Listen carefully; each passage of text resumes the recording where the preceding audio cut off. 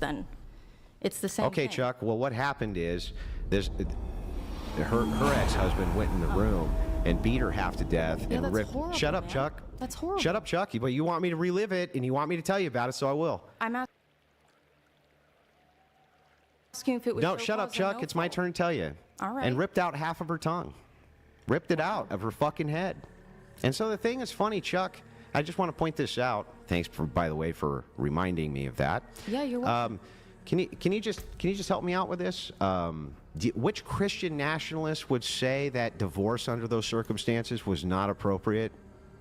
Who's the dude that was berating his pregnant You wife? tell me. Steven Crowder? Yeah. You think Steven Crowder, who's one of Rachel's best friends, would tell her that That's was her best friend? I didn't say it was her best friend. That's one of her Yeah. best friends? Yes. And one of mine.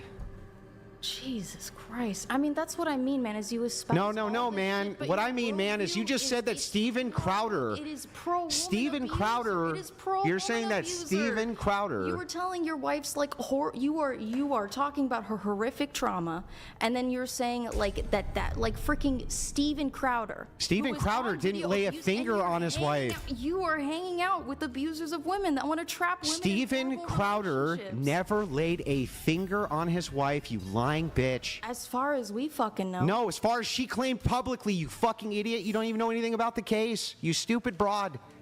Can you tell me? Can you He's tell me mad. that Hillary Crowder has said that Steven Crowder ever touched her? Ever? Because she's... fucking know. Then why are you making But these he's still an allegations? abuser of women. How?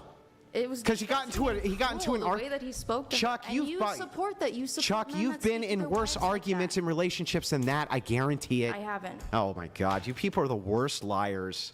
You're the worst liars, the most uncharitable fucking people. The worst lying sacks. You just made an accusation that Steven Crowder abused his wife. Total lies. Said that he beat her up. Total fucking lies. Said that he would hate Rachel Wilson, who's one of his best friends. Right? You're a fucking idiot. You don't know what you're talking about. Bullshit this whole night, and you literally don't know for what your you're own talking fucking about. words, you literally. You're Chuck. If I Just brought stop. you You're a an million embarrassment, Chuck. studies and evidence, you would be like, no, it's not. I've watched your debates. Well, I've Chuck, watched I'm your surprised fucking you didn't debates. learn from any of them. Because to do good all of Lord, this it was a again? terrible Lame. showing for you the whole night, and you really ended it with a flourish. Let me tell you. I didn't come here to win. Yeah, well, I'm glad because that wasn't gonna happen. Not with your fucking audience. It's all fucking incels. It's yeah. Yes. Well, your audience is all a bunch of ditch-licking whores. What do you want me to say? I like them better than you. Yeah, you should. I do. Enjoy them, Chuck. Got you real red in the face. Okay, my hands were on my face just now, Chuck. And before. Because my hands were on my face, Chuck. Oh, It was 'cause you're mad. it's performative, Chuck. I don't know. You looked pretty angry just a second ago, Chuck.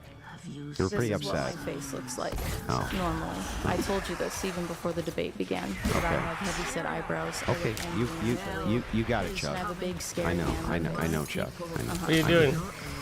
I get it. Thank you for making all those baseless accusations about people, though. Sure. That was very kind of you. I mean, thank you for promoting a worldview that is. I guess that fundamentally justifies- racist, misogynistic, homophobic, and transphobic. I guess that justifies. Oh, she went through all the buzzwords, man. This Thank bitch you is for contributing to ruining a generation of hilariously young men. stupid. Yeah, so I guess that justifies any evil And thing you want to do, huh, Chuck? Radicalizing You know, them Chuck, out of approaching. being with These are the women same that would exact love reasons them that they just shot because Charlie they're Kirk, sex Chuck. workers? Same reason What? that your trans friend shot Charlie Kirk is because you think My it's trans friend? you My think transgender you friend. think it's okay. Your trans friends. This is why you think it's It was okay. a cisgender man that shot Charlie. Oh, Kirk. give me who's fucking a trans. Give me a break. And by the way, let's point this out, Chuck. I just want to point this out. That it's No, the cisgender men don't do justification that. you can do any evil thing you want to me because you think I That's not how espouse it that works, lady. worldview. That's exactly what got Charlie Actually, Kirk killed. You were the one arguing that we should go in and violently colonize or blow up people because they do things differently, and I was the one. Because they're molesting children, Chuck? With love and Because they're molesting With children? love and kindness. That's what I. Tell the audience what the cum warriors do, Chuck. They already know. Do they? Yeah, and you said fucking blow them up. Uh-huh, yeah, I'm sorry that I would blow up pedophiles, Chuck. That's terrible of me. I'm a real bad guy. Smoky man. Alright, well, Chuck, Smoky man bad, Chuck. I'm certain that the person who shot Charlie Kirk thought the same thing. Yeah, Smoky man bad. Even though I do nothing in your worldview, me being a stepfather is not problematic. There's a million stepfathers. You commend me, of course, for doing that. You say it's a good thing that I do that, but you bring it up anyway because you want to attack me. Neutral. I mean, do you make those children feel like they are like a charity case that you have just done such great things Oh, for? so I'm sorry. So I shouldn't do it because if I do, what? No, but you should be normal about it. What does that mean? You brought it up. Just don't treat it like it's like, oh, I'm such a good man for doing this thing and taking in this broken, abused women. Like it's like, I don't like the way you're talking about it, dude. Oh, how should I talk about it, Chuck? Like a normal person. What does that mean, Chuck? It should just be a fact. It should just be neutral. Okay, it is a fact, and you brought it up because you wanted to use it as something disparaging, but you can't figure out how it's disparaging. It's disparaging because it goes against the worldview that you espouse. What part of me marrying a woman You who say was divorced gnarly goes against my things- worldview? You say gnarly things about promiscuous women and that they're disgusting. That's not irredeemable. promiscuity. You say 3 baby daddies? Yes, that's promiscuous. Wait a second. Help me out here. How many times have you had sex? I couldn't count. How many different partners have you had? Oh, it depends on what you would consider sex. Men. Men? Yeah. How many men have you fucked, Chuck? Certainly under 10. Yeah, and she has 3. 3 long-term relationships, and I'm one of them. Okay, Chuck. Can you tell Men me? that are Can you tell me forever which one? tied to her. Which one of you Forever are tied to her promiscuous? through having had children with them. Forever tied to her. That's a much stronger bond than a hookup. Okay, but help me out. You fuck way more women than my wife, and she's the promiscuous one. You wouldn't consider what I do sex, would you? You fuck men. You said you fucked 10 men, Chuck. I said under 10. You would not consider the sex that I've had with women to be sex. Is that what you said? No, I'm talking about men. Then why'd you bring up women? I didn't try to. I was Okay. talking about men. Okay. So yeah, Chuck, you fucked way more. None of them got me pregnant. Well, who cares if they did? You would just abort the kid. I mean, yeah, but Yeah, because you're just a sick fuck. I'm not a sick fuck. You're a sick fuck. I think it's crueler. I think it is crueler to have children when you are unprepared and bring them into an unsafe household. I think that. Yeah, okay. Then Well, I'll don't make sure to let my let 'em come in stepkids you. know that they shouldn't have brought in the world because Chuck wishes that her mom killed them. Because then she couldn't say he had 3 baby daddies, could Okay, she? go ahead and tell them. I'll go ahead and tell him, Chuck. Tell them. I'll let him know, Chuck. But it's every time you talk about how older women are undesirable, women with past are undesirable. what I and say. then you are dating a woman. Less you are desirable. married to a There's a woman. You are in difference. Chuck, love can with a you woman. can you tell me what my married to a position woman. is? I've seen your tweets. What's my I've seen position? the way that you speak to sex Can you workers. tell me I've what seen the my way that you speak was my to wife a sex people who have worker? sex. No. No. She has 3 baby daddies. Okay, And so that's not a lot. sex so not a That's sex lot. worker? Not a sex All right? worker? No, not a sex worker. Okay, great. Chuck. But so the way you talk to promiscuous women. so you just she tried had to do 3 the so same she to had me. 3 long-term relationships and did what she was supposed to do in them you when she's pretend. married, which is have children. Yeah, and how did that turn out for her? It turned out great. She ended up with She me. got half her tongue ripped out. That's And what you just said. but she's been with me for almost what, fucking 18 years? What's your longest term relationship, Chuck? 3 years, but I'm Yeah. in my 3 20s. years. 3 years and 10 guys. Boy, you got a way to go, Chuck. I said under 10, but I'm also in my 20s, and you're in your 40s. I married her That when makes I was it in my worse. 20s. With her. What do you mean? She was in her 30s when you married her then. Was she? I don't. She's 5 years older. No, than you, she's correct? not 5 years. She's 3 years older, you idiot. Oh, too bad. My information was wrong then. Yeah, because you got it from a dumb whore. Didn't you? Which dumb whore? Tree of Logic. You got it from a stupid whore, and that's why your information's bad. What else? Is Tree of Logic the name of Yeah, someone? what else do you think? What else do you think, Chuck? This is going off the rails, bro. It's kind of funny. Do I have an illegitimate black child too? No. Was that wasn't part of your information? No. Oh, what else was part of your information? How much older is my wife than me? 5 years. Oh, okay. Well, how old is she then? She's 43 if you said it was 3 years. Wait, how old am I, Chuck? 40. I'm 41. Oh, okay. Well, she still has 3 baby daddies, which you confirmed. So you were wrong about that, right? You were wrong about that? Does she not have 3 baby daddies? Yeah, Did no, you not she say didn't that have this 3 was baby public daddies. Men you're information? married to aren't baby daddies.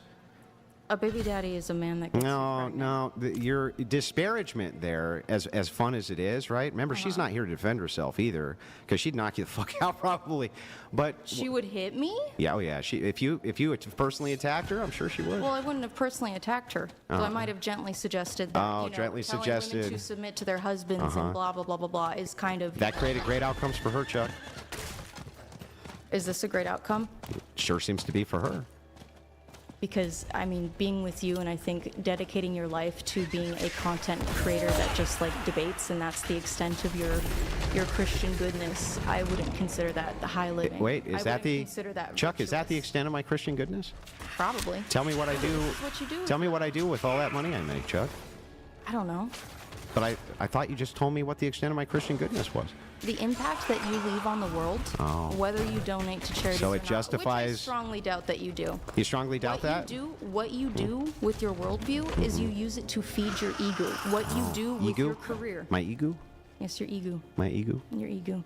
So tell me, Chuck, can you help me out here? And I know that this is the thing about pride too, because the first time we debated, you said to me, you just humiliated yourself in front of all of these people. And when I did. said, I've been on bigger platforms, you said, no, you haven't. What bigger platform were you on?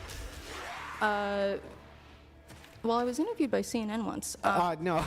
So you weren't on a big platform, also Chuck. Cupid- So I was Cupid- right? Shush. So I was right, Chuck?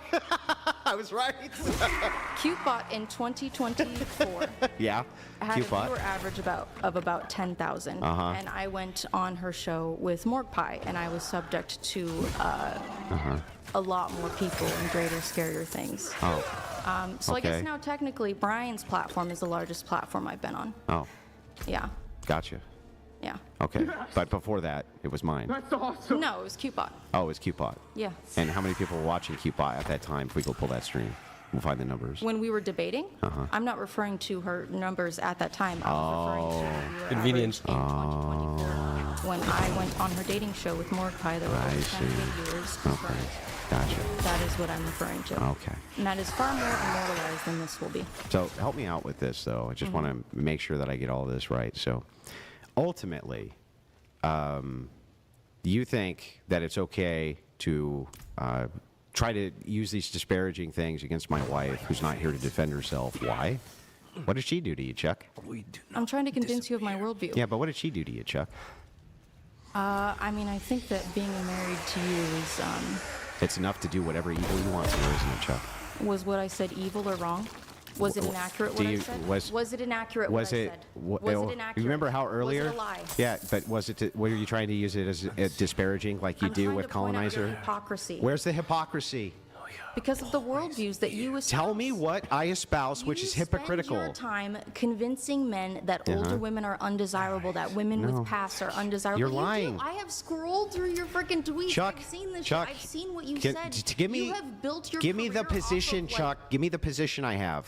The position you think I have, which is hypocritical. older women are undesirable. An 18-year-old will always be more desirable than a fucking. Total fucking lies, Chuck. So here's my actual That position. was actually one of the first. I guarantee you, things I you'll ever never find saw the from tweet. And when we're done here, I'll send you $1,000 per tweet that I'm wrong about. Promise. So Okay. here we go. You ready? My actual position. As women get older, they're generally less desirable than when they were younger. Anything else, Chuck? Am I wrong? But do you think? Hang on, Chuck. Am I wrong? Chuck, am I wrong though, Chuck? Depends on who you ask. I'm asking you. I like older women. I'm asking you, Chuck. In general. And my mom and all of her Yeah, heterosexual Chuck. I know, friends but in got a lot of general. play. Yeah, but Chuck, in general, is it not the case that in general, as women get older, they become less desirable to men than younger women? In general. Not now, I don't think so. Oh, no. I think there's. The answer is yes. So if I Like were to show you stats of overwhelmingly, when clearly, men yes. respond and say that they would prefer younger women over older women, they're lying. Maybe. I Oh, don't okay, know. gotcha. I don't know. You can never trust So you were- statistics or where they're You from. can't debate these people because they're just disingenuous as fuck, bro. Like they'll straight up lie to your face, dude. So you you never trust never the said that recent either. studies or blah, blah, Never blah, said that blah. either. I said that I every watched the study needs to be vetted. But okay. So anyway, what's the next position that I espouse, which I probably don't? That makes me a hypocrite. So I want to say that as an outsider looking in, what your platform looks like is it's teaching young. Yeah, I don't care about that. How am I a hypocrite? What am I saying that's hypocritical? You're a hypocrite because you are married to a woman that the men that you are influencing to feel these things, you are married to someone that they would find completely unacceptable. Because I don't think talk you to know these my rest audience. I know their audience. I don't have a red pill audience. You do, dude. I don't. I'm not a red pillar. Lock down all of my I'm socials, literally lock down not a for red week pillar. after this because every time after I debate you, what I have is a bunch of dudes hopping in my comments calling me a stupid whore, a bitch, and a slut. What does that have to do with me? That's your audience. No, my That's your audience are man. Christian nationalists.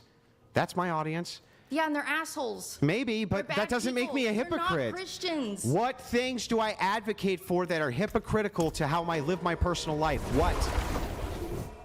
What, Chuck? You're dating a promiscuous woman. How is that You are dating promiscuous? a woman who has 3 baby daddies. I'm not dating anybody. I'm married. And how is Married. it promiscuous? She had 3 long-term relationships and was married. Children with 3 different men. It's How not a is that problem to me. promiscuous? So It's if not a problem to so, me, if her but husband it's also- died in war and she got remarried, me as a Christian, that's promiscuous. It's different. How? How's that different than he leaves her? It's death. How's that different than It's he not leaves violating her? The great sanctity of a Christian marriage. between a But man Chuck, and a I've woman. never advocated that ever.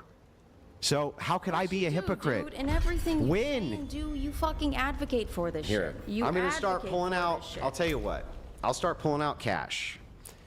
I don't want your fucking Pull up the money, tweet. man. Pull up the tweet that shows me a hypocrite to my worldview. I'll keep pulling out cash until you can. Keep pulling it out. Okay, how much do you want? I'm not playing your game.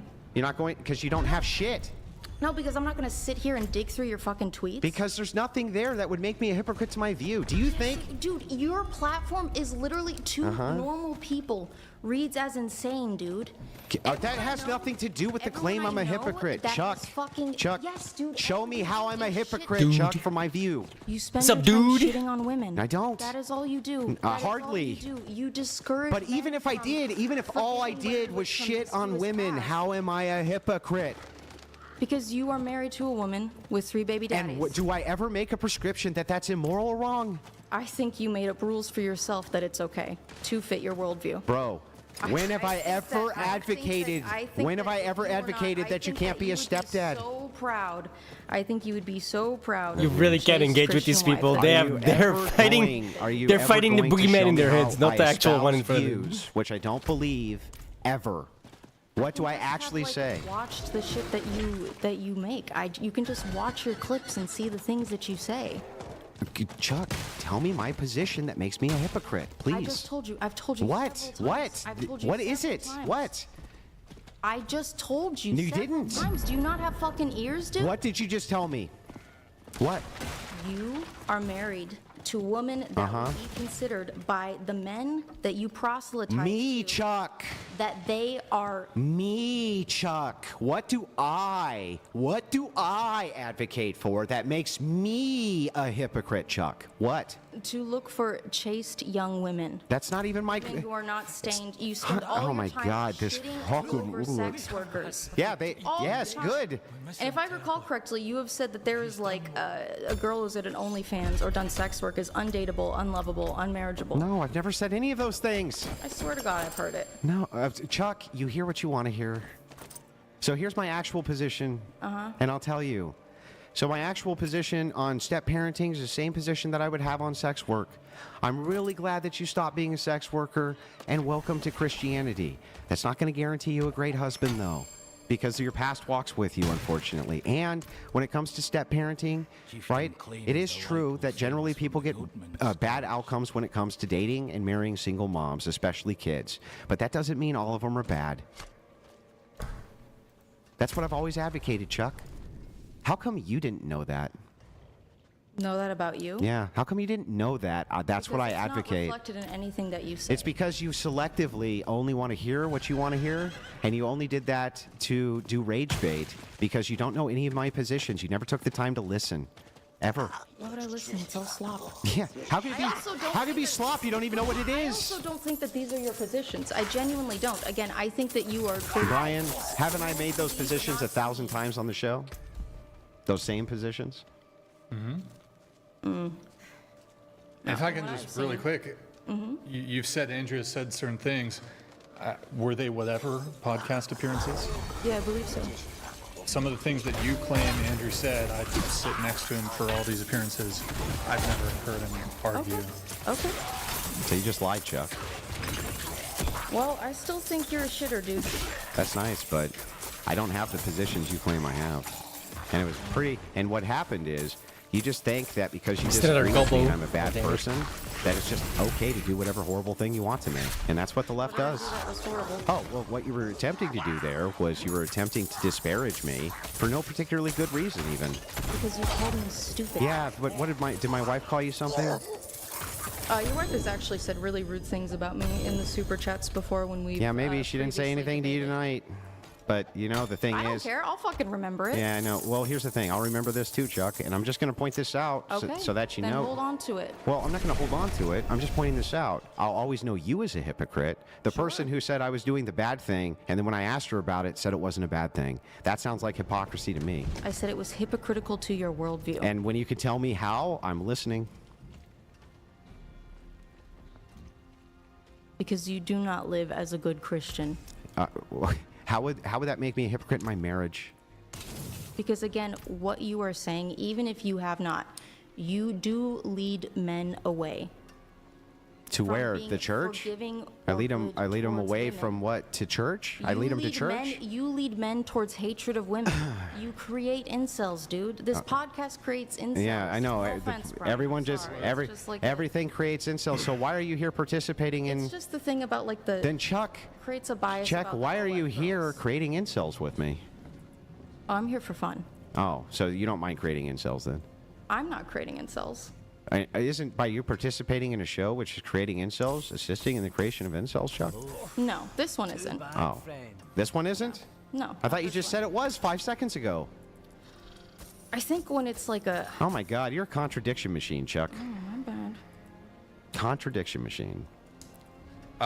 Rachel seems to indicate she'd like to do a call-in with your permission. Oh, absolutely. I'm gonna go have a Oh, smoke. No, I don't want to talk to you. Oh no, he talked a bunch of shit. Now it's your turn. I think it would be fair. You did invoke. You did invoke Rachel. I mean, sure. So This is Rachel, gonna go Andrew gave off green the light rails there. even more. It'll take us All a right, few minutes bring to in get your it. Rachel wife. Wilson's Bring in getting your wife nuts. to fight me and hide Stay behind tuned. No offense. Rachel She doesn't have a Wilson filter. is in the building. I mean, in that way. Spiritually. In spirit, not physically, not corporeally. You think this podcast? Look, I'm here. I'm just here to host and moderate. Mm-hmm. I'm not really here to debate. You think this podcast is? What did you say? Something about incels? I worry about the effect that Closer your, to the mic. I worry about the effect that your podcast has on the minds of young men, where I see in your comment sections when I've looked is a lot of dudes saying all girls are whores, every woman these days has an OnlyFans. I feel like it pushes men towards distrusting women, and I think makes the issue of like the sexless incel worse. I think people like her are far more the cause of why young men start distrusting people. Because she literally hasn't. She's gaslighted the whole fucking night. You can't trust a word she says. Like, how can you trust someone like this in a relationship when she can't even have a normal debate without gaslighting, right? And indeed being hypocritical. It's crazy. Like, does the podcast cause issues? I'm sure it does as well, right? There's always gonna be very impressionable people that will hit the wrong. They'll look at a situation and come to the wrong conclusion. I'll put it that way. You know what I mean? But she also is definitely a cause of the same fucking thing. Like this. The fact she doesn't even recognize that at all is crazy to me. Hold on. Okay, there's a lot. There's a lot there. I mean, believe that you it's do so in understand, division between men and women. You believe the podcast is sowing division between men and women. Okay, well, hold on. Let's start with one thing first. I can address some of your other things here really quickly, but specifically on the incel thing. Just how do you define incel? Involuntary celibate. Involuntarily celibate. And Okay. I would say that a hatred of women comes along with it. Like it's inherent? Like no, if but it you develops. struggle with dating, that But means also, you my hate my women. bad. I didn't mean for Actually, you to catch a stray. you know what? Really quick though on that, I actually think men who are like hyper successful with women have a stronger tendency towards misogyny than men who have struggles with dating. Like I actually think it's the case that like mega giga player guys are probably more likely to have misogynistic leanings than guys who like struggle a little bit or even a lot with dating. Do you disagree? I think it's 50-50. I That's think that it's like 50-50, okay. to the same. I think they both end up. I think men on the extremes both end up just being like kind of super shitty towards women. Okay. We have some chats here. By the way, in addition to the Rachel call-in, what do you, Andrew, what do you think about it if I send my assistant to go get us some In-N-Out right now? We'll do a mukbang on the whatever, an In-N-Out. It's like you eat on stream. I don't know if I have the. It's. You Nah, said okay, 3 Andrew to said 4 Andrew. 3 to 4 hours. Well, you know, listen, you talk some shit about Steven mean, Crowder. I You don't- talk shit about Steven Crowder. You talk shit about Andrew. You talk shit about Andrew's wife. You know, look, I was trying to wrap the show here. Andrew, you know, I was trying to wrap. I never liked the shows to go long. I was trying to end the show, and then you had to talk shit about Crowder, which, by the way, you know, I'm not debating here. Where's your evidence for the abuse? The video where he maybe slightly had a tone. That's it. That's abuse. That's abuse. By the way, she's never And done his whole anything like freak that. out, his whole That's freak out abuse? about no Look close- fault divorce, look closer his to whole the mic. freak out about no fault divorce, I think is pretty indicative of where he stands and how he treats his wife and views Have his you wife. ever raised your voice? Steven Slightly. swarms. Just curious. Depends on who. Not even look like. Your pregnant wife, your immensely pregnant Yeah, it's a wife. 6-hour Thousands of hours of podcast video, or and she 6-hour set it up debate. for there to be It got 30 really seconds of juicy video 'cause that they she were could go yelling at take each to a other just divorce now. attorney. Okay. Guy who never hit her once. Guy girl never got did really anything to bitchy her, and still she takes paid the care of his price for kids, it. And then she tried to fucking negotiate some backdoor fucking money dealings with a big network too on top of for it. her.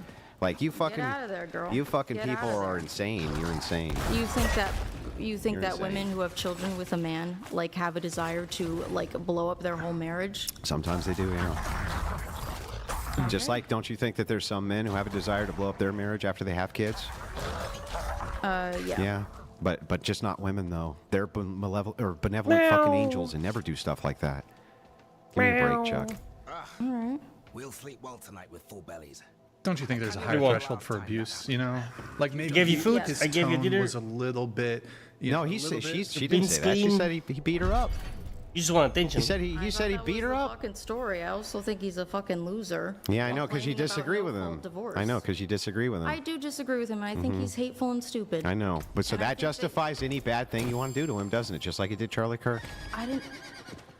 I think it is ridiculous Mm-hmm. to claim that I have a desire to assassinate someone. What? No. You see, Like the- like they the- did to Charlie. the assassin- rather the- than make a claim that the millions have assassin made. killed Charlie Kirk because people like you said Charlie Kirk was an evil Nazi. And so if you tell people He was that a bad guy, yeah, he was and a if you piece tell of shit, people he was that this horrible. person's a really bad person over and over again and that they're Adolf Hitler light and stuff like that, they start to What do not you look at think- them as What do you humans. think happens when you say that all lesbians are morally reprehensible? What do you think? What do you think that spreads? You think that spreads kindness? I don't think show me where lesbians are getting shot because of my rhetoric. Because if you're, friend. I mean, yes, hate crimes do occur because people are Mostly with lesbians, it's between lesbians and they beat each other That up. statistic is inaccurate because it was just asking about relationships, which do include past heterosexual What about the latest relationships. statistics on it though for Wow, domestic look at this one. violence and She got me good. with just I don't know, maybe with you just can't straight trust Different one, though. statistics. We- Maybe you just we can't. can. I'd have Just- to double check. I'd have to double check. You the can study, check the validity some. of the study. Those aren't. That's not a study. Those aren't studies. Those are just straight raw crime statistics. And when it comes to domestic violence, yeah, lesbians like to beat each other up a lot. What do you want me to say? They do. So it seems like the most amount of hate crimes from lesbians come from Don't lesbians you to think that lesbians. women are like mega sexual predators too? Isn't that like a thing? You said that to me once, that you think like women in positions of power tend to be like extreme. Do you want the actual position, Chuck? Do you even care? Like, do you actually care? Yeah, I didn't think you did. wanna go home. You never care. The truth is, you just hear what you want to hear. and that's all you hear. You are not someone that I respect enough to listen to. You sat here the entire time and listened to me. Yeah, for fun. Yeah, for fun. Because you got paid, right? Yeah. Yeah. Well, we're not allowed to talk about that. Yeah, I know. I get it. But it's funny though to me, hilarious to me, that you would make like these horrible fucking claims about Steven Crowder beating up. Like, what a horrible thing to say. What a horrible thing to say about someone. You've moved on from your wife to Steven Crowder. Oh no, well, you won't let her call in, remember? I thought she was saying that. Oh, okay, good. She said you were mean to her. You should talk to her. Yeah, you should talk to her. You can ask her to give you the. He's having a fun time. Not having a fun time.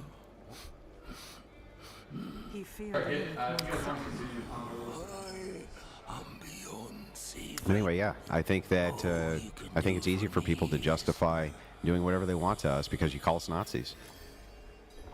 So, even while you want the lockdowns and the COVID passports and we're the fascist Nazis, fucking crazy. You people are fucking crazy. All right.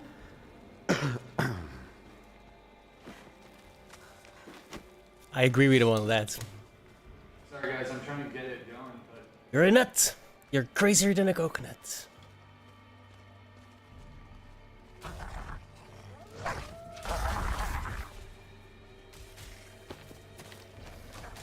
seriously, Charlie. Seriously, she thinks that I'm an incel. I'm an incel and I'm married. I don't think you're an incel. And most of my audience is I married think and they're that you incels. Create incels. Yeah, but most of my audience is married, so how are they incels? You know, like you do realize that we can see our demographics, and I know most of my audience is between the ages of about 32 and 41. Do you think that those men are? Do you think that there are men at that age that aren't incels, aren't sexless? I think that if most of them There's are a lot married, of them. if most of them are married, they're not incels by definition. Demographics? Yeah. Because I also have YouTube demographics and Check I can 'em. check if they're married or not. Oh no, Charlie. There's outside groups that do all sorts of audience polling and things like this, and yeah, we've checked what our audience is all about many times. And the thing is like it's funny. We even ask them internally. Well, it's literally like the worst people Well, possible. but they can lie Yeah, about the it. worst married people possible. That are making my country dog shit. That's that are you making that makes the my country dog country shit for us, worse. Charlie. All right, well, it's just All that freedom to give us no freedom. Yeah, I think that people being disappeared, families torn apart. people aren't supposed to be here. A lot of them are citizens that are being snatched up. No, there's not a lot of them who are citizens being Even if snapped they up. aren't, you know what? It's mostly I think not. that you, as a follower of Christ, you should welcome them. Oh, should I? But Why? you're not legit. What should You're I? Not really How should I? How should I welcome them? With love and kindness and open arms. Okay, should I let And them live? assistance. Should I let them live in my house and give them all my money? No, you don't have to do all that. Why not? Why should I? Assist them. Well, wait a second. Why should I you just? should welcome Why them should with I just open arms. stop? Why should I just stop it? Just like yay. Why shouldn't I let them into my house and have all my money, Chuck? How come? Wouldn't Christ want me to do that? No, that's not how that works. Well, what do you, the atheist, think Christ would want I'm me not to an do? atheist, I'm agnostic. Oh, what would you, the agnostic? What do you think Christ would want me to do? I think that Christ would want you to give some of what you have To? to the poor, to immigrants, Oh. migrants. Well, gee, That's Chuck. what Jesus would do. I give 25% of my money to the poor. How much do you give? 25%? Uh-huh. Oh, can you verify that? Yes. All right. How much do you give? What- Well, I mean, I give it to the church and they dispense it to the poor, so yeah. So you give it to the church. Are you saying that my church doesn't dispense to the poor? I think that you ought to be wary about it. Wary. Oh, should I send it to a private charity to pay a CEO a ton of money instead? Even though we know that direct charitable contributions from the church actually get to the people, and when you send it to a charity, it usually goes to administration fees? For sure. yeah. For That's sure. Where the church's money is going. Yeah, well, I mean, I know the board of the church. I'm pretty sure that I know where they're sending my money, yeah. All right. If you say so. Yeah, how much do you give? What I can. How much When is I that? can. What I can. When How much is that? What I can. When. Yeah, how much is that? That answer means nothing, okay? She doesn't give a goddamn cent. Percentage-wise of your income. Percentage-wise. Yeah. The truth, Chuck. Let its anger Over my ever burn lifetime, until No. it has devoured Now, in the all last this 4 wretched years, land. in the last what have 4 you given as a years, total percentage of your income to the poor, Chuck? I don't even know how much of my total Guess. income is. Guess. Yes. Guess I'm what not even keeping track. guess dude. what If I have percentage? cash on hand, I hand it out to people. If I see people. You got cash on hand? No, not right now. Oh, geez. Well, how much as a percentage do you think you've given? The truth. How much? I would say definitely in the 10% range. Yeah, fucking right. But you ain't giving I also 10% of don't your. make the- You haven't given 10% of your full cash to nobody. I was doing that before I was a content creator. All right. I was giving. Well, you can doubt it. I don't think that people with your ego do those sorts of things. I know. That's the problem with you, is that you don't think that. You don't think that I do massive charity streams because you don't watch. You don't even listen. But I do them all the time. I've interacted with you enough to know that. You don't know shit. I've done massive charity streams. I do them every year. What are you talking about? Come to I've fed hundreds of families personally with the Crucible. We've raised thousands of dollars to do it. What have you done? Live your, you don't. What have you done? Christ-like life. Which things? Everything you bring up, you're wrong about. So which thing am I not You leading in live a your Christ-like life way? in service of your ego. This is prove about it. preaching. This is about winning. This is about. Then why do I give so much money when nobody I can don't see? think you fucking do. Okay. I don't think you do. You don't. So from the bottom of my what do I heart, get? do not believe if I that prove you it do. to you, what do I get? Nothing. I'm not gonna give you shit. Yeah, exactly. So fuck off. You got nothing. And you can got also nothing. write those off on taxes, so not very charitable. in Do you my know you can opinion. only do that up to a certain amount? Yes. Yeah. Rachel, are you there? Can you hear us? Hello? Rachel? Can you hear me? Yes. I don't know why Discord wasn't working, so we're just going to do it via the phone. Do you want to say anything? Okay. Yeah, am I coming through okay? Yes. Okay, good. Well, I guess I'm just going to ask her the same question kind of that Andrew asked her, which is, I mean, she said all this stuff about me that she got completely wrong, but what is it that you think Andrew or I are doing that is wrong or hypocritical? I do feel that with your guys' platforms, what you do is, Rachel, I'm going to be honest with you. I'm not familiar with your I'm only familiar with your husband's. But well, hey, man, I was trying to prove my point. Okay, how does what It you really said is. about me prove your point? Like, again, did somebody tell you that Andrew like hates on single moms and like shits on them, and so you thought that because he's married to me and I had kids before I married him that like he's a bad Christian? Like, I don't understand where you're coming from with this. What did he do wrong, and what did I do wrong? So It's gonna the be blunt. It's all basis out there of already anyway. the basis of Andrew's platform is essentially to make women look stupid and humiliate them. And That's what you get out of it. That doesn't mean that that's the idea. By yourself. He doesn't even need the help. But go on. God damn, she's so savage, Sorry. dude. Sorry. Okay.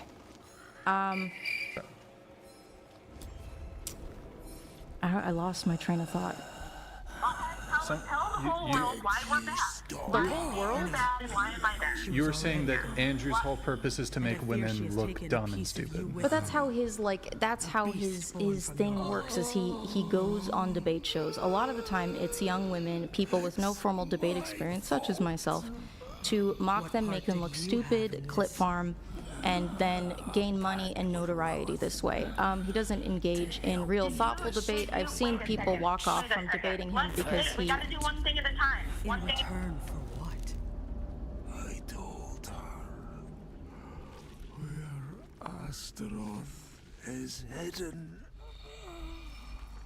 Held high. Why? In her presence, I lost control. Rage consumed me. There's only one thing to do now. End the corruption.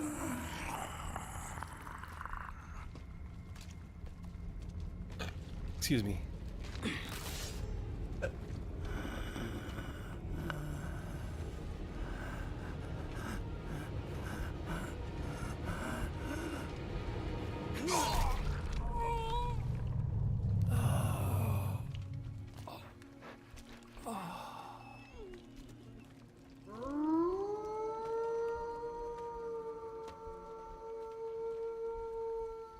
Do I get the wolf?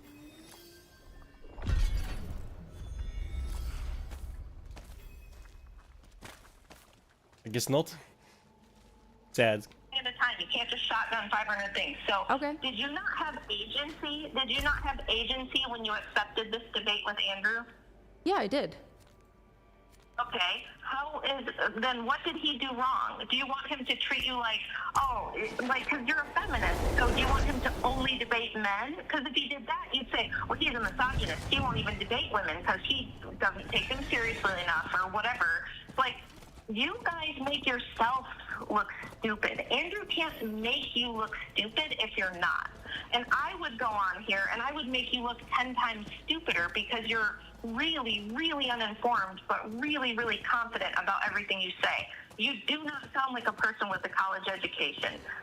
My homeschooled 13-year-old can explain per capita, okay? You are not a very smart person. You're the one who put yourself in this position. And since you lost and you got humiliated, you thought the thing to do would be attack me. And, okay, so let's go there. Where did you get the idea that I'm promiscuous?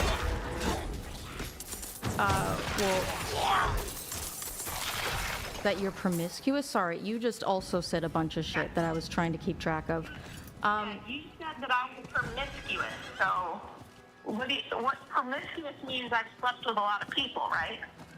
I would say that I think that having children with multiple men is, I think that is more significant than... Okay, well, I think it would be if, and I know why people assume this. I do understand why people assume it. They're just wrong in their assumptions. It would be wrong if I had been sleeping with lots of people, if I had been carelessly getting pregnant with random people. That's not the case. I've spent my entire adult life only in 3 long-term committed relationships, one of which is a, almost 20-year relationship with Andrew. Now we're like 18 years in. We've been married since 2012. Prior to that, I was married for 4 years, as Andrew had to unfortunately explain. That ended not even because I left, but because he beat the crap out of me and was being pursued by the law and left the state, and so it was like abandonment. The first one was my high school boyfriend, who I knew my whole life, who I was with for 5 years. We had 2 children. He had his own personal problems, and that did not work out. So I understand why people make the assumption, but the truth is I'm not promiscuous. I have an extremely low body count. I've never had one-night stands. I've never cheated on anyone. I've never just carelessly or casually had sex ever. So I've only ever been with men that I, at least at the time, felt certain I was going to be with forever and have a family with. Maybe you should have. I did get nursed on the first 2. I will admit. But, I did wonder, hang on, Rachel, I did wonder one thing. If she had slept with 3 men but had aborted all of the children, would she still be promiscuous? She would have lived her life. It would have been better for her. If she had only slept with 3 men but aborted her children, hang on, Rachel, stop for a second. Would it be the case? Was that too abusive? Shut up, Rachel. Was that too abusive, Charlie? So, Charlie, tell me, if she had aborted her children with those 3 relationships, would she be less promiscuous or not? I think that, frankly, in my opinion, her life would have been better spent. Would she be less promiscuous, Charlie? Yes. Yeah, she'd be These less people are promiscuous. evil, dude. Yeah. Rachel, you should have. I'm talking about optics. Rachel, you should have killed. You should have killed her kids, Rachel. Maybe she should have. I would have been it's less promiscuous if I kill the children? I mean, you're not killing children. You're having an abortion. Did you just say to me? Did you just say to me that my life would be better if I had aborted my children? I mean, if I were in your shoes, I would have had a better time doing that. Wow. I didn't hear that. I was reading the fucking Diablo And thing. if I were in your shoes, Children? Say to me that my life would be better if I had aborted my children? Let's get to it. I mean, if I were in your shoes, I would have had a better time doing that. Wow. Well, I regret to inform you that I I love all of my children. I would never unalive them. I would never wish that they weren't born, even if there was some mild inconvenience to me along the way, or maybe I had to do a little work to raise them. I love my children. I would never wish that they had not been born, and I'm certain my life would not have been better without them. Would you deny that under patriarchy you are seen as like I hate to use this phrase, but as a damaged woman on account of having had children with multiple men? Would you deny that that is unfortunately the common perspective? I actually think it's people like you who think that about me. Andrew is a patriarch. He is a patriarchate. As you said, he's the one out here representing the patriarchy, and he looked at my situation and said, she is worth marrying, because if I had been divorced because I was a bitch, or because I was not submissive, or because I was a cheater, or because I was mentally unstable, any of the normal reasons that you do have a woman who's got kids from two guys, the usual reasons. I happen to be an outlier for the reasons why I was in that situation. And just the fact that, and I've said this before, I thought Andrew was way too good for me. I tried to break up with him multiple times because I thought he's got a great life with no baggage. Why would he, he can pick anybody. He should pick someone else other than me. That was my opinion. He was the one who looked at me and said, no, I really think you're great wife material, great mom material. I know that based on the fact that you're already a great mom. Yeah, your situation isn't the best, but all things considered, it's a deal I'm willing to take. And he thought I was that awesome. Isn't that cool? What a good guy. And he was a great stepdad. And he loves all the kids. He never treated the older ones like they were any different. There was never any drama with him, like, talking bad about their dad or anything. He was a great guy. Gee, like more to say. He's a great Whatever. guy, and it turns out that you're the one who thinks I should have killed my kids. You would rather party and have fun and get bullshit degrees than produce human beings who are going to go off and create the future. Hell yeah, I would. It turns out that you are the hateful, selfish, awful one I see. who's willing to lie about people, say things that aren't true when you don't know what the truth is. Just to be famous, multiple people in front of millions. You're willing to lie about people, and you No, don't care. not really. Millions of people. So it turns out that it is not Andrew. 900,000 views, I just checked. I've also already had people spread clips around me that got hundreds of thousands of views, and it was fine. I'm just letting you know that she was saying something accurate, that millions of people will likely see this, yes. And I'll forget. And that's just the main debate, by the way. There's millions of clips. That wasn't the But point. again, at the end of the day, do you guys feel that the work that you do makes more women interested in turning towards Christian nationalism than being repulsed and disgusted by Well, it? it's not all about women, is it? It's not all about women. Well, I mean, if we're talking about helping women, We're not just talking about helping women, though. I think helping you're men is interested helping. in helping men. I think helping turn men- away from Well, hang on. normal, healthy partners. Normal, healthy Their body count partners. is too high, or they've done. I Yeah. don't know. Yeah. Like you. I would love a chance to tell her why I do this. Yes. Go ahead. If I may. So the reason I do what I do, which you said you don't know what I do, so I'll tell you.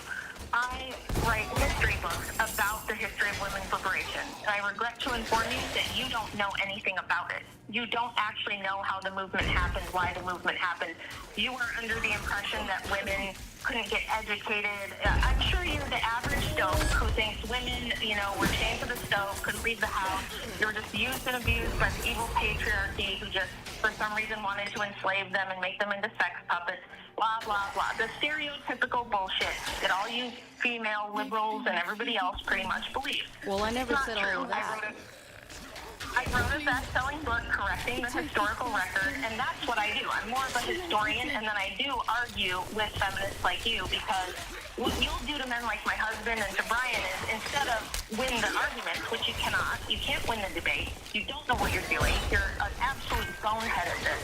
So what you do is attack them personally, like you did Stephen Crowder. You're probably going to go back after this and write a bunch of bullshit or say a bunch of bullshit about Brian and Andrew, because that's what all of you do after you leave the show, after you get your ass kicked all over the place. Well, Brian's been nice to me, so I'm not going to say shit about Brian. I know, it's just Andrew. Smoky Man bad. I'm here to debunk your nonsense.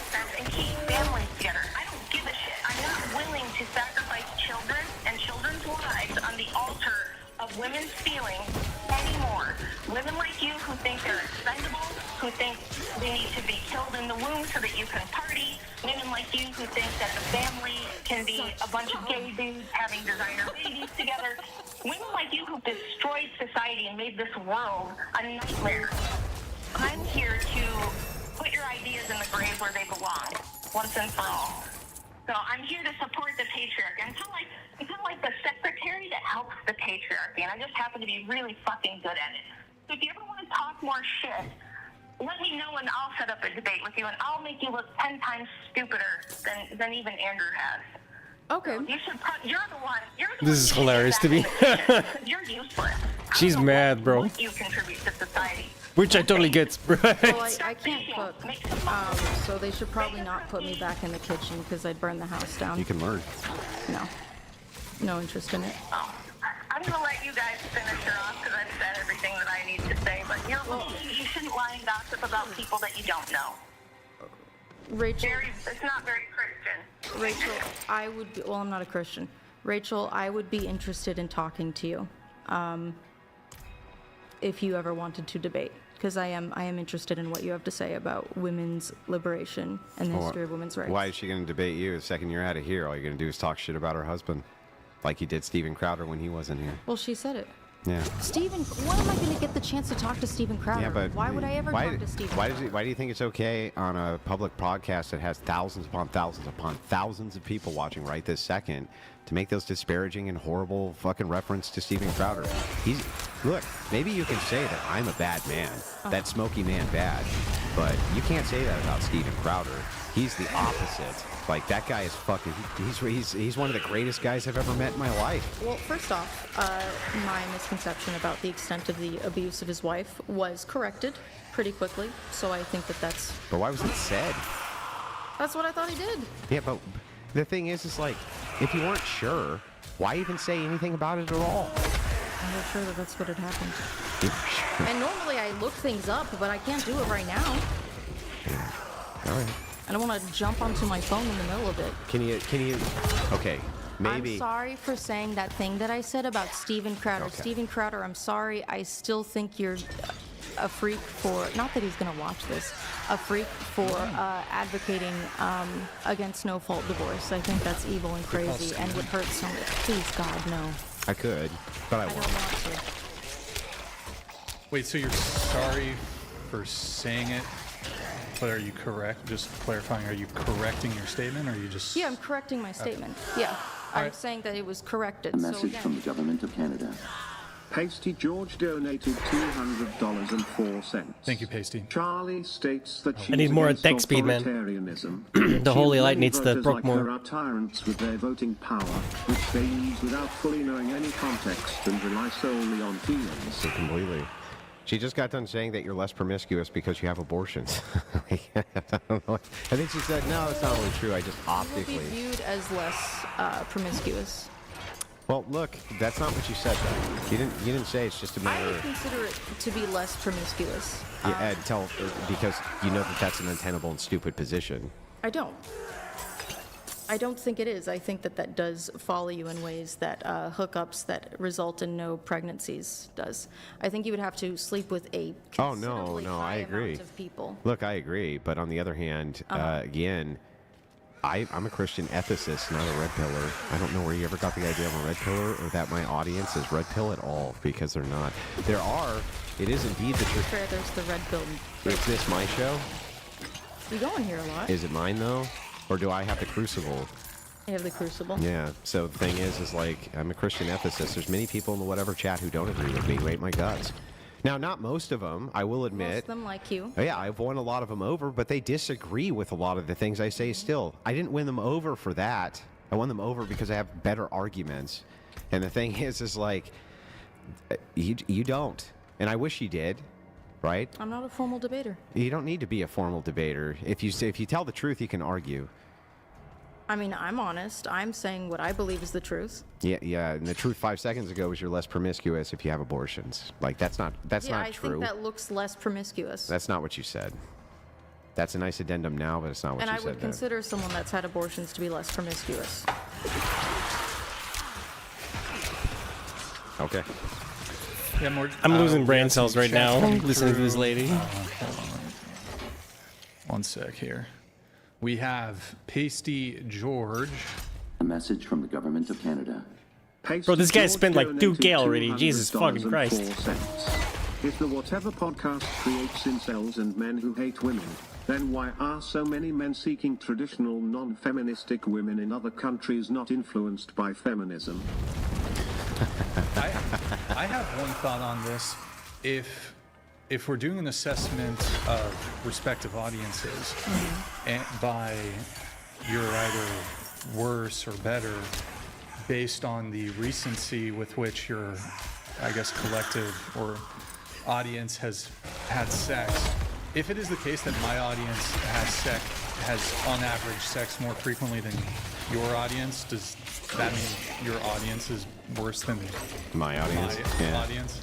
If they have sex more? Like if my audience has more sex or more frequent sex than your audience, It means you win. do I win? You win. Okay. You win. You All do. right. You win. And I'm sorry, A Brian. I message didn't from mean the to drag government you of into that. Canada. Pasty George Sorry. donated $200. Finish that thought and after 4 this. cents. Why is it that whenever a person who's debating Andrew is losing the argument, they always resort to using his family against him?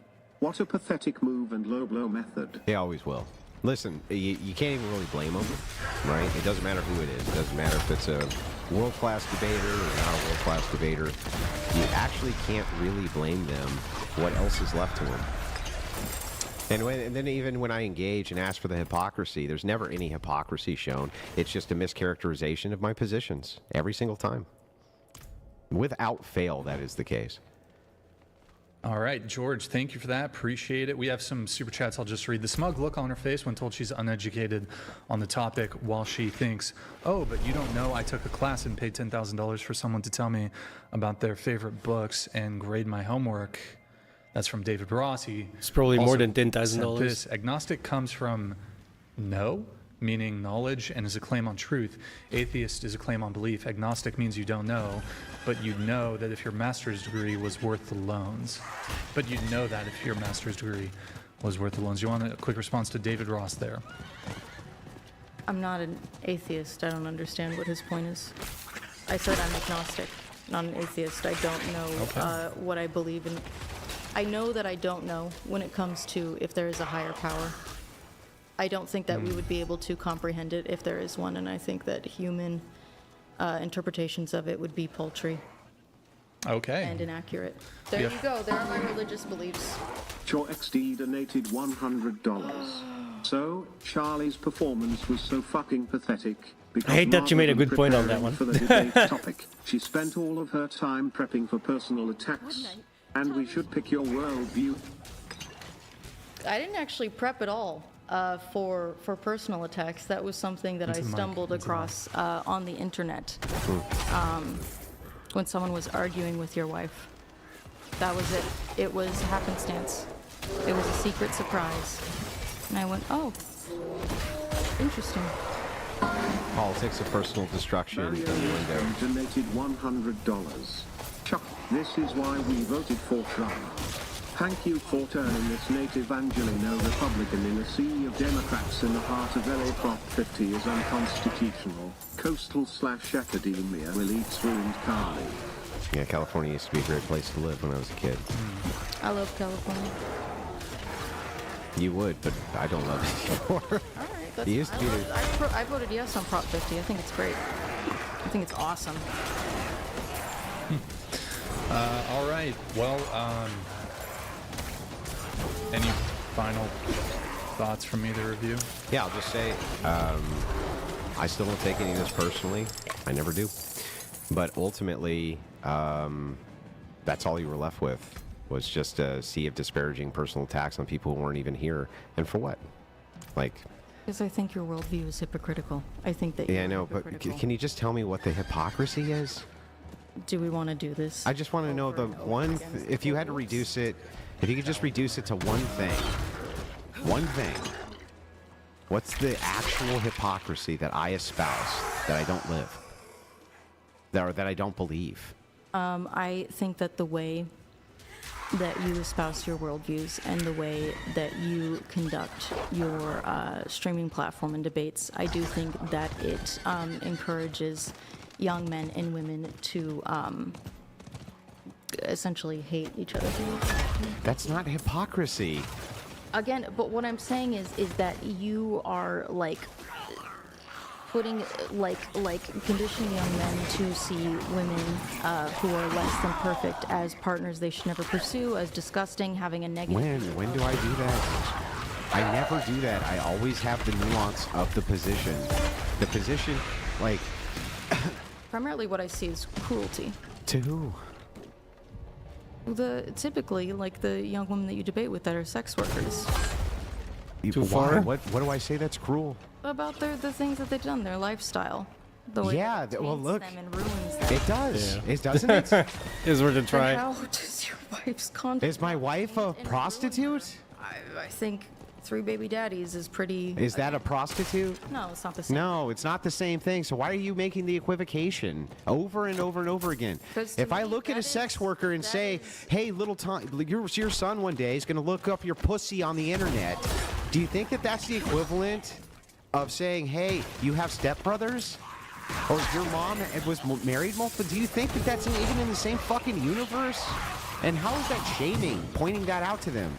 One day, Do you think these that's women's the children are going to have people come over to them and say, "Hey, man, I jerked off to your mom's pussy. Tell me I'm lying.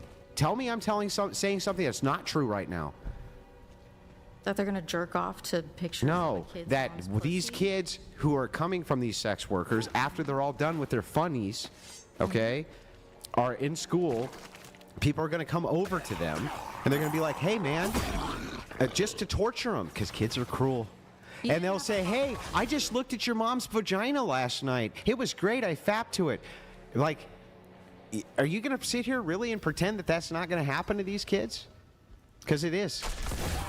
I mean, if you have a hot mom, that's already happening to you anyway. Whether or not she does. How Kids are coming up to no you, one your can. mom is so hot. If somebody comes over and says your mom is hot, To your mom. yeah. If somebody comes over, if someone comes over and says, "Hey, your mom is hot," ha ha ha ha ha, right? That's I'm a banger. I'm jerking off. to yeah. her. Even that is nothing like, "Look at your mom getting double penetrated, bro." Ha ha.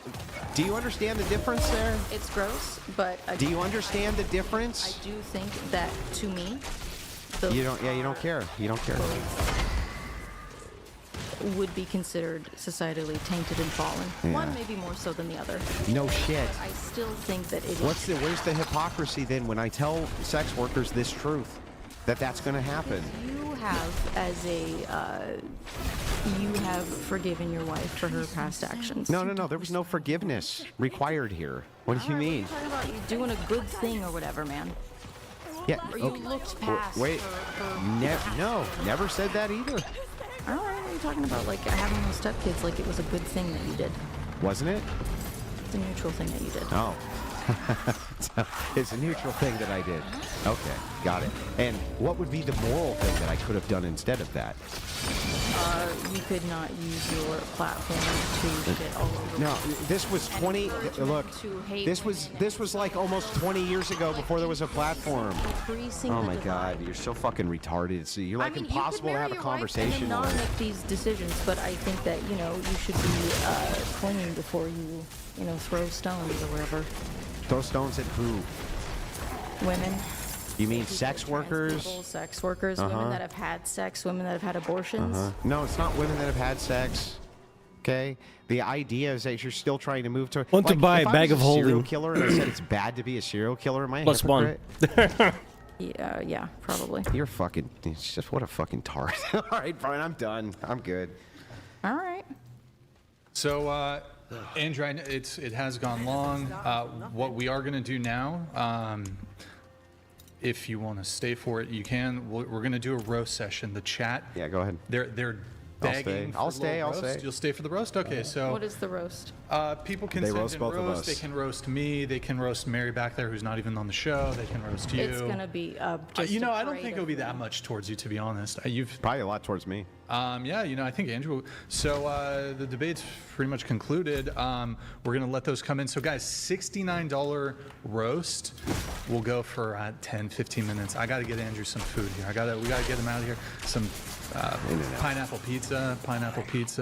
We got to get him something. We got to get him something. I may have triggered something with my holy lights Charlie, that I didn't. We have some.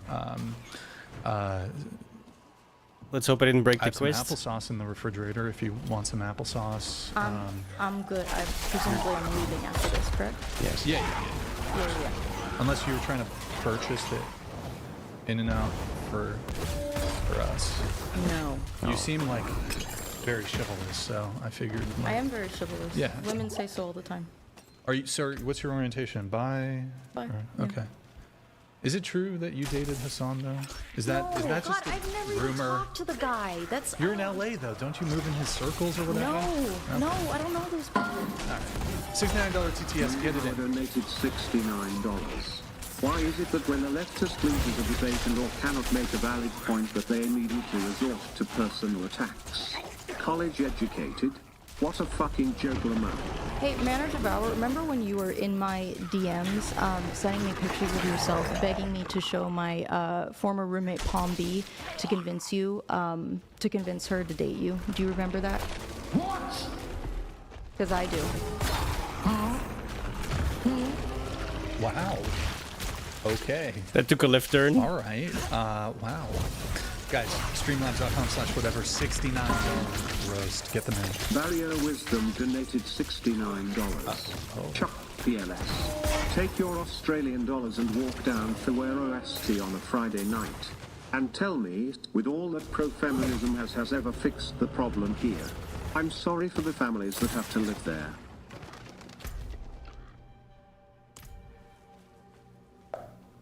This Pasty George seems to be your biggest fan. He's Very enthusiastic. Do you want to respond to the Figueroa Street I don't comment? know what Figueroa Street is. I'm just gonna grab a beer. Yeah, do you want champagne, by the way? There's a never, okay. I'm not much of a drinker, you know, so. There's some super chats that I'm going to read here. Cole Marshall, let me sell you on my worldview, insults his wife, and now you admit you just pulled it out because you were unprepared. Do you want to respond to that, Charlie? From Cole. No, I said I did not prepare. I said I did not prepare on the insults to his wife. That was something that I stumbled upon. Actually, I must admit, to be completely fair, we have debates going on all the way through the 16th to DebateCon, and this debate today was actually the only one I also didn't prepare for, to be totally fair. And I usually always prepare for debates, but not this one. I just didn't think I needed to. He was right. Well, you guys have debated before. That's why I didn't think I needed to. David Ross, agnostic means I'm not sure. Atheist means I don't believe. The purpose of a college education used to be to learn things Didn't like we do this one? root words. You know, like, yeah, from Greek. the Greek. The point is that you throwing around master's degrees apparently meaningless. From David Ross. Thank you for the super chat, David Ross. You have a response there, or I think still it's a don't different? know what he's getting at. I said agnostic. I'm not quite sure. By the way, I was just curious. You had mentioned earlier on in the debate, just as a curious question, that you were on testosterone. I was just curious why. Let's not get into that. Were you a bodybuilder, or? No. You're going to transition, weren't you? Yeah. Yeah. You would have, honestly, like, you would have been a hot dude. I was. I was a beautiful little twink. I was Oh, gorgeous. so you did sort of transition, or? Yeah, for 10 years. I 10 years. Presented as a man. Yeah. What was your name that you? Charlie. Still Charlie? Yeah. I guess that's the benefit if you have a gender neutral name and you transition, like that's kind of a perk. Well, real name might not be Charlie. Whoa, yeah, you know what? Who knows? You look like Charlene. an Ethel. Like Ethel Cain? Did I misread? Yes. Ethel Cain? Yeah, okay. Sort of. I mean, Red Fox. Charlie, what is your Whoa. economic framework? Okay, I was actually taking damage there. Whoa. Socialist. Socialist, got it. Okay. Guys, $69 roast. Those were just some super chats. Streamlabs.com/whatever. If you want to get some roasts in, we do have a few here. Let's go with Chaw. Thank you, man. Chaw XD donated $69. Every time I see Charlie debate, I start off thinking her worldview is dumb, but she's at least being good faith. And every fucking time she proves she's just the moral equivalent of human-shaped slime. Just be nice to me and I'll be nice to you. That's how it works. If I feel insulted, I'm gonna bite back. All right, thank you, Cha. We have Flavius. Flavius Assasinus has donated $69. This 304 pro-choice sophist had the eyes of Gollum. Be aware, lads. I have done Gollum cosplays multiple times. I love Gollum. Flavius, thank you for that. Right. Guys, if we'll do 5 more minutes or so of the roasts. A quick few final messages, guys. Guys, if you enjoyed the show and you want to learn how to become a master debater like Andrew and a journeyman debater like Charlie, Debate University. Sorry. I mean, it's I don't formally debate. Right. DebateUniversity.com. Become a master debater. Andrew's got a course on there. Fantastic. Lots of videos, and he will teach you how to become the best master. He didn't even debater. attack once. There it is. Like the video. That's crazy. Discord.gg/whatever, shop.whatever.com. Guys, final shout out for Twitch. Guys, if you have an Amazon Prime sub, you link it to your Twitch. Quick, free, easy way to support the show every single month. Pull it up, please. Twitch.tv/whatever. Drop us a follow. Why is it still an hour? If you have Amazon Prime, you know, you get the little, the good shipping, the 2-day shipping. Just drop us a quick Prime sub here at the end of the stream. The interesting stuff is over, right? Next.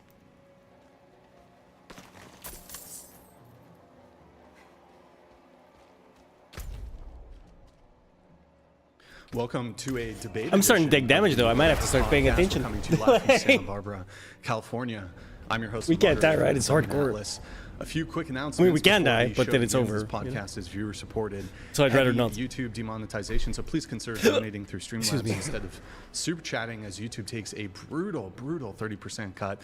Streamlabs.com/whatever. Link is in the description. We do prioritize messages that are made via Streamlabs. To read a message is $99 and up, and we're going to read those in batches at various breaks throughout the debate. There's not going to be instantaneous TTS, but there will be these breaks. Now, if you want to just tip and have 100% of your contribution go towards us, no platform fees, no cut, you can via Venmo or Cash App. It's whatever pod on both. Link is in the description. We're also live on Twitch right now. Pull up another tab. Go to twitch.tv/whatever. Drop us a follow and a Prime sub if you have one. We have merch, shop.whatever.com. And we also have Discord, discord.gg/whatever. Without further ado, I'm going to introduce the two debaters. I'm joined today by Andrew Wilson, host of The Crucible. He's a blood sports debater and political commentator. Also joining us today is Oliver Niehaus. He's about to graduate from Oberlin College. He is triple majoring in political science, philosophy, and legal studies. He plans to attend law school after graduation. He is a political commentator and content creator. The topic today is feminism. You will each have a 5-minute opening statement. Then the rest of the show will just be open conversation with no prompt changes, but there will be breaks for messages from the audience. Andrew, you're going to open first, so go ahead. Well, first, thank you again to the Whatever Podcast audience for having me. I always appreciate that. And then, of course, it's through you guys' donation the show is possible. And to the Crucible crew, I know you guys are watching. I'm wearing black today because it's going to be a funeral. And with that, I'm going to get into my opening statement. My opponent today told Jim Bob there's nothing wrong with having sex with a cadaver. Usually that would... I'm sorry, what? I'm sorry. Say that again? Get into my opening statement. My opponent today told Jim Bob there's nothing wrong with having sex with a cadaver. Usually that would be enough for me to just kind of laugh and walk away because no one will ever take you seriously again. But in this case, I feel the rest of his pro-feminist stances need to be eliminated. My opponent also refuses to define what a woman is, so I don't know how he can bother advocating for their specific rights or issues if he can't even determine what one is. Interestingly, my opponent believes there are no specific duties for men, at least according to his debate with Jim Bob, so I thought I would take a moment to... I'm sorry, hang on. I'm doing this from my cell phone, so give me a little grace. Interestingly, my opponent believes there are no specific duties for men, at least according to his debate with Jim Bob, so I thought I would take a moment to point out the societal and social expectations and duties That's which kind of men adorable. have. Now, you may not believe they should have them, but they do have them under the current expectations which feminists have put in place. First, the draft. Second, any say over abortion, which the left demands they have no say in. The ability to deny association with women in the occupation for the purposes of safety. The ability to defend yourself physically against a woman. The social demand of sacrifice for chivalry to strangers who are women and children. The expectation they can't tell women what a real woman is, but a woman can descriptively attack what a real man is or isn't. Men have a bias against them in domestic violence issues. Men are expected to approach women for the purposes of dating and marriage, but are often called creepy and told they are making a woman uncomfortable by doing so. Men can't discuss issues they have with women in a collective way, or they're called misogynists and told they want to hurt women. Expectation to provide financial support during a divorce without the expectation of child custody. Expectation of having courage in dangerous jobs for the purpose of society where women are not. Expectations that male-only spaces like the Boy Scouts and clergy and other groups be opened up to women, while women, especially feminists going into all female spaces, are completely celebrated. The inability to bring charges of SA or battery against women for the same types of things. Women can claim battery and assault and be believed, and it's insisted that they're believed, just to name a few. Men are expected to be stoic, while at the same time more emotionally available and empathetic. Men are sent to schools governed by female teachers, which have rules which are tailored to the behavior of the feminine in girls and not the masculine of boys, and are oftentimes drugged to keep their masculinity under control. To celebrate male increases in powerful jobs is bigotry and oppression, but in females it's celebrated as glass ceiling breaking. Also, feminist things that we'll see often in society now, which have taken heel from the left, is men need to stop coming in women, not women need to stop opening their legs. There's almost no mutual assurance here when it comes to promiscuity in women. Most importantly, men are always the solution to any problem, even if they are the problem or aren't the problem. Men need to fix the porn problem because they watch it, even if women are the ones making it. Men need to get other men in line. Men need to be more XYZ. Men need to stop the simping, not women need to stop enabling simps by simp fishing. Women always appeal to men's behavior as the problems which need to be fixed, ducking all accountability thanks largely in part to the leftist males who want to fuck them. Next, let's examine some actual blatant stupidity, which will be the first thing I destroy my opponent on. My opponent claims that women's fear of men is justified, and their bias around a collective experience is what justifies it. Well, the obvious contradiction here, of course, is that I seriously doubt he would say bias against black people or fear would be justified based on white people's collective experience. Watching him try to reconcile that is not only going to be amusing for me, but it's where I'm going to begin my line of inquiry. When Jim Bob asked about the bear question based around race, he twisted himself into a pretzel to attempt to justify that the collective experience of one group was valid, but the other was not. What's so amazingly hilarious about this is it shows you just how weak the leftist position really is on this front. They selectively show that they back up the idea of group bias worse than the right does by acknowledging that group experiences are justified unless those experiences don't fit in with their version of political action. They are unjustified then. This is such a blatant contradiction, it's staggering, and also it shows the primary weakness with intersectional feminist worldviews like my opponents. What happens if we do intersectionality only to find out minority classes oppress or show hatred towards the majority class, thus justifying the hatred of the majority towards the minority? Well, in my opponent's worldview, this is simply not a possibility. He's willing to entertain and this is because it destroys the entire narrative of the oppressor-oppressed dynamic from which all of his views reduce to a silly harm reductionist principle. Unless, of course, it comes to the collective power of women. Then one man can easily oppress 20 women, and the minority can oppress the majority, but somehow this is impossible with racial groups or other dynamics. Further, let me just finish. I'm almost done, and I'll give my opponent a little extra time if needed for his opening. I'm sorry, real quick, just finding my place. He believes people have a duty to pay taxes, but can't tell us why there would be that social duty, but not a social duty of reproduction, which is by far the most beneficial aspect of the health of the society, especially its elderly. He claims women have no duty to have children, which means he sees no duty to keep the human race alive, which aligns with his harm reductionist mindset as the ultimate harm reduction, in which there would be no human beings, thus no harm could ever happen to any of them. He believes democracy is the finest form of government, ignoring the glaring weakness that we can democratically vote for no democracy. He has typical left world stupid views. The progressive mind is totally tainted by ignoring objective reality for the ideas of untenable systems and senseless ideology. On the core of feminism, he's just as bad, refusing to denote that if he were actually a harm reductionist, the best way to reduce harm would be to strongly encourage traditional gender roles, because men, who are the most fit sex for the workforce and jobs which aim to protect society, would obviously do the most amount of good in those capacities, and women in the nurturing capacities, leading to better general outcomes for society.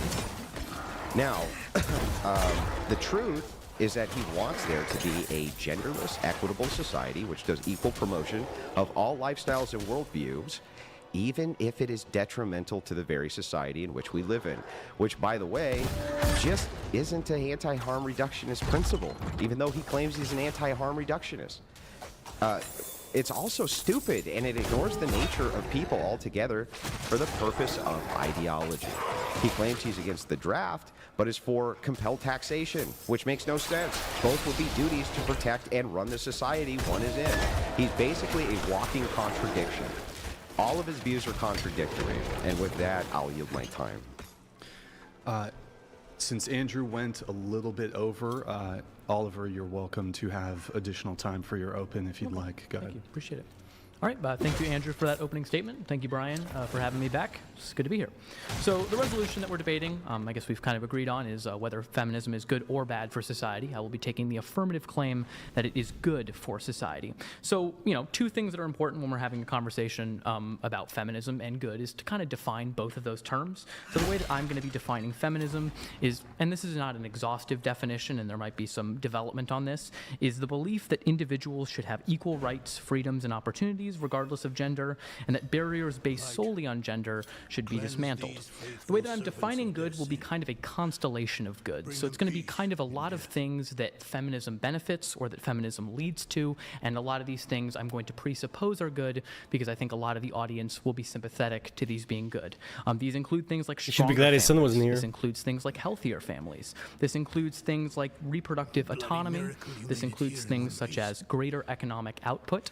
I have stuff to back up all of this, the idea of stronger families in shared responsibilities and shared parenting, healthier families in reproductive autonomy, and parental leave and workplace protection. So something like parental leave is associated with reductions in infant mortality. It improves maternal health and long-term child well-being.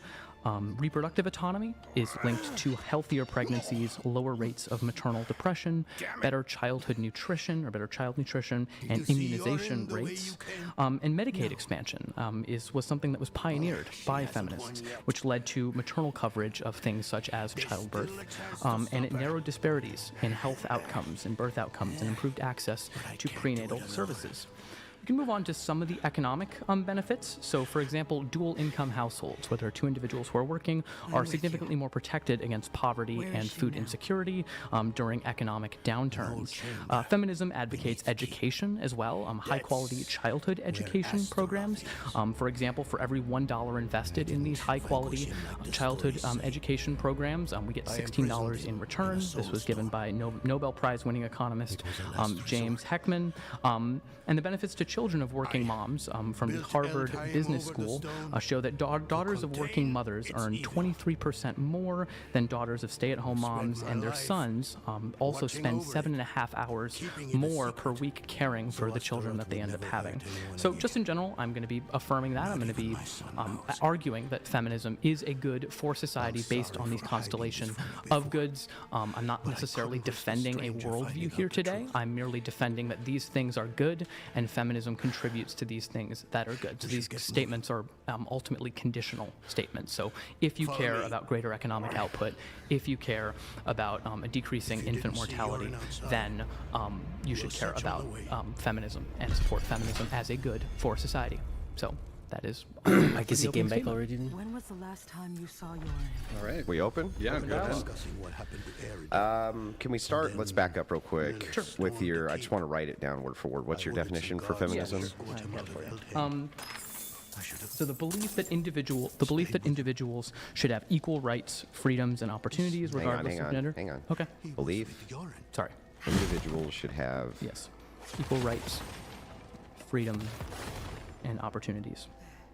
Would you guys like to define any other terms here at the start, or? Yeah, hang on. There's a few that I want to do. It should have equal rights and what? Freedoms and opportunities. Freedoms. And opportunities. Yes. Regardless of gender. Well, that'd be regardless. Well, I guess. Sex and gender. Sex, right? Yeah, Regardless sex. of sex. Okay. Regardless of sex. And is this, do you consider this to be a proprietary definition or a historically apt I definition? mean, I'm just providing the definition. If you disagree with the definition, then we can go back and forth and determine which definition we feel is best, or the audience can decide which definition they feel is a better definition. Yeah, of I feminism. understand that we can decide that which definition we want to do. I'm asking another question, though. Okay. It's not a trick question.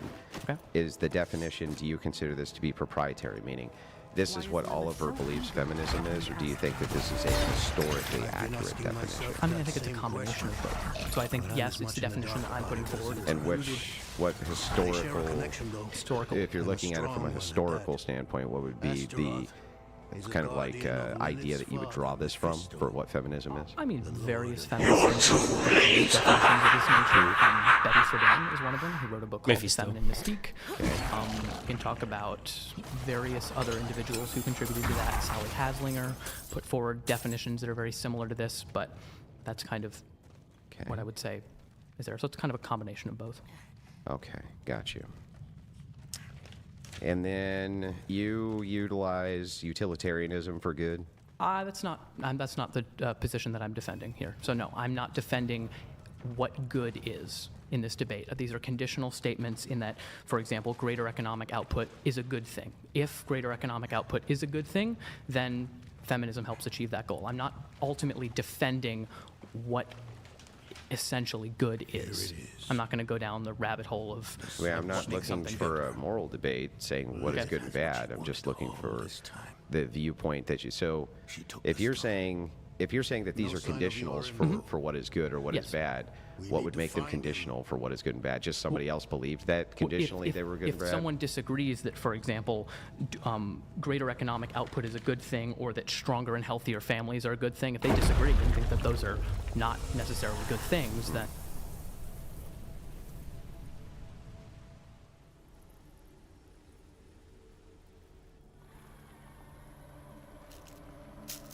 Mighty Astaroth, the charred duke himself, confined to a cage. What a pity.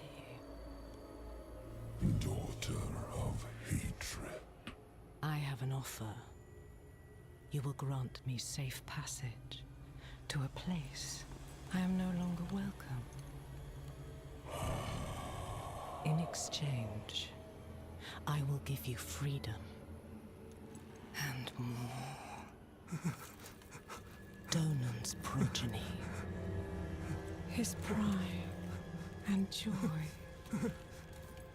your retribution, if you give me what I want.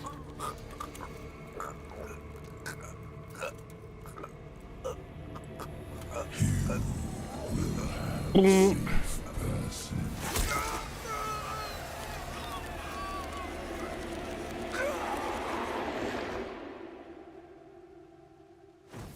How do you explain this to the Donan guy? Was it another vision? Did you see Yorin? Yes. He, Lilith stabbed him with the Soul Stone.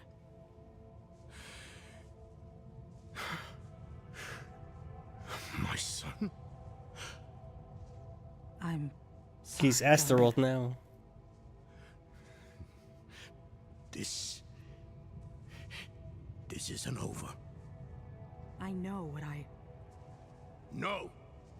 There's still time. You have to trust me. Meet me in the Great Hall. I'm definitely gonna have to kill this guy. And then, so this is conditional on if stronger families and healthier families are good things. Do you believe they're good things? Yes, I do believe they're good things. Okay, so how do you make those ascertain? How do you ascertain that? Through utilitarianism? No, not necessarily through utilitarianism. Okay. I'm appealing to generally commonly held beliefs that I think most people are sympathetic to, and I'm moving just from that. Shared premises, hopefully. So general beliefs. Turn to the cathedral. So, Eldheim itself like is shared a intuitions? giant capstone. Sure, we can go off that. Just, I blessed think a with majority of Inarius' people, I mean, you know, we can ask the audience, think that stronger families is a good thing, healthier families is a good thing, reducing childhood poverty and things like that are good things. So that's kind of what I'm basing it off of. So shared intuitions. Sure. Okay. And that's what you're basically, when you're saying good and bad, you're saying based around, just make sure I got it clear, based around the shared intuitions of me and most people. I think most people would agree that these things are good. Sure, for the purposes of this debate, yes. Okay. Yes. I'm not claiming that whatever the consensus believes is automatically therefore correct. I'm just claiming for this debate, I'm appealing to these shared premises and intuitions that I think most people will hold. Most people believe this. Okay. All those innocents to burn All right. inside Astaroth. And then Make it I think fight there was harder one more to thing. take control. When you say conditional, Yeah. so you're saying the conditional belief, I just want to make sure I got this right. This is based around the condition that people agree with you. Agree that things such as stronger families are good, that healthier families are good. Which are things you believe. Yeah, which are So things I it'd be believe. so it's people who agree with you. Yes. So then conditional here means people who agree with me. The belief is conditional on if you believe that stronger families is a good thing, or if you believe that healthier families is a good thing. Which you then- believe. Yes. Okay. So that's why it's conditional. If you don't believe those are good things, then of course my argument's not going to follow because you haven't Gotcha. accepted the first part of it. So if people want to disagree with that, that's fine. I'm not going to go into detail to justify why strong families or healthy families or greater economic output is a good thing. Okay. I'm actually fine. So let's start with if you want to build your pro-feminist case, let's do it. Sure. So I mean, I kind of did it a little bit here. I Well, talked let's about. go, if you don't mind, let's Yeah. go a point at a time. Okay, sure. So as I talked about a little bit regarding stronger families, this idea that stronger what the hell? families, in a way, includes shared responsibilities. Isn't the and purveyor shared of curiosity parenting. So when standing both there? Parents are involved in a child's life. It leads to, as I talked about, higher levels of children. For example, the girls end up earning more money. Well, the people when are they end up going, into the "What?" workforce, and the men end up spending more time with their children. So I think that's just kind of one example of a way in which that is a stronger family.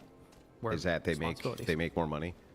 Well, for the women, they make more money. Yeah, so how does feminism promote better outcomes for their children? For their children directly? Yeah. There's various ways. I can go back to, if we want to go to, Because the family is really important, right? Yeah, I Do you agree. consider the family to be mommy, daddy, child? not necessarily. What do you consider the family to be? I don't think there is one singular definition. For example, I am a child of divorced parents, so they've been divorced since I was about 2 years old. Yeah, but and if you I have divorced parents, are you a family? well, I would say that I have a family with my mom, and You I have a family with my dad. but you're not a... You're in! You're in!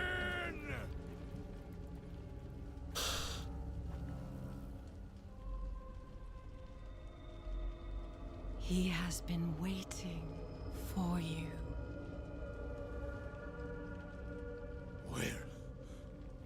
Where is he? Come forth.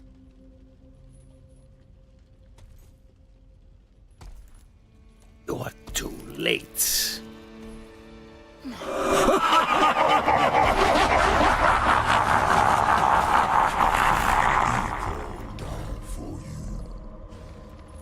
Wept until his tears became fire.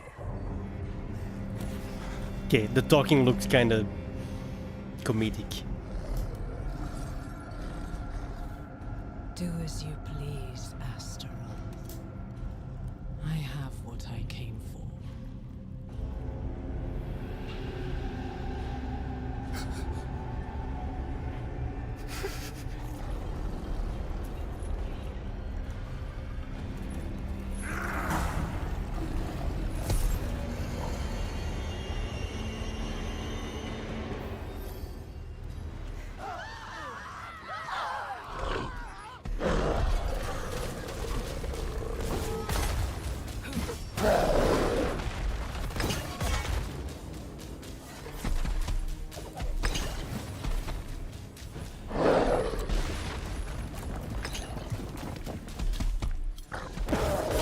Is he supposed to be this easy?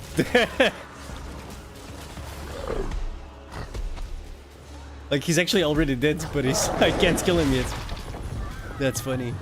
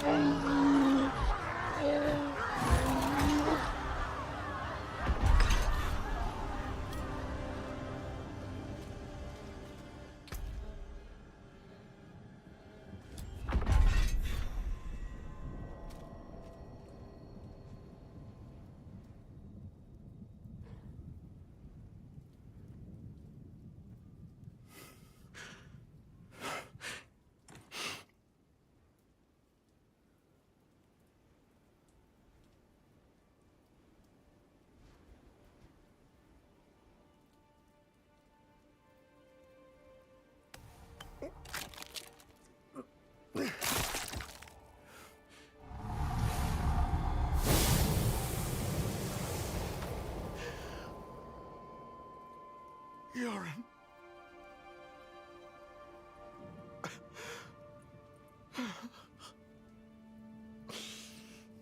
I'm sorry, my son. I'm sorry. Exit stage lift.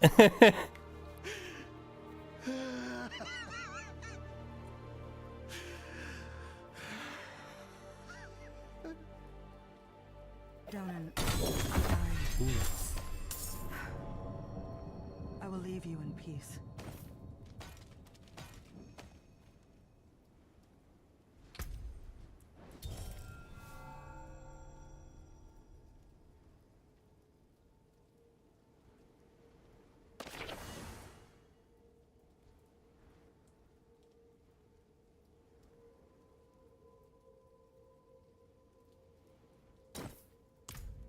Family. Well, with those people, I'm Yeah, not a they are family. your family. Correct. But you're not operating as a family. I would say that my mom and I were a family, and my dad and I were a family for Okay. that time period. So you had two families. Yeah, in a sense. Okay. So do you think that that was stronger? That was a stronger family unit? I actually do think so because we're assuming that the two people splitting up would be better than them staying together. And I Yeah. do think in my situation, it was better that my parents did end up getting divorced. So in an ideal situation, of course, having two parents in the household is better. It's going to than be having much better, divorce. right? Yeah, 100%. Yeah, I'm not okay. disagreeing with that. So And we were the ones who would pay the cost. Our presence was no coincidence. Everything happened exactly as Lilith wanted. We just danced to her music. Donan was shattered. His mind on grief, not her. Not answers. No one knew what Lilith was truly after, or exactly what Astaroth had promised her. But we needed to recover quickly, and we needed to stop chasing her phantoms.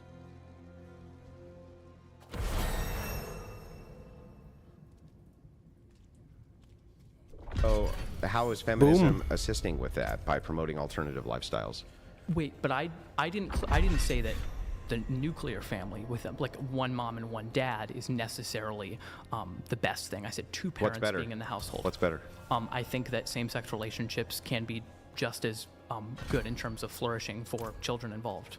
Okay. Yeah. So let me ask you this: if three men who are homosexuals wanted to adopt a baby in a throuple, would you support that? I haven't fully fleshed out my views on like in terms of like multiple people marrying, so I'm not sure. I just haven't looked into the data on it. Well, you just said to me that feminism strengthens the family unit. Yeah. And I asked you, why is promotion of alternative lifestyles something which promotes family units? And you said, yes, that would be an alternative lifestyle, right? When you say it promotes alternative lifestyles, that doesn't mean that I accept every alternative lifestyle that may be out Which there. one? Okay. Well, I was talking which ones specifically- do you accept? I would largely accept that same-sex relationships of two individuals of the same sex would be. Now, three? Okay. No, probably What not. if they were brothers? They were brothers? Yeah. Yeah, I'm not a fan of incest, Andrew. We're gonna- Well, I don't understand. You just said if two same-sex people had a child, Okay. right? You would be fine with that, right? No, not if they're related. Just because, wait a second. Why?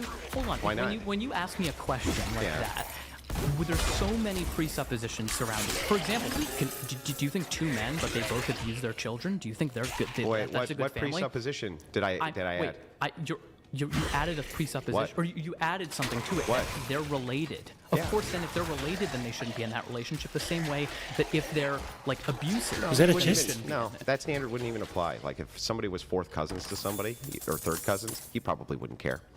So it's What do you not mean? just it's not just the relational aspect. In this case, though, there's no harm which is applied that I can detect if it's two consenting adult men, right?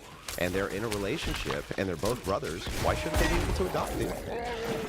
Well, I mean, if you want to get into a conversation, I don't want to get into a conversation around the ethics of incest. I think that It's not a conversation on the ethics of incest. It's a conversation around the idea of alternative lifestyles being somehow better because you promote alternative lifestyles, right? You don't have justification to stop other alternative No. lifestyles. So once again, just because I say that there are certain alternative lifestyles that are a possibility, it does not entail that I think every single alternative lifestyle That's is fine. So tell me what your objections are to this alternative lifestyle. What?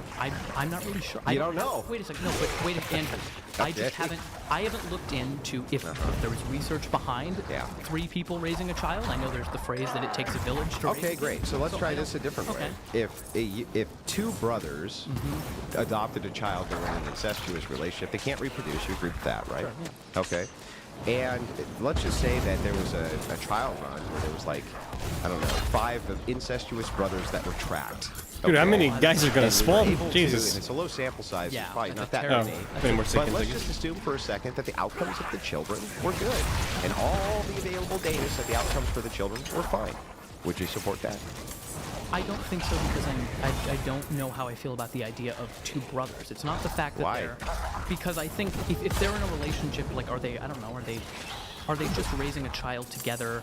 Are they And also having sex with each in other, a romantic? yes. I think then you're mixing, for example, like normal familial relations with a type of romantic and sexual So? relation. I think there is research on What's this that? that shows that if there is that type of Cosmetic relationship that trope. happens in an Okay. incestuous relationship, it does kind of pervert the meaning of family in that type of way. I see, but not when it's two homosexual men. I don't necessarily think so. Why? If you'd like, because I don't think that two You would just men- be basing both of these arguments on stigma. What do you mean on stigma? Well, you say that if there's a I don't social have any dynamic judgment, right? which I'm is pretty not sure I there, don't. but you can't point to any direct harm to the child, you would just be pointing to I'm social No, stigma. I I'm do. not necessarily going on a harm principle here. mind. What So, are you going on? What am I going on? Yeah. I mean, I'm going on the best interests of the child, but that's not just harm. The It's not best just interest of the necessarily harm. child. What other than stigma here is actually problematic here? What's other than stigma? It's not just stigma though, because if you're mixing Yeah. like sex with a family, Yeah, it okay. will cause other problems. You mean like that are every not- person on planet Earth does who has a family? What are you talking about? I'm not talking about spouses, and I'm not talking about that. Of course, that exists. So what in the that hell are way. you talking about? I'm talking between individuals such as brothers, or such as a father and their a son or daughter. That will lead to a perversion of the family dynamic because it's not the same. But type two of homosexuals won't. I know. I don't think so. Why? Why? The only association that I can get here is stigma. The only thing I can think of here is stigma. It's not stigma. I think it would lead to worse outcomes for the children. Based on what? Hold on. You're stipulating. Yeah, based on what? Based on the already available data that What we have already available data? of children who are products of incestuous relationships or experience incest. How is It's it not- less Not toughness? experiencing incest. They're raised by if the mom and dad are both parents. But if it's the that's case how- More that the DR, outcomes more for the armor, children are same on par with the blockchains? outcomes of other homosexuals, what would your actual The objection strength, I here be? guess. The problem with this type of argumentation is you're stipulating out the exact thing that You would can do make the same it wrong. thing. I'll do a Give me the lot more damage though with stipulations, the and I'll give you my disciple thing, yeah, I'm objections. taking it. But the thing is No. like, here Too bad, we 'cause go. this shield looks I just really want to know, badass, other right? than stigma, This what looks would alright, actually too. be the objection to this family unit? What? You got I'm this one. saying that it probably God, it looks wouldn't badass. lead to better outcomes. You're Based on stipulating- what? You're stipulating that it would. What are you basing that the on? already available data. There's that we no have already available of, data. of men and women who are married and are related. Yeah. And when they have children, biological children, Yes, not for Plus 20, adoption. nice. Okay. Can these people reproduce? Didn't we establish I'm they not can't? saying they can reproduce. So then what? So I'm not- So why is your intuition? Remember, this is what I wanted to get to. You said that the purposes of what is good is going to be shared intuition. Mm-hmm. Great. So if that's the case, you would say that it's good two brothers don't get married and adopt children. Don't get married and adopt children. Yeah, two brothers. Two brothers. Yeah. They don't get married. Yeah. They're not sexual That's partners. probably good. They're not romantic partners. Yeah. No. That's fine. No. You would say that two brothers should not get married. Two brothers should not get married and adopt children, right? Yes. 'Cause they're Based on shared intuition. Yeah, because they're brothers. Yeah, because they're brothers. 'Cause I think Right. most people So would- if there's a would agree with shared intuition against homosexuals, you would have to bite the bullet then that you don't think homosexuals should adopt. That's not necessarily what I'm arguing. I'm saying. Okay, they can you should. make this Hold on. logically follow? People who have what is good is people's shared intuition. Not necessarily. Conditionally. No. Yeah, and Conditionally. I'm arguing from conditional premise. If you reject things that I mentioned, Let's then make that's sure fine. we got this right. Conditional means shared intuition. Your exact words. Sure. For the purpose of this conversation, these, Andrew. Of these things. That doesn't mean that you throw out another thing that I didn't mention I didn't and then claim. Bro, Yeah. I'm sorry. Did you Three- say, does conditional in this conversation mean shared intuition or not? Shared intuition of the things that I mentioned, of course, because that's what I'm arguing. You can't just throw out another thing and be like, oh, here, you agree with this. You agree with this, It's right? only conditional on 5 things? It's conditional on these things, yes. So that's what I'm arguing. Hey, I just want to make You sure. can't make the argument. Hey, I for just me. want to make sure I got this right. So, when it comes to this, we're not talking about shared intuition anymore. We're only talking about shared intuition when it comes to your few arguments against feminism, because you don't want to take an actual position. No, I am taking an actual No, position. no. You don't. You say Yes. these are conditional positions because I don't want my worldview to be investigated No, on these Andrew, positions. the reason I don't want it is because, no, listen to me, because this is what you do is you go down a meta-ethics rabbit hole where you try to reduce a view to absurdity, and then a conversation the that was, view is hold absurd. on, because a conversation that was meant to be about feminism, It is about feminism. Then is dragged out into a 3-hour debate about the Did you fundamental say- precepts of reality, and I think that gets so away Didn't you from say, the conversation. Didn't you say that?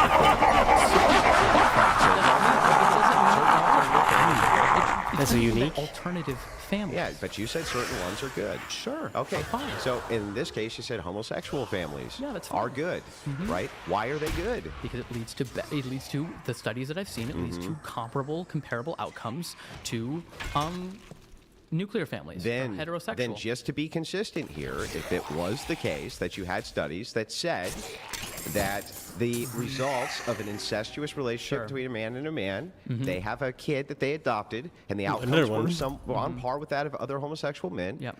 You would be no, for it's them Sure, adopting, right? Yeah. If that is good, then it's good. Horse armor DLC. Well, I just want to make sure that I got yeah, this but right. Hold on, you're stipulating things that just aren't the case. That What just isn't aren't the true. case? It doesn't line up with any of the other available What data doesn't? of 3 men who are brothers or 2 men who are brothers having. What does that have to do with anything? Because it doesn't lead to better outcomes. You're stipulating No, wait, that it wait, does, but you it don't. doesn't. Wait, there's no data on this. Well, I'm talking about the data that happens. Yeah, I know, but great. So there's no data on this though, and I'm just asking if there was data on this, you would have no objection to it, right?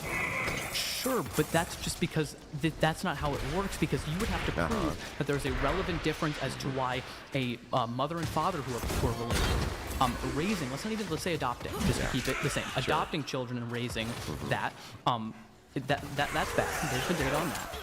You would have to say that there's some relevant difference between two men that therefore would make it good, and not in this case. And I don't see how that would make any sense. Whatever the same case would be for your objections for the incestuousness, right? Being some type of problematic caricature, even though we had a data Bro, I set hate that I said can't have the overlay no outcomes more. for the child seemingly were okay. Map overlay is you like- think that you would still object to the incestuous part of Hack it? and slash In 101 the for crying out two loud. Dad's cases, but not the heterosexual case. Then I think you're just stipulating that that's going to be the case here and not here, and I don't think that makes Perfect. So then, my first argument is just conditional.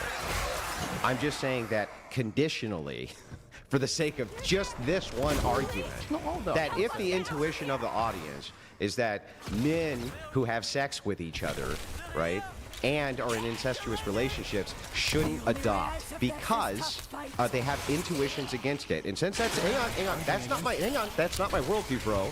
It's not my It's not my worldview. But it's conditional to this one argument. I'm just appealing conditionally in this one argument that alternative families are bad, right? And the reason they're bad is because they're shared intuitions against men doing these So things. that is fine. Yeah. I'm not getting into a debate about alternative families. But and that's whether called they're good or not. wait, but I'm sorry, you did though, because you said that alternative feminism pushes alternative families. It allows alternative for it. families are good. It allows for alternative Yeah. families. Pushing, Okay, allowing so for it. right. So I'm just saying that conditionally, my argument back is that as long as we have a shared intuition, men against alternative family structures, that's good. For this debate, yes. For this debate, that's Yes, good. absolutely, because I'm not arguing in this debate right now Okay, why then that's alternative perfect. families. Then I think that we have taken care of this one on alternative families. Just conditionally, if you intuitively don't like that shit, it's good. We both agree. Moving to the next point. Okay, sure. Yeah, Okay, ready? Fine. Yeah. So all of these are conditional statements on if you agree that Oh, those great. things are Well, good. then I will just give a counter conditional that, well, if you just have an intuition that this guy's a fucking idiot, then he loses the debate. That's It's a not- conditional. that's I don't not what I'm believe saying. that, but it's conditional. That's fine. Wait, but I'm arguing that these things are good. So, for example, would you agree Yeah. that healthier families is a good thing? Yeah, well, we haven't established what I think a family is yet. Okay. Do Yeah, you think so- healthier families, in your view, is a good thing? Yeah, in my view, a Okay. healthier. But hang on, we're equivocating though, because I don't want to talk past each other and equivocate. Where you say family, I say family, and we pretend that we're saying the same thing. To me, a family can be a cross-generational or nuclear family unit. I think the cross-generational unit's even better than the nuclear family unit.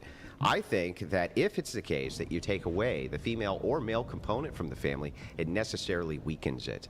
Necessarily based on- weakens it. based on and what here's available why. evidence or- Well, not only available evidence, but we Okay. can see what the outcomes are. Okay. When children have the mom and the father inside of the Did I home, and disturb we your also wrist? see what happens with single my motherhood, God, the you rates don't of look at me abuse, like various that. things like this when the father She's is not happy with not me. Yes. in the home. I just moved And my this is leg. usually initiated by women. Women are the ones who are the overwhelming initiators of the destruction of that family unit. Sure. So from the data set that I've seen and what I've looked at regarding the health and well-being of children, it is true that children do better in a house where there's a mom and a dad than just a mom or just a dad. But that's because there's two parents in the house, No. not necessarily Then because... explain lesbians. What? Then What do you explain mean? the lesbian conditions. What The about the rates of lesbian domestic condition? abuse with lesbians and the outcome for lesbian children is not the same as that of gay men. They do not have the same outcomes. So all that would prove then is Is that that- two men can raise a child, but then maybe two women should. So then you think I'm that, not- but I'm so not- then I just want to make sure Hold then on, two I'm not- lesbians raising a child, we should be, because that's not so healthy then. Hold on. If the Okay, data hold on. shows Uh-huh. that it would lead to worse outcomes for does. the child, no, because if you're making an argument about domestic violence rates, which I haven't looked that much No, into, it's frankly, also abuse rates towards children. once again, conditionally on that statement being true, Yeah. then it would probably not be best for the children. Okay. So I'm in agreement there. So those alternative lifestyles. So if two gay men, right, they have a child, and I was able to prove, like, I don't know, that the children of gay men inside of the narrow study set, right, that you've probably looked at. Hell. I don't know if you have the studies here. handy, but I'm sure that I can reference them really quick. That the outcomes are just a little bit worse for children. if they're raised by homosexuals rather than adopted by heterosexuals. And we know that every single child in the United States gets adopted, every single one, all of them, 100%. Right. Like not foster care, yeah. Then that would make a good case for why homosexual men probably shouldn't be allowed to adopt, right? I don't think that's the case. Why? And here's the reason. Because I bet there are certain heterosexual relationships among certain people that are better than others. So you talked about, wait a second, but you're saying if it's hold on, no, but you're saying fine. Would you say an intergenerational family, you talk about that, you said that's better than the regular nuclear family, right? Generally. Yeah. So would you say that because an intergenerational family Dude, what the hell? better, that therefore regular nuclear families are because bad? both of those family units, right? Wait, what the hell did I miss? To any of these alternative family units. Well, hold on, but you made the claim that if gay men who are raising a child, it's slightly I'm not worse. a utilitarian. You are. No. You're saying if it's You're slightly a harm worse. reductionist, Hold on. not me. No, I never made a claim of harm reduction. Yes, you okay? did. You're ascribing this to me. Are you a harm reductionist? I'm not making that argument here. Are you a harm reductionist? You're trying to pin me down. Just answer the fucking question. Are you? I would say largely I ascribe to threshold deontology. So not just utilitarianism. No, threshold deontology. I think it's Where's the both. threshold before we switch to utilitarianism? I don't think that there are black and white answers to a lot of these questions, and that's because I don't want to ascribe a worldview, Andrew. Okay, I just want to make sure I got this right. You're a threshold deontologist, so I just make sure I got this right. Threshold deontology is you believe in a universal form of ethics up to some threshold, and then you switch over to utilitarianism. I think there's a balancing act between the two. I don't think that there is. So what's the threshold? I don't think there's one threshold for every single situation. So it's just I can't intuition. give it. No. Wait a second, Andrew. Just because we can't draw a specific line in the sand where two things differ doesn't necessarily mean there isn't a difference. It's the same thing as a Sorites paradox, and it's the same thing with the fallacy of like the heap and the pile. Yeah. Okay. So the thing is, like, that's fair. If you want to say that there's a threshold fallacy in there, where you can't ascribe from when one thing changes to another thing. Yeah. Right. I just want Paladin's you OP, to remember dude. later in the debate that you Jesus said that Christ. when I make that same fallacy back when we get to a different topic. But just remember that you said that. Fine. Okay, great. Sure. So we have that. Yes. Now, back to feminism and why it's so great for society. Let's start with how does it reinforce heterosexual normative behaviors in society? How does it do that? What do you mean heterosexual normative behavior? Like that they ought to act in a specific way? I don't think it does, and I don't think that's a bad thing. Yeah, okay, so why is that a good thing? Because I think it's better if individuals have a more expansive version of masculinity or femininity that they can adopt into. So I don't think the man, wait a second, I don't think the man always has to be the provider, and I don't think that the woman always has to be the stay-at-home Yeah, those aren't individual. masculine or feminine traits. Well, that's largely things we ascribe to masculinity. Oh, and is it? femininity. What is masculinity first? Well, it's hard to say exactly what it is. I mean, Well, what do you consider it to be? I think it is considered a lot of traits such as, I don't know, courage, Do you confidence, think that assertiveness. that I don't men- think they're real. I don't think they're actually real Yeah. categories. Do you They're- think that if a man is sick and he's in the hospital, right, because he has cancer, that other men consider him to be less of a man because his wife's providing? No, No, but of wait course a second. not. But it's not. Of course not. It's not based exactly Wouldn't she on be that. considered more feminine, in fact, by the fact that she's taking care of him while he's so sick? She's doing her wifely duty? I don't think necessarily. But I don't think you can also ascribe masculinity and femininity to these rigid categorizations of things. Yeah. So what is it? What is it then? What I is don't- masculinity? What is it? I don't think there is a comprehensive thing. I actually agree. I don't think that masculinity and femininity are good categories to go off of because it reinforces already gendered norms there. So I don't I'm not really positioned. Well, on let me this. give you a counter then. Okay. The reason that we utilize masculinity and the reason that we utilize femininity is because we're ascribing virtues to men and women, and they're shared virtues. So you would agree with me that courage is a shared virtue between men and women? Yes, but hang on. Okay. The hell? You would agree with me Oh, there's that no- I thought there was temperance, a- shared virtue. You would agree with me that generosity, Correct. perhaps There shared was virtue, not. things like this, right? And they aren't exercised differently. What's that? And I don't think they're exercised differently. And I'm not even saying that. Okay. So yeah, let's they're start with shared So you virtues. agree that they're shared, right? Yeah. But here's the problem, and here's where we get masculinity from. If it is the case that one sex does or does not apply one of these virtues, the social cohesiveness and the destruction to society drastically increases in comparison to the other sex. Meaning, let's take courage, for instance. Okay? Now, if females, right, lost courage when it came to, I don't know, dealing with intruders and things like this, right? If courage was not kind of on the menu there for social protection, right? Society would get objectively worse. Yeah. You would agree, right? I think so. But Yeah, if, much if worse. men lost courage, there wouldn't be fucking society at all. And so that's why it's ascribed as a masculine virtue. Because if men don't apply this virtue, society fails. Or if women don't apply this virtue, social cohesion and society begins to collapse. Okay, fine, but I don't see how that necessarily boxes things into masculinity or femininity. I think if women started not... How does it not? Hold on, I think... How does it not, wait, bro? Can I explain? Yeah, go ahead. Okay, so I don't think that if women just suddenly stopped expressing courage, it depends. We'd have to define what courage means. Like, what if women, by courage, courageous, maybe a woman doesn't want to get out Literally of bed and raise whatever her child. definition. Okay, fine. If she Yeah. doesn't want to take care of her children, if every single woman decided they weren't going to take care of their children, and let's say, I don't know, breastfeed their children, do the normal things that you would ascribe that women either ought to do in their role, I think that would lead to the downfall of society. Well, let me give you an easier one. Temperance. Just take temperance, for instance. Temperance is necessary for both sexes in order to even have virtues to begin with. Sure. But if women become hysterical versus when men become hysterical, the side effects of this are much, much worse when men become hysterical versus women. Yeah. Why? Why, though? Because they're way fucking stronger. I also think they exercise their hysteria in a more violent way. So I Because think they're way fucking stronger. I don't think just because someone's stronger Women, necessarily... when women are hysterical, they become very violent, just like men do. The distinction is they can't do as much damage. Okay. And so if that's the case, then when we look at this virtue, for I lean on instance, the mouse. if men lose control of that virtue, it's way fucking worse than if women do, right? That's why it's masculine versus feminine. Virtues are associated with the masculine and the feminine. Okay, so I'm just curious on the view. What would be a virtue that I guess if women lost that virtue, it would be worse for society Chastity. than men? And Explain. we can, yeah, I Sure. mean, we can dive right into it. So chastity would be an easy one. Okay. So men, for instance, they can impregnate basically like as many women as they can make a deal for, right? As many as if there was 100 women who were lined up here today and you could have sex 100 times, you could impregnate 100 women. Sure, we're assuming they're consenting to the sex? Yeah, you could actually do that, right? But you agree that women can't. They can only get pregnant by one man at a time. Yeah, sure, there is a So difference then there. if that's the case, then when we're talking about the social cohesion, right? Women are basically going to be the gatekeepers of whose DNA passes on and whose DNA doesn't pass on. You agree with that? How are they the gatekeepers, though?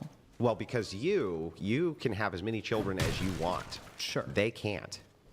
Yes. Yes, they can't. So they get to basically be the selection for reproduction, not you. Okay. Yeah. Do you see what I'm saying? They get to be they get to be kind of the gatekeepers for who gets to reproduce and who doesn't get to reproduce. Whereas you, right, you just reproduce with like everything that you saw, as many partners as you could arrange for who would agree. You could actually impregnate all of them, right? Sure, but would then you So would, for you would women, probably w- also if- agree they shouldn't do that. Yeah, though, yeah. right? So if women aren't chaste, right? If they're not chaste and they have sex with like 50 men, But they only have 5. Right, at least this used to be the case, especially, then paternity comes into question. Other things come into question. There's the wrist. Right? Not really the case with men. If you had sex with 100 women, Yeah. right, and no other men had sex with them, right, or 100 men had sex with this woman, and what are you doing, dude?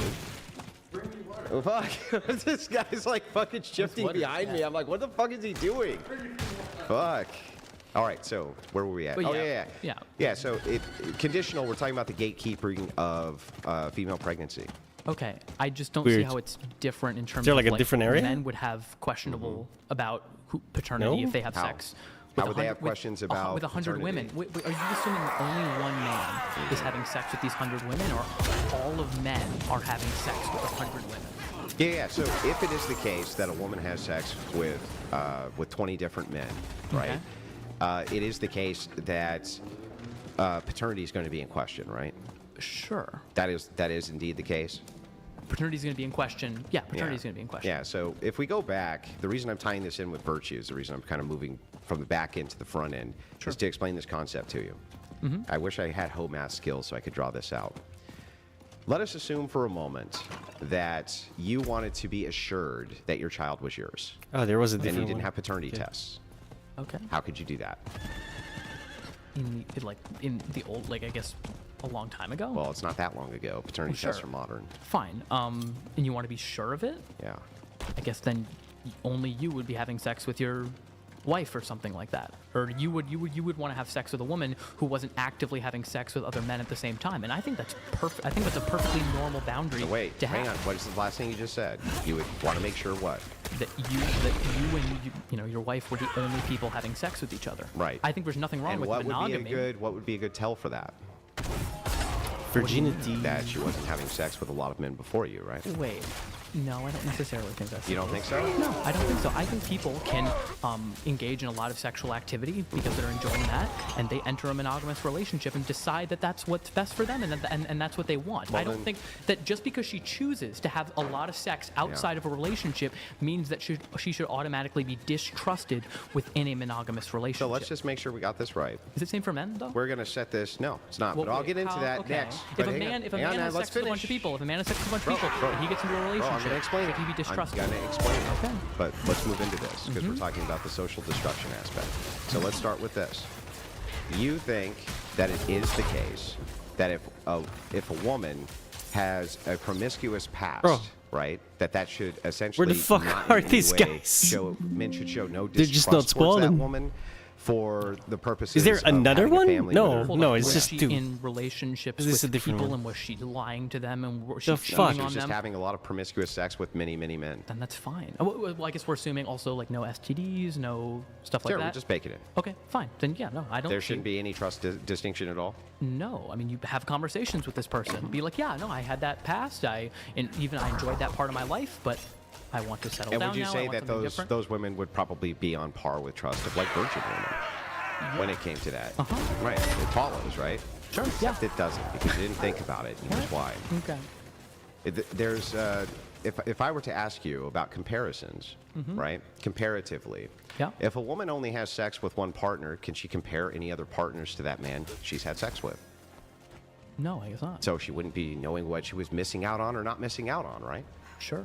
Yeah. So then if that's the case, if a virgin got married, right, she would have no other men to make comparisons against for any potentiality she might be missing out on, correct? Hold on. Yes, but then you're claiming that you should marry virgin women because there might not be another guy, or they're not going to have a reference for another guy who's better at having sex than you are. Or better at whatever the traits are. So the more that human beings experience partners, how's that weird? It just blows your position No, out. it doesn't blow my position You up. said there's no distinct thing that we could ever point to, right? And this is because when I asked you, hey, do you think that it's the case that if you have a virgin woman, right, versus a very promiscuous woman, they're equally as trustworthy? You said yes. However, you instantly blow your own position out the second you say that there is a comparative analysis which people are going to be making.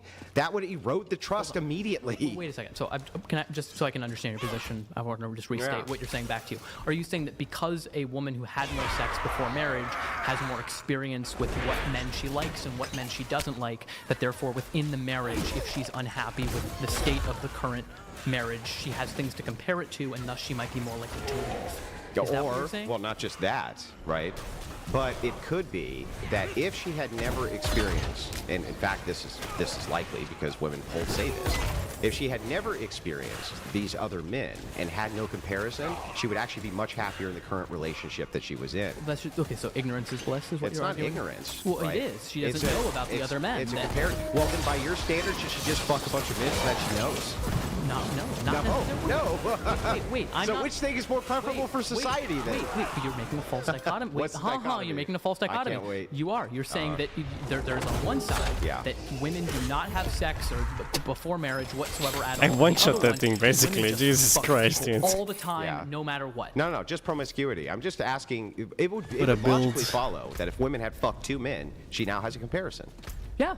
Okay, so then I think it's a we good would just thing. say that every single time there's an additional. Well, okay, then if you think Then wait, have you to think be it's better. a good thing, Then you have to be better. then wait a actually. second. Then if you have think to be that's better than bro, the other no, guy. let's back up. Then you think it's a good thing.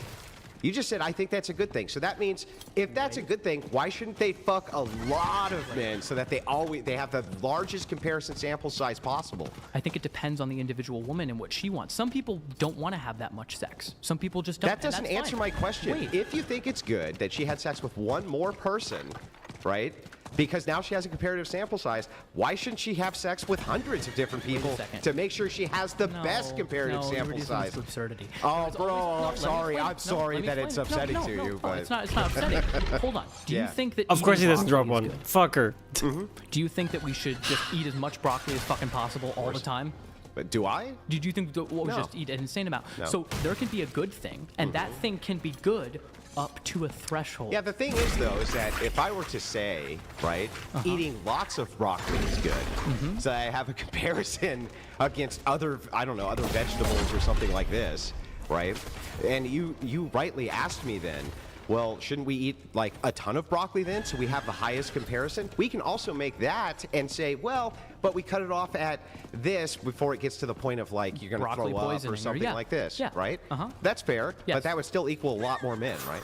Sure. Yeah. So then you think honestly that women probably ought to fuck. Bro, a it's lot only of 8 men. p.m. I'm already starting to get tired. I fucking hate my sleeping pattern, dude. No, it's like not like How do they really know what their preferences are, though, bro? I woke up at like 5 in the morning again. Because there are different women who want different things. You're ascribing a monolith. Some women might want to be virgins until marriage because they value sex Starting to get old. in a significant Yeah, but way how do that they other really women know don't. unless they're having sex with multiple men? You don't necessarily have to have sex with multiple men if you don't want that comparison. Okay. You don't have to, just because a comparison might be helpful in certain instances, doesn't mean that the negatives for that individual person might outweigh the positive benefits that they're having. Perfect. So then, is it the case then, right, that if we're just looking at the cost-benefit analysis of comparison for outcome, if we are to have the best outcomes with women who've only had one sexual partner, there's no comparative analysis. Best outcomes. Can you just? Yeah, this means they stay in their marriages longer and report happiness levels that are higher, which all virgins do, almost universally. What did I say? Overwhelming majority. Overwhelming majority do. Okay. Same thing, and the reason I say universal is because it doesn't matter the nation. It doesn't matter the nation, at least in the Western nation. It doesn't matter the nation when it comes to dissatisfaction. Now, you can look at some nations, perhaps in the Middle East, where they measure dissatisfaction, but you can't tell if it's because they're virgins or because they live in the Middle East, right? Like, you can't tell. But in Western nations, you can tell. And here's how we know. We can do an analysis from the religious, right? The more religious they are, the less promiscuous they often are, and the more often they get married virgins, right? And here's what ends up happening. The non-religious, the secular women get married virgins, and the religious women that get married virgins both report a much higher sexual satisfaction rate, much higher attraction rate, right? And they have much less in the way of the marriage splitting up because they make no comparative analysis. I think making a comparative analysis is kind of strange because what it feels like you're saying, and correct me if I'm wrong, I don't want my wife to have had sex with other men because I don't want her to compare the sex we're having to other men, which might make me feel insecure and make me feel that my sex is not as good. Is that, do you honestly believe that that's a less tenable position than yours, which is I want my wife to have had sex with multiple men to compare other men to me? Hold on. It is. Oh, no. Wait, I'm just saying. No, Andrew. That is what you're saying, no, bro. No, it's not. Well, then why would you be against it? Wait, I'm not, because women aren't a monolith, Andrew, and women don't all want the same thing. So what? That's not what we're talking about. Wait, did I say women were a monolith or they all want the same thing? Or did I say that if you make a comparative analysis for outcome, that the outcomes tend to be a lot better for the virgin women because they don't make the comparative analysis? I think it is strange to say people ought to have less experience so they don't know what they're missing out on. I think so it's they don't really know what they're missing out on. So then you're right. They don't know what so then you want your woman to have previously been fucked a bunch. So you wouldn't want her to be with you only because she didn't know what she was missing out on. Yeah. Right? So okay. Wait a second, All right, Andrew. Wait a second. Let me respond to this, Andrew. Okay, let me respond to this. Bro. It actually doesn't matter to me necessarily if she had sex before. That's not what I asked you. I said, do you want your woman to have been previously fucked by other men so she doesn't know what she's missing out on? And you said, yeah. Sure. So here's the thing. And here's why I did this to you. It's just not that important Here's why to I me. did this to you. It's just not that important to me, Because you're a Andrew. clip chimp. Like, what's your No. channel and you're a Okay. clip chimp, right? You ain't never living that clip down. I don't. Never living that clip down. I don't think there is a universal here. I don't think, I know. for example, let I me say say it was this. universal? Hold on. I asked you. Wait. I guess you would be holding all else equal, right?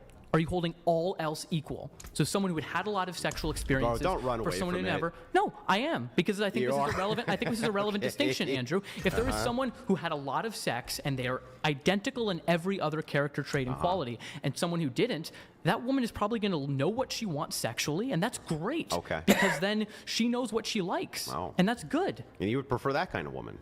Yeah, Okay. I would. Okay. Fair enough.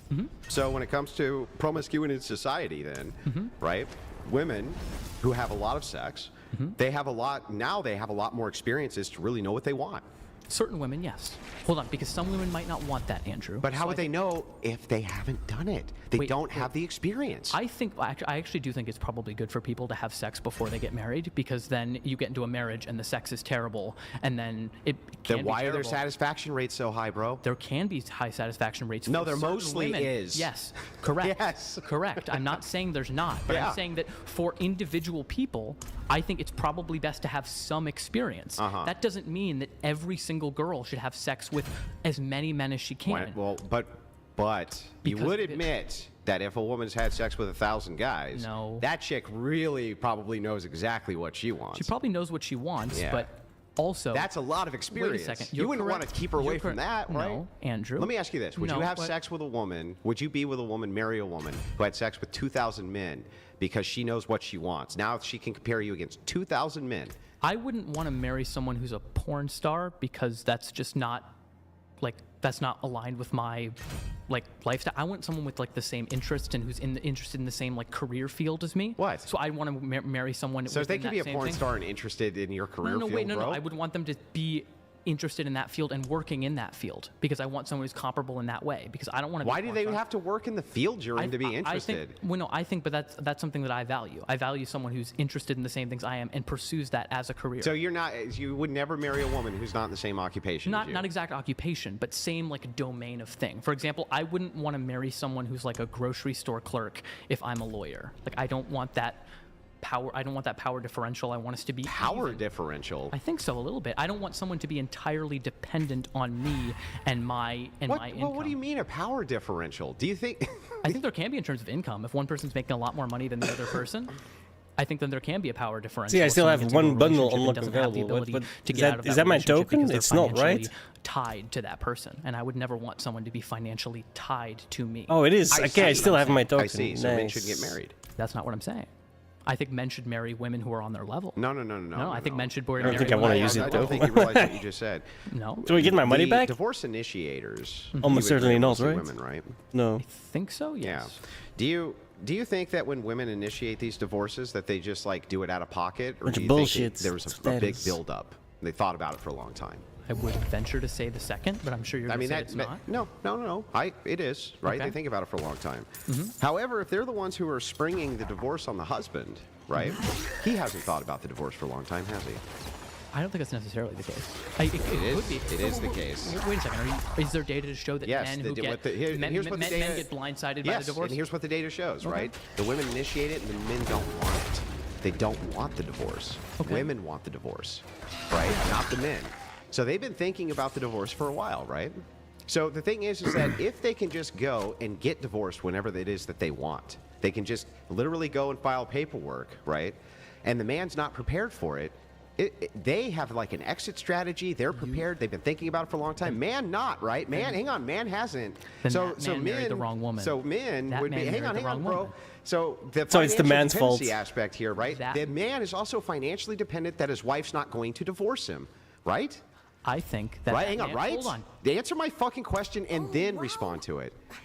I don't understand your question. Are they partially financially dependent? Every on, married couple is dependent on Dependent- each. yeah, Yes, then- every then- one of them. then So they're if she partially blindsides dependent. him with a divorce, right? Then what happens here is when you make the case, financial dependency, there's financial dependency, and that leads to like power dynamics, then that would mean women actually have the power dynamic interest here. Because if they can initiate divorce whenever they want and devastate a man financially, so can men aren't. Okay, but they can't. But they descriptively aren't. Then why aren't they? Because they want to stay married. They don't think, they're not looking for an exit strategy. Women are plotting an exit strategy, so men get blindsided with this, bro. I think that women who blindside someone with a divorce, and it's not a conversation of I'm not happy with this. I'm not happy. You're not, meeting X, Y, or Z needs. I feel like you're not communicating with me.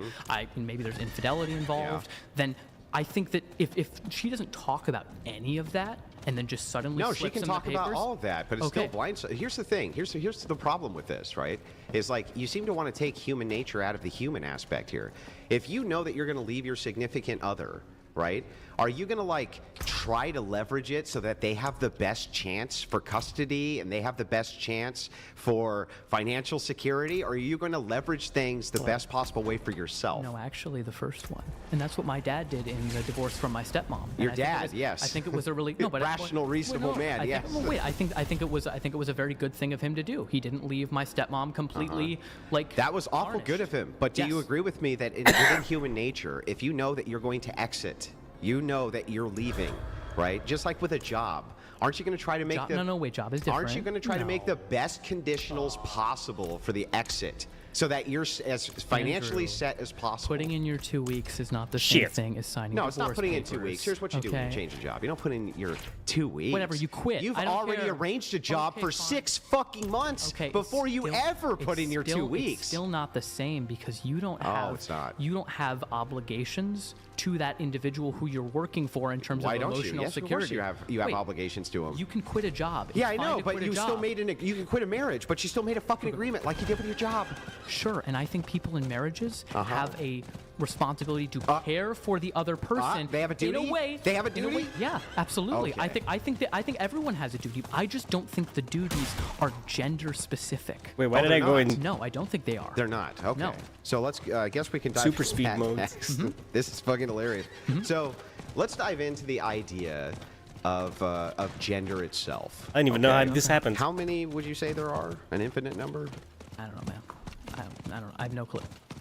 You have no clue how many there are? No. How many names are there in the world, Andrew? Do you consider every name a gender? No, but I think they're a relevant category of identification. So, yeah.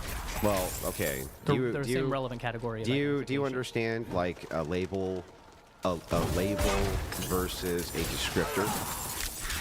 Sure, but I think there's a lot of overlap between the two. No, there's not really a lot of overlap between the two. An empty label is my name is Andrew. Do you agree with me? My name is Andrew. Sure. Okay. Do you agree with me that there could be many Andrews sitting at the table with me right now? Sure. So Andrew doesn't describe anything about me. It's a label, right? There are certain connotations with it. For example, I would assume that you're a man. I would assume that that's largely an American Andrew name. doesn't determine that. But it's associated with it. No, it's not even associated with it. So let's take something like Andy. Take something like Andy then. Yeah, then we wouldn't know. Okay, so it's just an empty label, right? Empty is weird. Yeah, okay. Yeah, it's just an empty label. So, but if I were to say man or male, that is a descriptor which is trying to point at something specific. It's not an empty label, yeah? Yeah. So what is a man and what is a woman? Start with what a woman is. Sure. So I think largely, and I claim this was my debate with Jim Bob, I claim it with you, I'm not super well versed in like gender ideology or things of that nature, so I don't have comprehensive definitions or sets of necessary and sufficient conditions that must be met in order for someone to be in one category. So if we're talking about, for example, woman and man, there are biological definitions of this thing. If you look in the dictionary, this is the reason why there's multiple definitions. Yeah, so what's for a woman, words. dude? Okay, so I think a biological definition could be something like an adult human female. Okay. But I do think can be social definitions of woman, of someone who has a desire to be in accordance with a particular set of social and cultural norms norms that are typically associated with the female sex. Okay, so if a person did not have those norms but identified themselves as a woman, would you call them that? So what did I just say Answer before? my question. No, but what did I say You- before? you You're said- asking a question that shows that you didn't listen to what I said before. Okay. In fact, I'll steelman it just to Okay. make sure that I No. got it correct. Which You ones? think that there are scientific definitions which we can associate to male and female. You gave an example. The example for female was adult human, or I'm sorry, for woman, adult human female from the scientific end. You agree with that portion so far? Yeah, but that's okay. you then- did miss something hang at the on. beginning. Then Okay. when we go into gender, you say what gender is it's a series of traits and cultural and social, like social norms in which we would attribute to somebody, which would then make them either woman or man. So first, you missed the first part that I said, Okay. which I said that I don't think there is a comprehensive set of necessary and sufficient conditions that can be given for man or woman. There's going to be things that lie outside of there, and it's really Actually, hard that's to perfect. define. Can we stop Really that? hard to Can we define. stop right there? Okay. Since you're confused as to how many necessary conditions there would be, then it would be just a descriptor or a self-ID, right? No, not necessarily. Then what else would it be? I think. I'm not sure. I think. You're not sure? No, but Andrew, You're not sure, bro? What else would it be besides a self-ID then? Self-ID, other people recognizing it.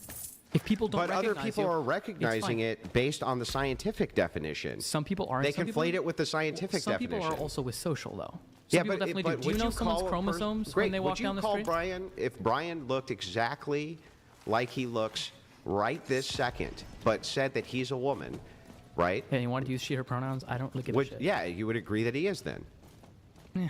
right?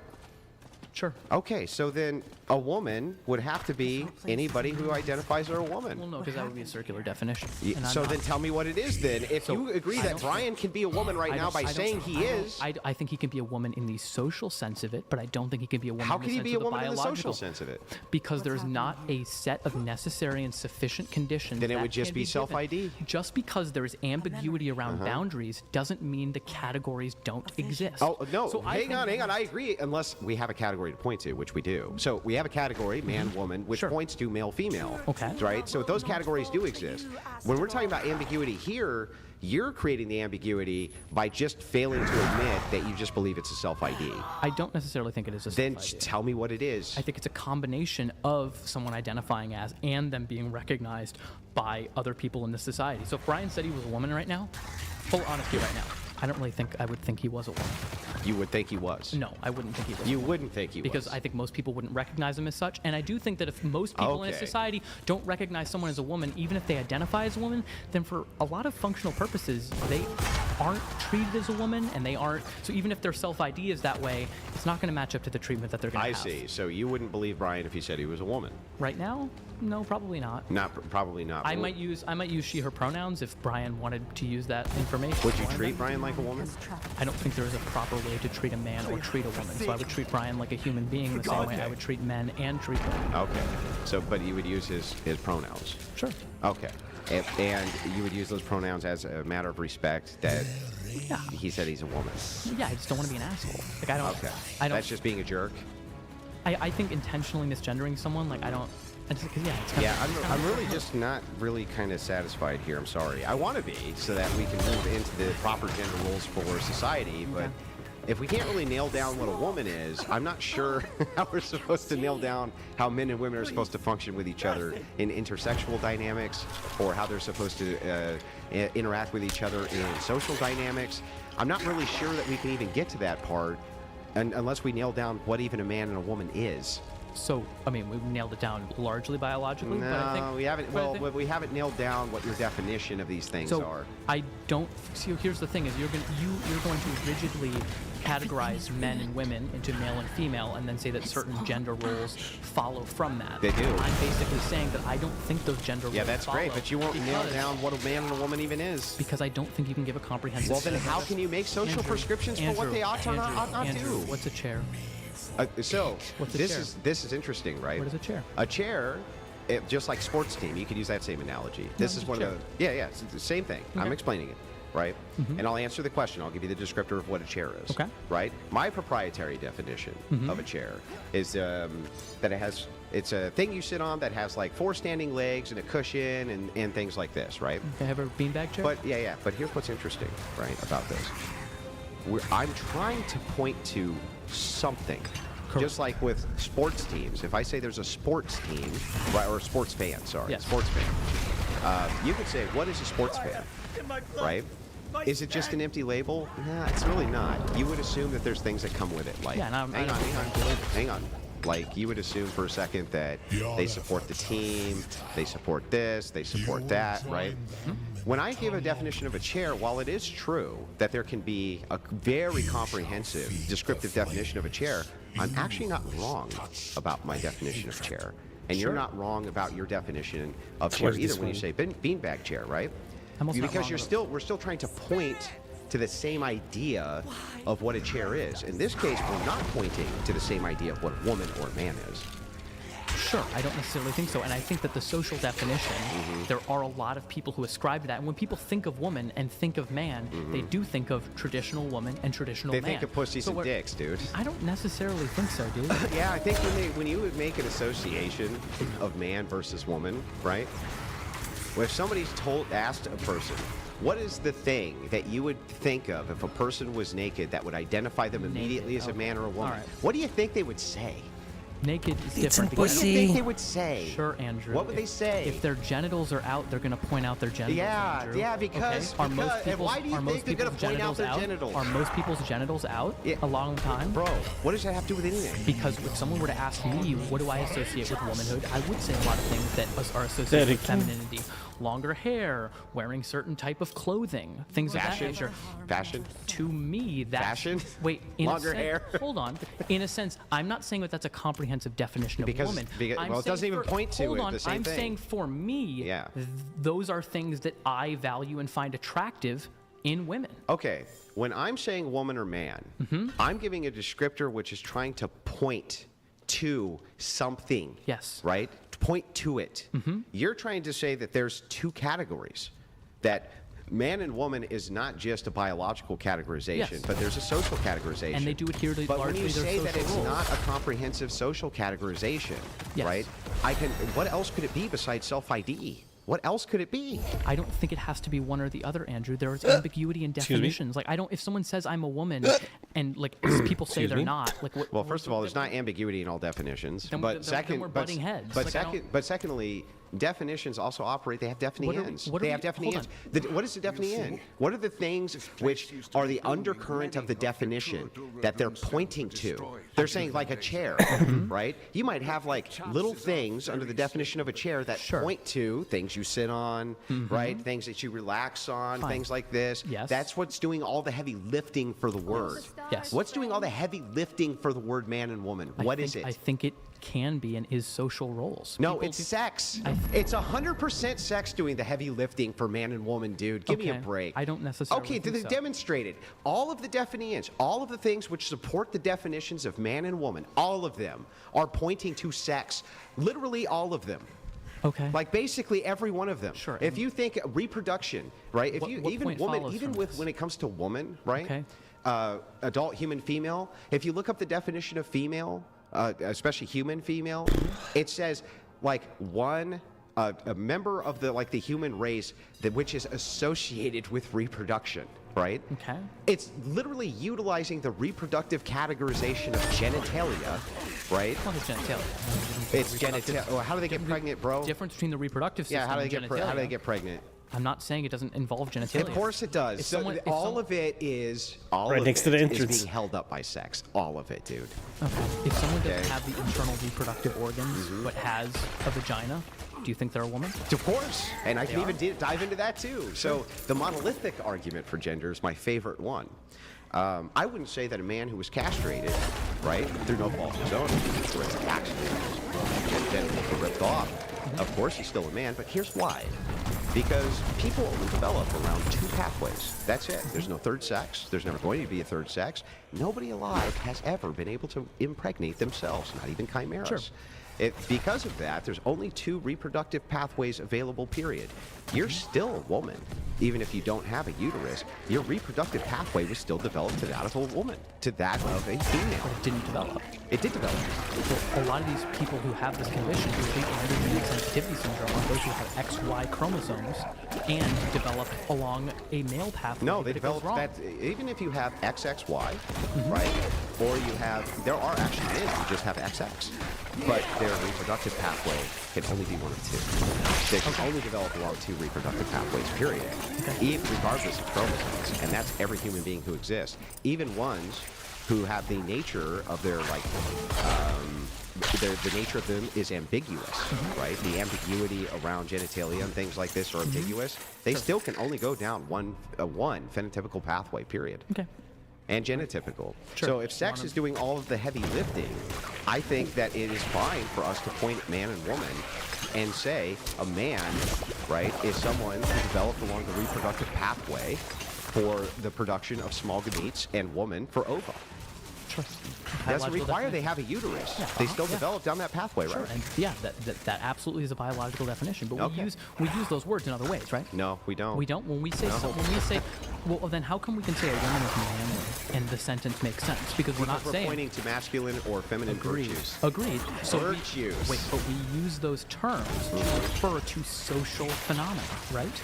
Well, no, not always. Actually, most of the time, right, when you're doing that, there is times when this is done. I agree with you, where you're like, oh, that chick is, or you're nagging me like a woman. Yeah. Right. How many people in the comments right now do you think are calling me a woman? But the whole point of that, right, is to say that like you're weaker than me or this or that. You're still actually associating this with the sex. You're still associating it with the fact that that's the weaker sex or that's the more dominant sex. Basically, all of those social interactions still revolve around that same idea. Sure, I haven't denied that. Yeah, I mean, so they're always pointing, in other words, all extremes for gender are always actually only pointing to two things, male, female. That's it. So if that's the case, when we're talking about social roles in society, men and women, male, female, are completely different. I mean, totally different. Starting to feel it. With humans, true, right? But everything from our developmental pathway for reproduction, right, to our physical characteristics are completely different. Why in the world would you prescribe a society which didn't bank on the ideas of that and understand that if we are to push the very things which combine our physiology with the social status of people, creates a better society? For instance, would you prescribe, like if we're talking about the military, would you prescribe that we had more women in the military than men? More women than men in the military? Largely probably not, because they don't meet the same standards. And Of course not. I'm not denying that. Yeah, of course. So then a failing of courage of men, considering that they have to take on that role, that dominant, but they have to, right? No, they always have to. No man is obligated to join the military. Therefore, it's not. Yeah, they are. Too bad it's two-hander. I don't agree with the draft. It doesn't matter if you agree with it or not. They can descriptively be drafted and women can't. And that's unjust. That's unjust. Yes. Okay, so there shouldn't be a draft. So what about police officers, police force? You can be deputized. Yeah, I think that's no. You that's unjust too. Yep. You can be compelled into a posse. That's unjust. Define. Sorry. Compelled into a posse, just like you can be compelled into jury duty, right? Sure, jury duty. I think it's a little bit different because you're not putting yourself in as much harm's way. I don't think that anyone should be conscripted into being a police officer or being that. Because of course there are. There's always dangers. There's always dangers associated with all of this, including jury duty, right? And there's going to be a threshold, right? Okay. Which is what? We don't know exact. Of course, I don't have to point. Wait, I don't have to point to an exact point to say that there is a difference between sitting on a jury duty and having a gun on you. You do if you say that the consistency of the ideology is that you don't believe in this thing because it can put you in harm's way. But this thing also puts you in harm's way. Significant harm. What do you okay, so fine. Yeah. I'm not arguing there's not a threshold. But not just that. I'm not arguing there's not a threshold. Let's start with the Titanic. So should the men have given up the lifeboats to the women? Men giving up the lifeboats to the women? And the children? They were largely stronger than yes. However, why? Wait a second. If there was a disabled man, if there was a man who for some reason was weaker, then I think then he should have gone with those people. So it's a strong versus weak, not necessarily along sex lines. There is a lot of overlap there, but it's not necessary. Bro, okay, so they crashed into a literal iceberg. How cold do you think the water is? This is such a dumbass argument, dude. Oh, but men are stronger. In that case, definitely not, right? Everyone's dead. Okay. That's such a stupid fucking So thing to to make say. sure I got this right, though, you agree with me that the average man is many times stronger than the average woman? Well, largely in terms of like upper body strength or something like that. Yes. No, no, lower body too. Lower body, yes, because it would depend what you mean by strength. Because, for example, Physical. endurance and things of that nature, Physicality. women in certain cases are stronger. What did I say? Average in certain cases now? Well, I think that women in general are better at endurance running. I would have to look more into it. I think in certain. No. Okay. On average, they're not. They're not better Okay. at anything physical than men. Nothing. Literally nothing. When Having you say, children? what's really funny about this too is like when you say, well, what about lower body?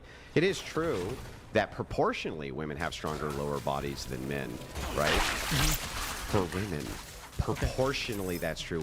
Men still have much stronger lower bodies than women. Of course, it's just that proportional to the size of men I'm not versus arguing women. that women are physically stronger. Yeah, so than then if that's the case, aren't you creating a bias in society by saying that the strong, right, should be necessarily like giving up their spots for the weak, when you agree with me that on average men are going to be much stronger than on average women? I don't think it's a bias. I think it's people who have certain advantages should use those advantages to help those who are less well off. Okay, That would be an example so of that courage, would right? how would that not disproportionately affect men? It would disproportionately affect men. I'm not saying it. So you're wouldn't. well, okay. That's not now, bro, misandrous. come on. How the fuck is that misandrous? Okay, so why should they do that? Why should they do that? Yeah. I already said because people should protect those who are weaker than them. Once again, claim that I'm stipulating. If you disagree and don't think those who are stronger should use that to protect those who are less strong, then I guess this doesn't follow. But I think that's a pretty strong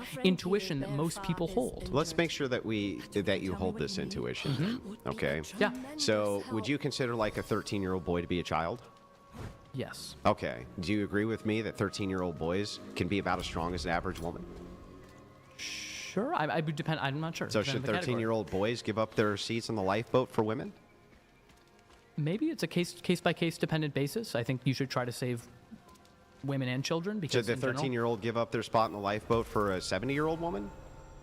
No, because No? I think there's a I think there's a longer lifespan. Wait, Andrew, this is what you did. Yeah, here we go. No, this is what you did. I'm gonna explain what you did. Uh-huh. You took one categorization that I made and general prescription. Yeah, I'm that sorry, those it's not who are- consistent, That bro. those who are stronger should generally protect those who are weaker. That's what Yeah. I said. And you were saying, so in every single case where there's someone who's stronger, they should protect someone who's weaker You didn't say- wait, overriding you didn't say consideration. generally. Did I not say generally? No, you actually sure? just said that stronger people should protect weaker people. Okay, then I meant that in the general sense. I'm sorry for not specifying. So generally speaking, then men are going to be disadvantaged in society under your view. I don't think they're going to be disadvantaged because they have the advantage of more strength. So Bro, then just using that hurry up. strength to protect Yeah, but others. you're prescribing a duty. You haven't actually told me why it is. So, for instance, do you agree that men and women's lives are equally valuable? Equally valuable? Yeah. Okay, then why the fuck would you say that they should give up their spots in the lifeboat because they're Wait, stronger? equally valuable because I think if you were talking about a boat sinking, I think Yeah. most men would probably be better able to swim longer, be able to In the survive icy that. fucking I don't- waters okay, of dude, the I don't fucking. know. Are you Okay. serious? The icy waters of the Atlantic Ocean. They're gonna have a better fighting Hold on, chance hold on. against the sharks. Wait. Like, what are you? What? Wait, hold on. Andrew. Come on, bro. Dude. This is fucking This is crazy. not. No, there were Andrew. There, Okay. are you not? Are you not agreeing with me? Who do you think would survive longer in the icy water? I don't. Man I or think woman? you're talking about seconds or Okay. minutes, perhaps. Okay. And if there were rescue boats going by? There's Men not could get to rescue them? boats. There wasn't rescue boats going Okay, by, well, I'm bro. glad we're not in that situation anymore. Yeah, but So I am what's asking happening about now? that situation. You said Okay. they should Okay. give up their spots Sure. on the Titanic. That women get the lifeboats. Why because he's so women are needy stronger, today? even though Their lives are both equally valuable. Yes. Why? I think that She like some men literally should do stands that. up and then Absolutely. pauses my Why? thing, and then when I Why? turn around, she runs Because you off. should want to protect those who are weaker than you. Why though? Why though? If on, it's just a matter of you saying because you're stronger, then you switch. What you're doing is switching your case use here, which is fucking. It's equivocation. It's pissing me off because it's not even genuine. You're making the equivocal case that wait a second. Right? Men generally are stronger than women, so therefore should protect them because generally stronger people should protect weaker people. Yes. Okay, that follows in that aspect. You're a bit stronger, right? Yes. You have some sort of like duty or obligation to protect those weaker than you. But when you're in a situation like the fucking Titanic, right, where your strength differential doesn't fucking matter at all, Okay. right? you still prescribe that the women get the lifeboats, bro. And I need you to tell me why. Why should they get the lifeboats? I think I am then expressing an intuition based on that case that is based on the fact that men are generally stronger than women. So maybe in How this is case, that helpful? Hold on. Maybe in this case, then they shouldn't, because this case doesn't involve strength or anything like that. So in this case, then maybe not. In the Titanic, in that case, then yeah, maybe not. So you're retracting that?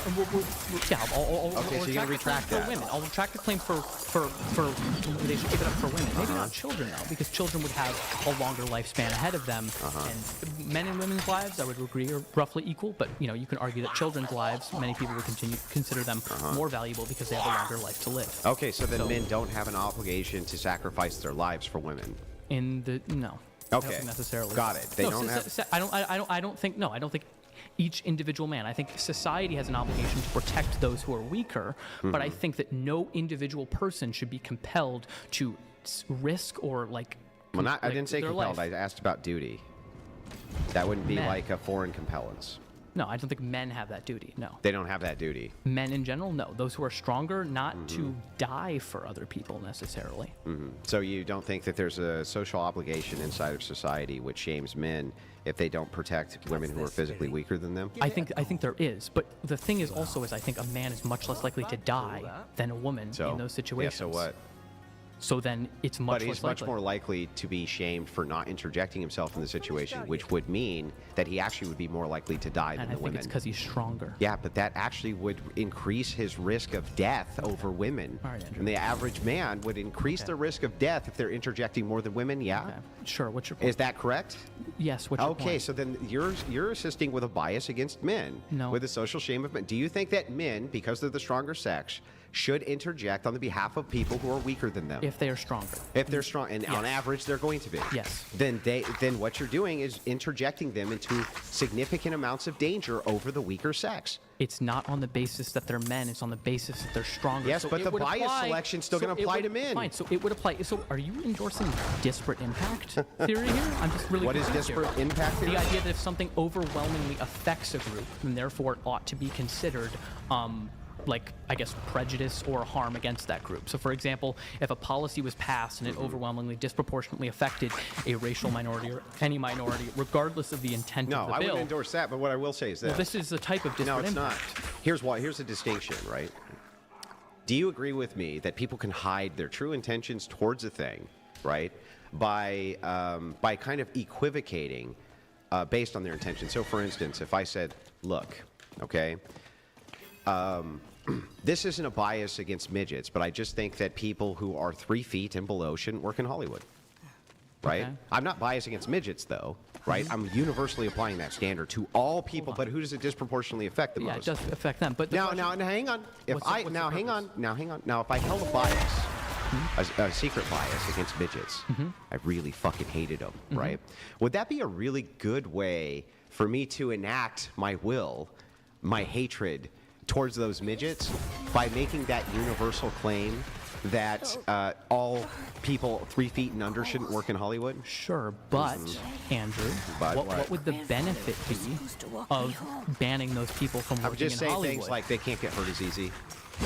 Can't get Yeah, people who are 5 feet and or above, they don't get hurt as easy as people who are 3 feet and below. Then I think Especially when you're on Hollywood sets and things like that. If you were making then standards that were, I mean, we have this. Do you think it's prejudicial? It would universally apply to all Hold on, people. okay, then do you think it's prejudicial that we hate children because No, we no, have what I'm height, saying- because we have height Yeah. limitations on rides at roller coasters? So hang on. Is that prejudice? I'm not against them? making the claim that you can't make even universalized prescriptions based on safety. I'm asking a specific and narrow question, which is that if I hated midgets, would it not then follow that if I was making prescriptions, right, that seemingly on their face were a bit absurd, seemingly a bit on their face absurd, right, but did universalize them by saying it's for all people, but the inaction of that really was going to disproportionately affect midgets, that it might stand to reason that I had some bias against midgets? Do you think hang on, I'm just saying this is conditional.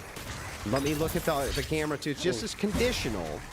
But don't you think that if I passed legislation which was disproportionately affect only one group, right, But I was doing it as a What? universal claim for all, right? That people might But catch think my this. motivations were to Well, try kind to of you like dying too disproportionately early. affect that group. Don't you think that follows?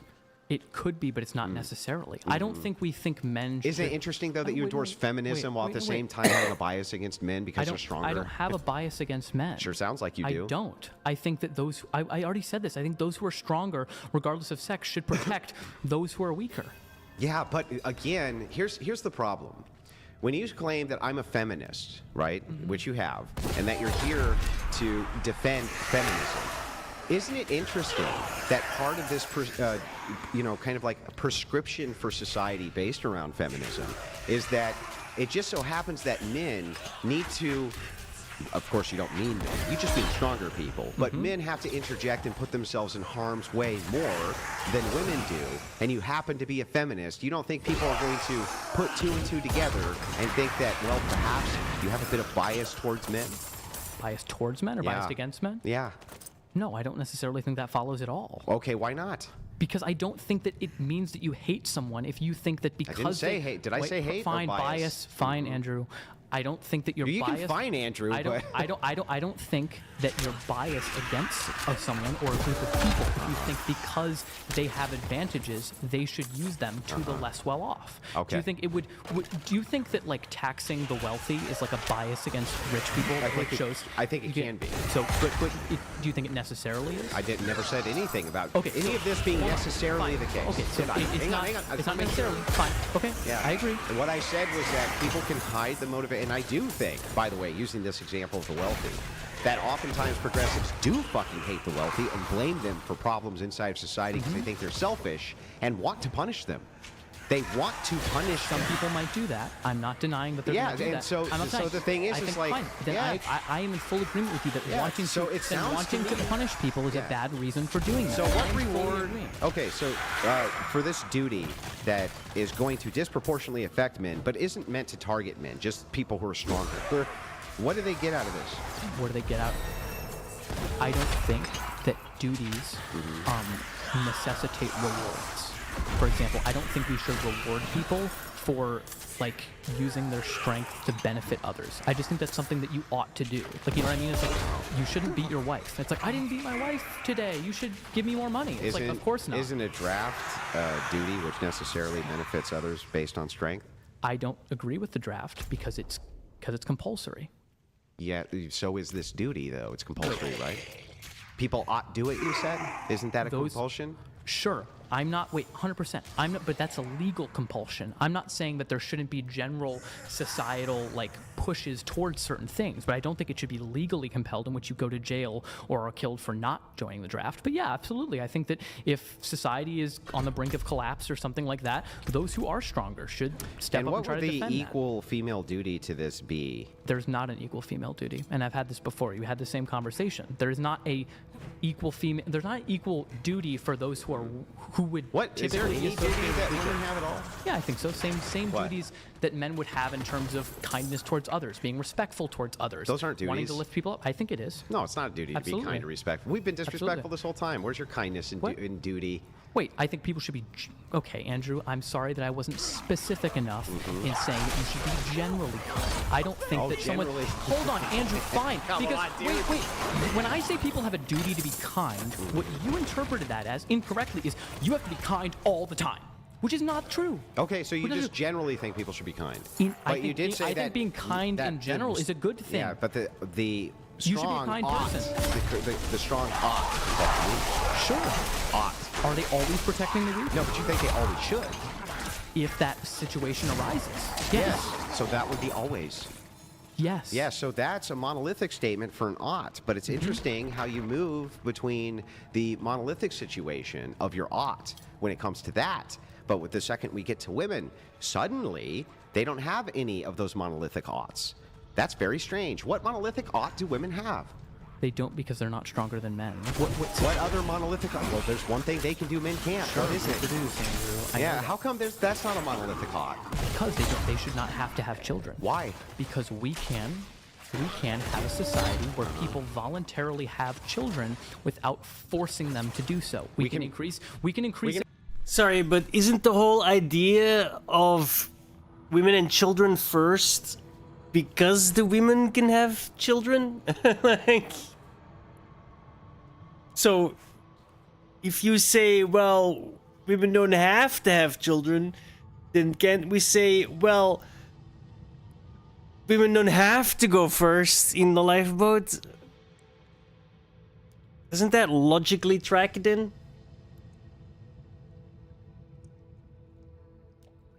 We can have a society where men don't voluntarily assist anybody with their strength. What do you mean? We can have a society Yeah, never where mind. no one Pause- I voluntarily pause does that, Andy but I think massively, we can my always bad. use incentive structures to get to that. Yeah, but you said that they ought.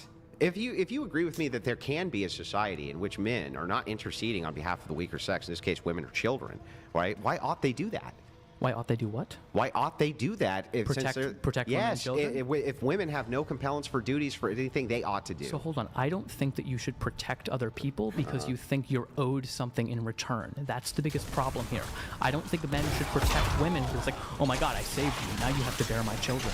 I don't think that's how Nobody said what things work. Nobody made that conflation that because you saved a woman, they now have to have your children. But however, there's a duty. what I'm saying, I saved your life, therefore women in general have an obligation to have on children. the monolithic Yeah, but not with the guy who saved their life. What the fuck? That's not. Oh my god. These people do that shit on purpose, bro. Like, they misunderstand you on purpose. Like, how can you have conversations with these people? You say something and they act like you said something totally different.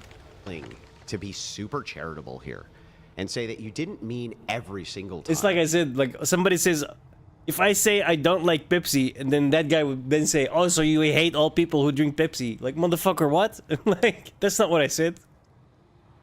But like in most cases, it is the case that men are stronger than women, and so it should intercede on their behalf, right? Sure. Right? That would be pretty charitable of me to say, right? Largely. Okay, so then if it's the case that women are the only ones who can have children, right? I want you to grant me the same charitability and say, you know what? I'm not saying that all of them ought to have children, okay? But we should make a prescription that they should be moving towards the idea of having children. That's really good for society prescriptively, and that generally speaking, they have a duty to do it. I think it's a good thing when people have children, So including women. generally speaking, women have a duty to have children. I think that society has an obligation to keep its population growing. So generally speaking, do women have a duty to have children? Yeah, men and women. Okay, great. So then women, generally at least, have a duty to have kids. I think that individual women are not subject to this. Because, Andrew, we can have Oh my God, you keep changing your position. I'm going to have a smoke while Brian lets All chat right. soon. Fuck him. It's like a tube of toothpaste. All right, we're gonna read a couple chats, guys, just during the break. Guys, if you're enjoying the stream, kindly like the Ubisoft's video. Rainbow Six got compromised And again. We're gonna let a chat in, guys. Now's Today, a good time. just now. If you want to get a chat in, we have a $100 TTS. That's streamlabs.com/whatever if you want to get it in. Also, you can support the show. Ubisoft without any is of so these incompetent. Platforms like YouTube, Streamlabs taking their cut, Venmo, Cash App. We are whatever pod on both. We've got Colin on Cash App, thank for the 10, and then Laura, thank for the 5, also on Cash App. And we're gonna let this chat in here. Right, Bobby, thank you, man. Oh, I think the audio's muted. Can you check at the top, hit the unmute button? It's vibrating but plugged Oops. before he came on the shop because it's Hold on. about to... Let me retrigger. Let me not screw this guy over. Sorry, Bobby, one sec. Our audio was muted there. Oh, you good? Or... That hit last night. Oh, okay. All right, one sec, guys. Should be coming in back here soon. I have to show you guys this one. Got Bobby. There it is. Thank you, Bobby. Bobby donated $100. Thank you. This male feminist better have charged his vibrating but plug before he came on the shop because it's about to be a long and slow painful annihilation by Andrew. Someone call femboy an ambulance. Damn. Do you want to respond to Bobby on that one, or? No. Oh, okay. I'm not going to respond to just blatant insults. If That's someone has a fine. question, then I'm happy to answer the question.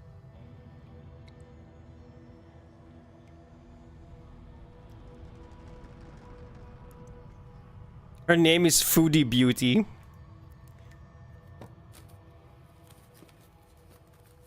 Looking for my charger? Yeah, here it is.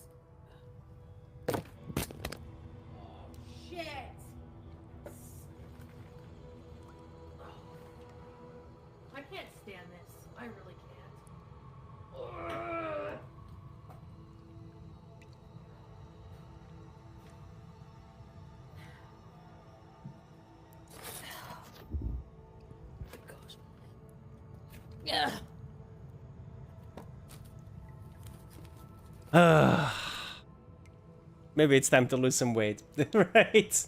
Jesus.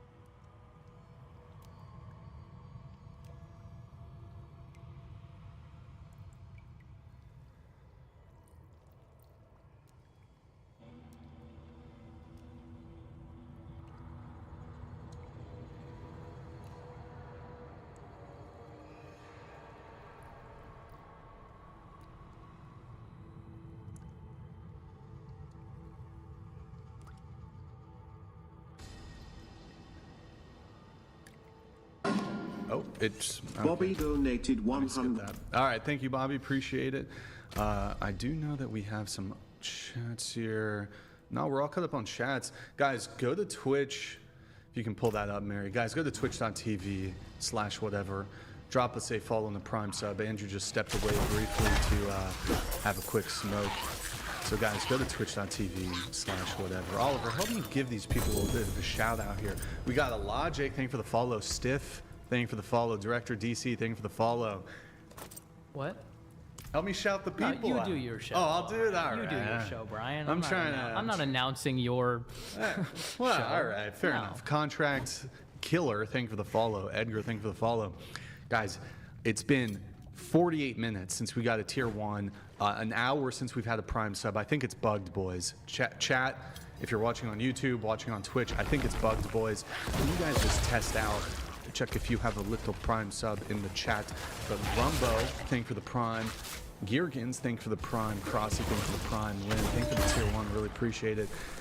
Guys, if you have Amazon Prime, you can link it to your Twitch. It's a quick, very easy way to support the show every single month.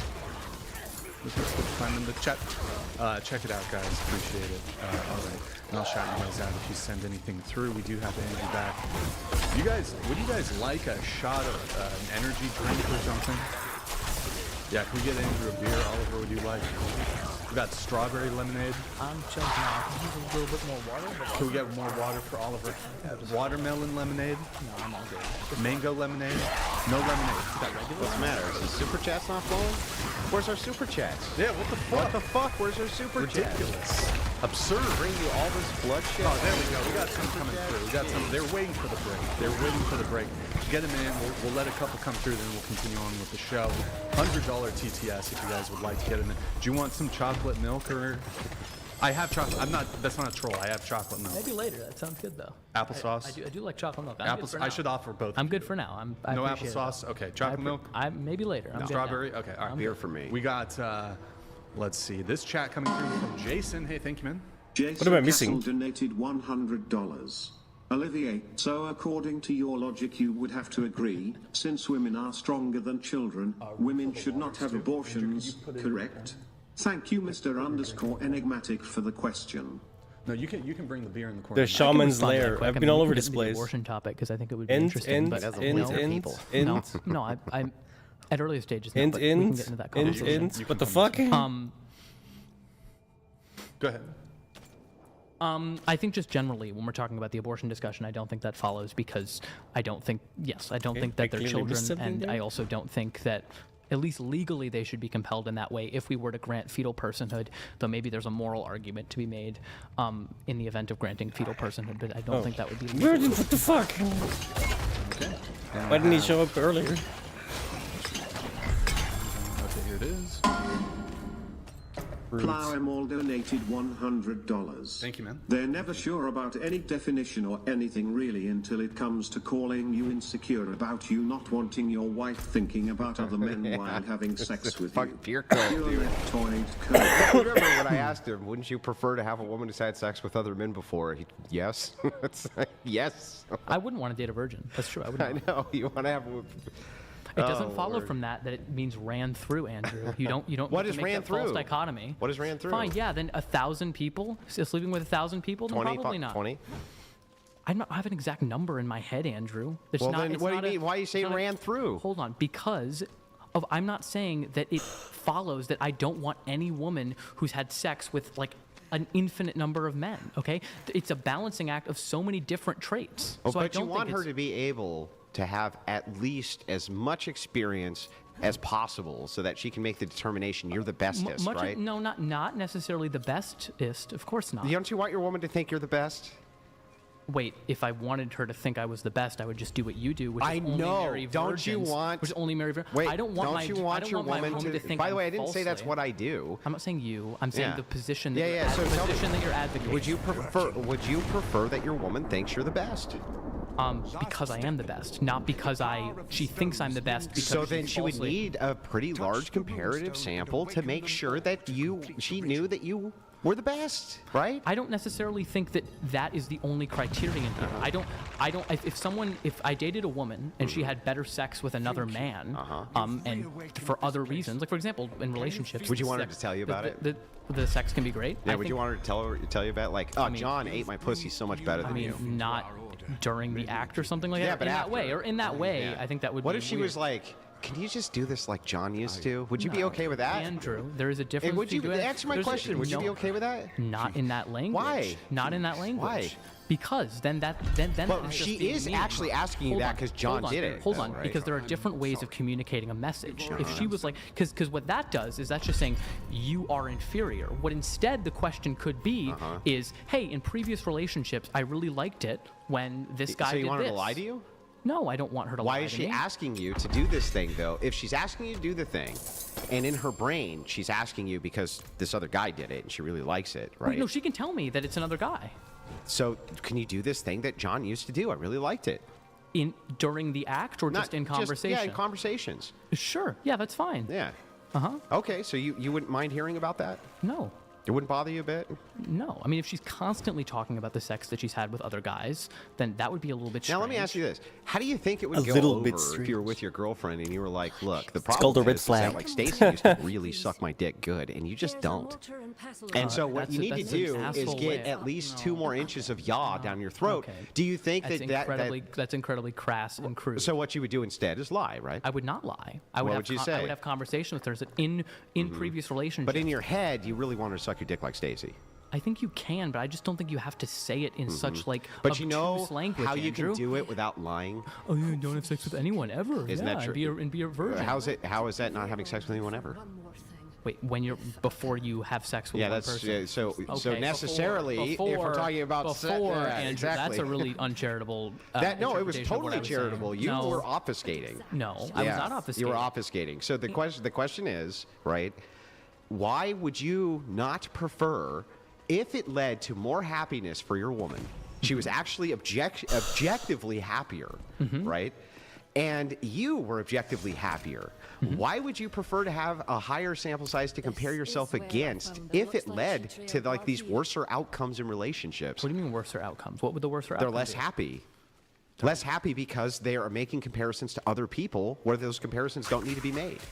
I think there's a balancing act between truth and happiness. Do you think people like live? I mean, this is a really interesting way to put it. Do you think like living in like bliss where you don't know reality but are really happy is preferable to being less happy but being in tune with reality? No, I think actually this goes to my point, not yours, right? So I think that you don't need to do heroin. I think you don't need to do heroin to ever make a comparison, right, between like beer and heroin. I like beer. I like it a lot. Yeah. I'm going to keep drinking it. Sure. I'm not going to do heroin though. But isn't heroin But different heroin than beer? could be. Isn't heroin different than beer? But hang on. But well, isn't Chad different than you? It's sex, Andrew. Yeah, and sex is very different with people, isn't it? Sure, it can be. Yeah, great. So the thing is, it's like, so I have a beer, right? Heroin could be fucking amazing. It Okay. could be fucking like the shit. So it could be black tar, like laced with some fucking insane shit. I could feel like I'm on cloud 9. The shit. But I'm not going to do it, right? Sure. And I still like beer. Yeah. Right? And I'm not going to, like, why do I need to have the comparison to know what I'm missing here? So what I think is going on here with that is there are a lot of negative outcomes associated with heroin. You would say there's a lot of negative outcomes with promiscuity. Wait a second. Do you want me to let me? Do you want to let me finish what I was saying before you say that? You're going to say that the comparison is there's a lot of negative outcomes to promiscuity. Yeah. What I would say is I don't think those outcomes are necessarily related to the sex that the people are having. I think it's a lack of communication. I think it's largely can be a lack of consent. Then why is it that... I think it could be because you Then why can are have- virgins reporting What? happier sex lives, dude? They're reporting happier sex lives. I don't because they prefer that. Because they don't have a comparison. Hold on, but you are. I'm Bro, so confused. I'm because so they have no confused. It's so simple, and it's like, do I need to compare heroin with beer to like beer to have like this ongoing long-term relationship and be very happy with beer? I never need to take heroin. Why is this? Why would you ever try another beer? Then? Why is there necessary preconditions here? Right. Well, here's What's the thing. going on right? here? I would You're say, satisfied with that beer, right? Yeah, I would say that sex for a woman with like a 6'6" man, right, versus a sex with a woman with like, I don't know, a 4 foot fucking tall pygmy dude, right, is gonna be so fucking different on scale. It's gonna be more akin to like this and something like heroin than it would be between light beer and heavy beer, dude. I don't think. I mean, we're completely going out on a limb here. I don't think it at all necessarily entails that someone who's taller is going to be better at having sex. There's No. a lot of different kinds It's of- the idea of attraction level, the idea of, well, I mean, there's all sorts of massive factors which would go into this. So, but I do think that it is the case, right, that if you have a lesser sample size, right, you seem to be making this claim like ignorance is bliss. Ignorance is bliss with heroin, isn't it? Wait, we know the bad things. We Don't know the things. bad things It's for not- promiscuity. Hold on. And this would go to the question of heroin. If there were, and people have proposed like safe injection sites for people to do it safely. If that leads to them being better off, then yes, I'm in favor of them getting Yeah, the the good problem without is, the bad. don't you? And I don't Oh, think they're. bro. I don't think they're inherently intertwined. I just think they so often are. As a harm and reduction they can't be, and they bro. can't be separated. So I as a think they harm can be reductionist, don't you separated. think that if we have heroin injection sites and things like this, that you're normal, like I'll give you a perfect example of this. The pro-marijuana crowd, right? Let's all smoke weed, Yep. right? They said once marijuana is legal, it's only going to be the people who were smoking it before who just won't go to jail, right? But that's not actually how it happened at all. What actually happened is after marijuana was legalized, now it's advertised fucking everywhere nonstop, and tons of people who ordinarily would never have smoked marijuana are smoking it. Tons, right? It creates a normalization, and the normalization creates the ability to have the discourse around propaganda. It's a bit hypocritical, considering he's like, I love beer, I'll never stop drinking beer. Same diff, no? This is actually good. What? Right? Yeah. So, like, for instance, beer commercials. Do you think beer commercials would lead more people to drink or less? Oh, okay. Never mind. He's consistent. Probably more. That Never makes mind. sense to me. It follows. Same thing with legalization of a thing. It generally seems to lead to more of that behavior, not less. This is then a moderation thing, right? Well, yeah, actually, it is a moderation thing. No, but your moderation thing is just only one person, and I'm saying that there is a there can No. My moderation thing is that every subsequent person you now have more experiences to compare to for negative experiences when you never needed to do it, just like with drugs. Just like with drugs. Like, oh, shrooms are better than heroin, beer is better than me, right? Wow. It's all a negative connotation of bad behavior. I read a book, and then I read a better book, and that book made the first book seem less good, and I read another book, and it made both books seem less good. The problem is that following your logic, you're fucked on this one, because following your logic, if we're talking about books, right, what's the harm, generally speaking, of reading Lord of the Rings and then reading, like, The Sword of Truth and thinking The Sword of Truth is less good than The Lord of the Rings? You want to have those comparisons for knowledge. Those are actually good comparisons. Sure. Not so good. Like, nobody's ever going to report their happiness level. Their general wellness level in society has decreased because they read The Lord of the Rings, and then after that, The Sisterhood of the Traveling Pants, bro. They definitely will do that with drugs, and they will definitely do that with relationships, especially interpersonal ones, because they're elongated. Relationships are elongated. I guess so. Then I'm curious for you. Do you hold the same standard for men and women, that it's bad for them to have promiscuous sex and they should wait until I definitely marriage? think that promiscuity in men is a fucking problem. Okay. 100% hold the same exact standards. But here's my caveat. It is generally less damaging overall in society if men are promiscuous than women are. Generally. And, like, based on... So here's generally why that is true. Now, again, the caveat here is both are bad. Okay. So I will make this distinction that if there's no male promiscuity, there can't be female promiscuity. You agree with that? And same thing, if there's no female promiscuity, there's not going to be male promiscuity, right? Well, unless they were same-sex relationships, but yeah. Between men and women, dude. Okay, well, you said a general Good prescription Lord. on society, and I was putting...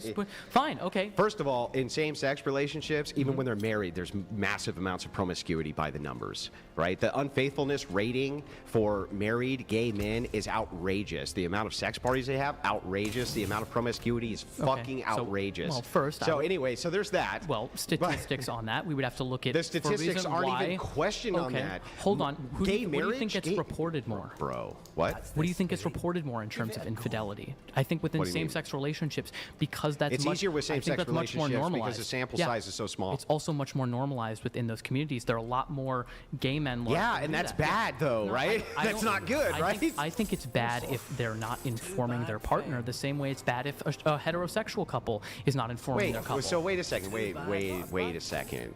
So you think then that if you're in like a heterosexual married relationship, if it's an open relationship, that's healthy? It can be for certain people. And it's not healthy for basically anybody. They almost all, like 90% of them, actually no, it's higher. It's like 95% of them fail. Open marriages, 95% fail. Open relationships, like 95% fail. Stats, it's insane. Where are you getting the stats from, Andrew? Yeah, so these stats actually came, I think there was a combination of Pew Research, but there was, and the only reason I know this one off the top of my head, that it's 95% is because of Cuck Destiny, who, that this was quoted at him nonstop, right? And what happened with his relationship? I have no idea. I don't follow him. He was married in an open relationship, and guess what? Everyone told him, bro, it's going to fail. And guess what happened? Okay. It failed. And why did it fail? The same reason all of them fail. Now, Very not only do you publicly have a as well. comparative sample, right? But you can go test it. Now you can just go test it whenever you want to, right? That doesn't seem like it's very good for society in general. Like for your parents to have open relationships and going out and like sleeping with other people. That seems like if the failure rate's that high, that would be bad. I mean, I think that largely it also comes from a lack of honesty between people. That can be a huge contributing factor, is largely because of guilt, because of shame, because of people who don't think that's how it should be. So if we just destigmatized it? I think I'm not claiming that So just destigmatize it, Wait a bro? second, Andrew. I'm not claiming that everything would get better, and I'm also not claiming that open marriages are better than closed marriages. I would agree with you, at least from personal experiences, that's not my cup of tea. But I don't... You were in an open relationship? Not directly an open relationship, but like if you're not like officially dating, but people are seeing multiple people. Yeah. That's not my thing. okay? But it doesn't mean I know people who that works for. It doesn't work for me. Who? I'm not No, trying you to- don't know Yeah, I anybody do. is long-term work for. Dude, I went to Oberlin College. No, Yeah, none of okay. these people will long-term work for, basically. What? Basically none. Oh, no, I don't think that's true at all. It is true. Okay. Like, by the numbers, it's true. Okay. So, like, when it comes to open relationships, right, especially open marriages, that's usually one of the number one signs of failure, in fact, is that one couple or one partner has to open up the relationship. Okay. Like, imagine that. Just think about that for a second. If a man's wife came to him and just wanted to be open and honest and said, listen, honey, I just want to go fuck this other guy. But that's not how she frames it. She's going to be nice like you. She's going to say, listen, there's some satisfaction issues that I have in the bedroom, and this is going on, and that's... How bad do you think that guy would feel, like, on a scale of 1 to 10? Probably not great, but I think that Probably, like, really wait a second. bad, right? Then I think that hopefully would initiate a conversation where he's like, "Oh, okay. Do you mind if we try out things that you like, and we see if that's something that I'm okay with?" Or he could just say, "Fuck it. That's not something I'm okay with. If you choose to do that, Yeah, I'm getting a divorce." That's fine. You're if a allowed to woman- have that preference. Yeah, if a woman came to you and said that she wanted to, like, open up your relationship to sleep with other men, right? Would that make you feel really bad? It would make me realize there's a problem. Yeah, would And you want to stay in a relationship where that was the solution your partner proposed to you, that she would sleep with other men? I would have a conversation with her. I don't know. It would really depend on exactly what she wanted. If she proposed that, I really am getting tired. Holy shit. It would be a deal breaker if she wasn't talking to me about her needs. So, for example, if she was never complaining, granted this is not a problem that I've had, but if she was talking about this and like never was vocalizing her dissatisfaction, and the first thing she said was, "I want to open a relationship," then I would be like, "What the heck? Why didn't we discuss this earlier?" She just So- expressed her dissatisfaction for For a long time? a long time. Okay. Yeah. Then I think we would probably break up then, because there seems to be an incompatibility there. Yeah, that so you might just not go wouldn't do through. it. Now, what if she never would have vocalized any of this because she had no dissatisfaction because she never fucked anybody but you? No. What about that? It's fucking weird. Can you answer that? Hang on. Hang on. No, that's Would weird. you have a preference though that if you took that same woman, right? Same woman, you really liked her, everything was great, and if it were the case that she'd had no comparative sample size, she would have stayed with you. Would you have preferred that? No. No. No, I don't think so. But I don't. How it's is weird. that good for people's health and wellness, dude? Andrew, That's- Andrew, Up, it's down, really up, down. Wait, Lady, make up your Can you minds. acknowledge to me that it's kind of weird to not want someone to think you're the best, not because you're good at what you do, but just because they don't know any better? No, I'm sorry. Hang on. They don't know any better? Hang on. This is such a stupid argument. Let me point out why it's stupid. If you lived in an island nation that had 1,000 people, Okay. right, and you were the very best at running whatever the marathon was that you ran on the island, and nobody was better than you, Sure. is it not appropriate for you to think that you're the best? Because obviously, globally, even though you don't know about them, there's like 1 million people who've broken every record you've ever broken. Sure. What does that have to do? Yeah. with So this? why is it not? Why is it inappropriate for that guy to think of himself as the best, and the people of that island nation to think of him as the best? I don't think there's a problem with.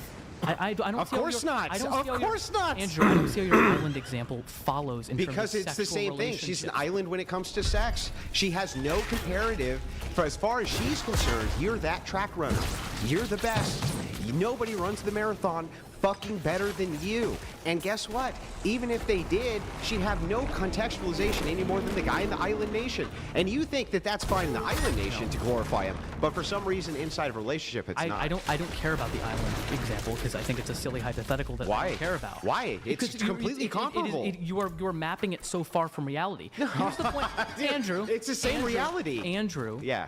I think the problem Yeah. here is it's strange to not want someone to know what they like or know better, so you're all they know. They do know what they like.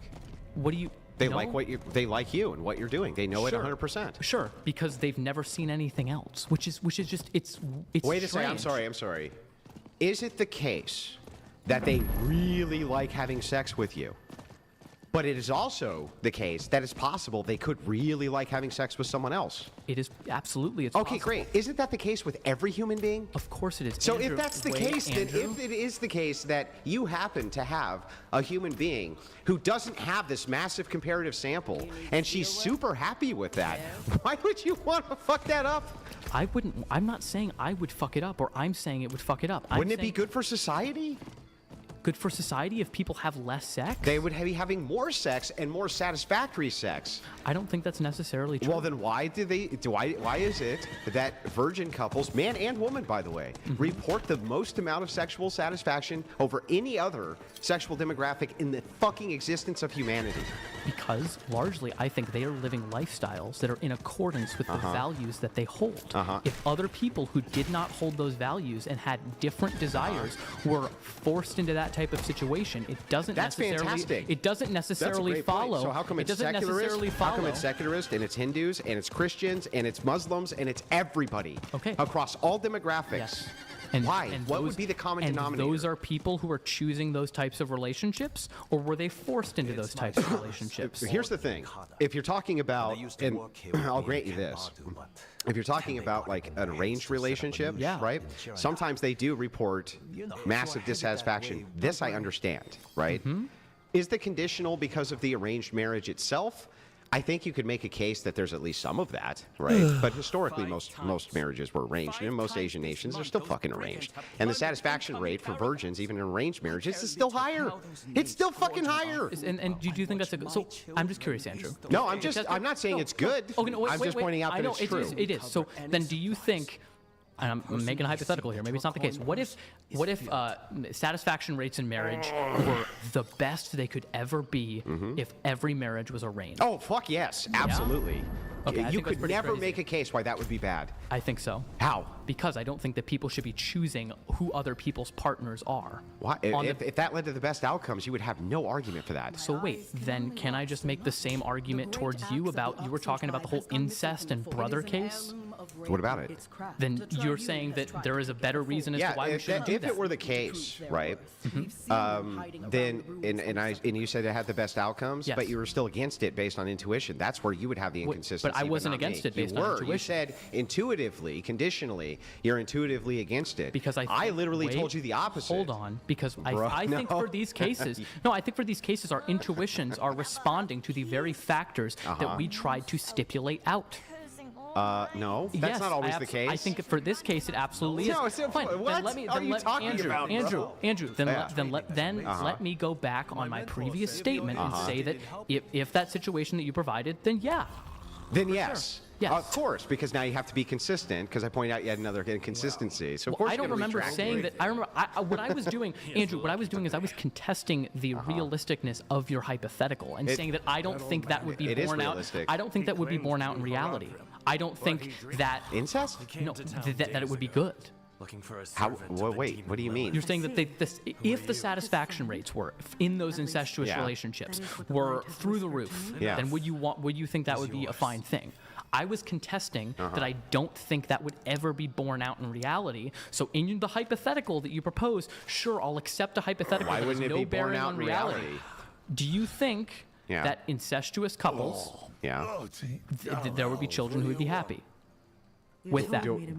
Well, I think by your metric, yes, there would be. No, well, I mean, we can look at the already presented data of heterosexual couples. And I think if you had, by the way, an incestuous lobby, the same way you have a gay lobby, who paid for all the same fucking studies that showed the outcomes, that I could have a massive publishing bias as well for basically any data that I wanted. Okay, because the truth is that most of these, you're making an unfalsifiable claim that we're. It's not unfalsifiable.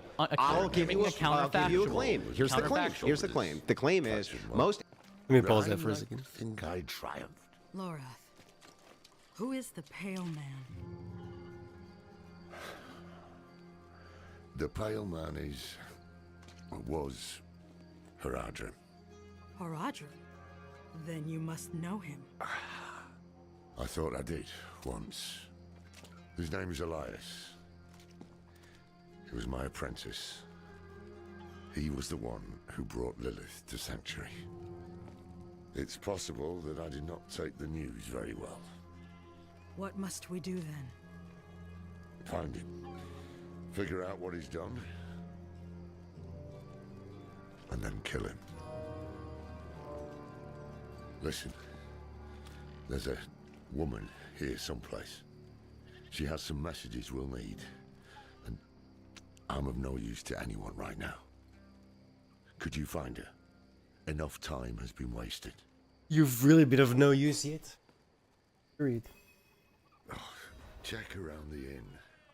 Ask if she's heard. LGBTQ and trans studies are funded by gay groups and gay adjacent groups. Okay. And that's who they're funded by. That is the truth. Sure. And I've not looked into who funds every single study. But I mean, that's why there's so much publishing bias. Fine. Conditionally. In fact, one of the biggest talking points for the left is that that's okay, though, especially in the trans community. It's okay that mostly it's trans advocate organizations who are paying for these studies because, well, nobody would look at it if they didn't. And it's like, it totally ignores the bias which would go into people who wanted those results. So, Andrew, what I think instead you should do, instead of merely saying that these studies are BS because of the organizations that are funding them, just point out what's wrong with the research. Yeah, well, That's I do. a better thing. I do often. So then the first part So of like that point, trans research, when we're talking about brain First point of studies, that- I can point all of that out. Okay. When we're talking about incest studies, though, this isn't even a thing which is willing to be studied, right?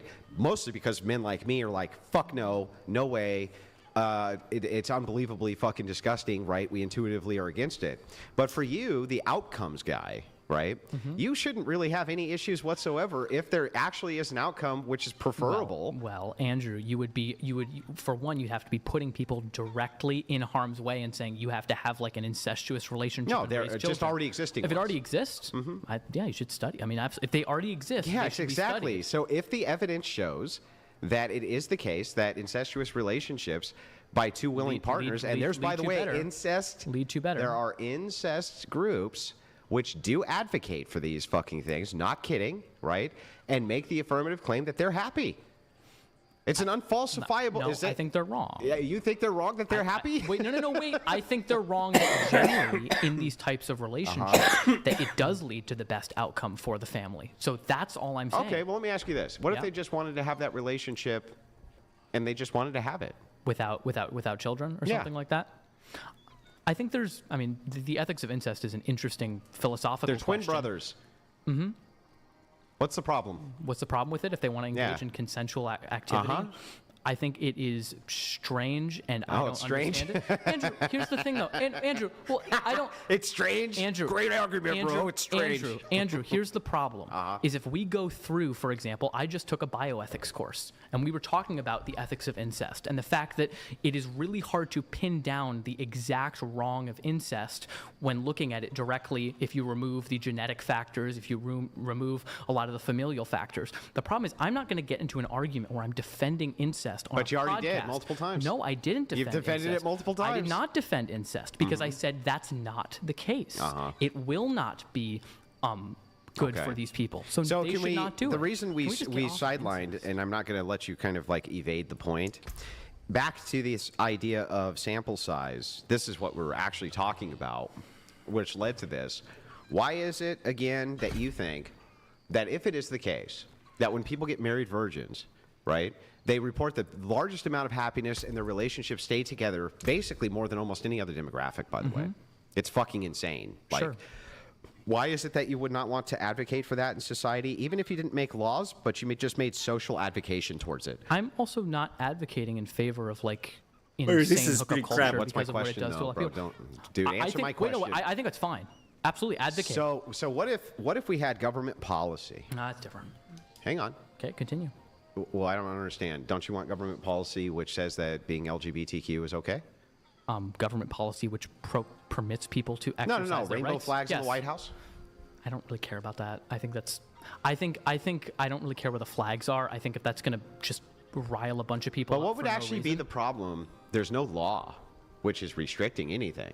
But the government, right, in state organizations from the top down, right, promoted instead that people with low body counts and who are not promiscuous tended to report much higher happiness levels and their marriages stayed together better. And for the health of the nation, they'd prefer to move a population towards that. What would be wrong with that? I don't think there would necessarily be anything wrong That's with that. what I advocate for. Okay, and I'm not fully against that. I'm just saying. You know who is? Feminists. They're not entirely. No, they're Yes. not entirely against it. Which feminist organization? Hold on.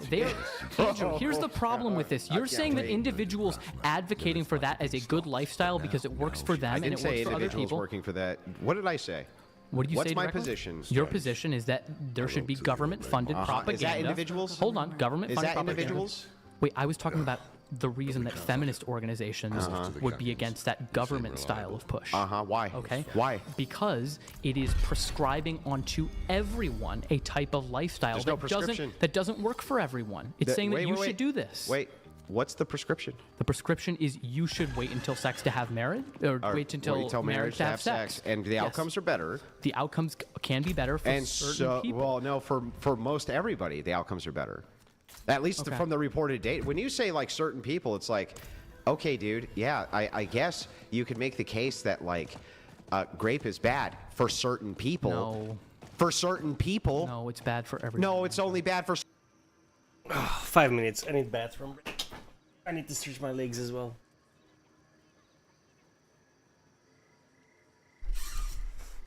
I gotta say though, Paladin, pretty broken. Only once did I actually lose some HP where I was like, oh, I gotta move. I've never even used the potion, I think. Kinda nuts.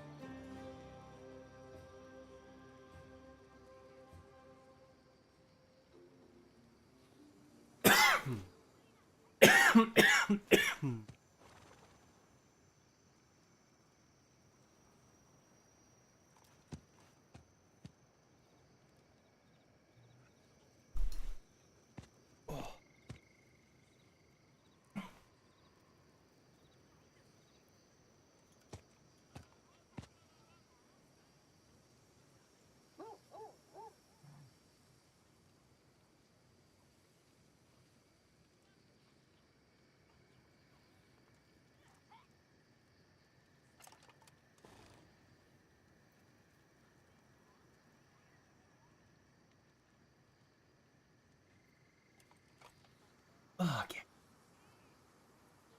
Whew. Where were we? Certain people here, like there's women, you agree, who have orgasmed during SA. That has nothing to do with whether it's SA. Bro. That has nothing to do with whether it's SA. Are you kidding me? Bro, I didn't say whether or not it's SA. I said during SA.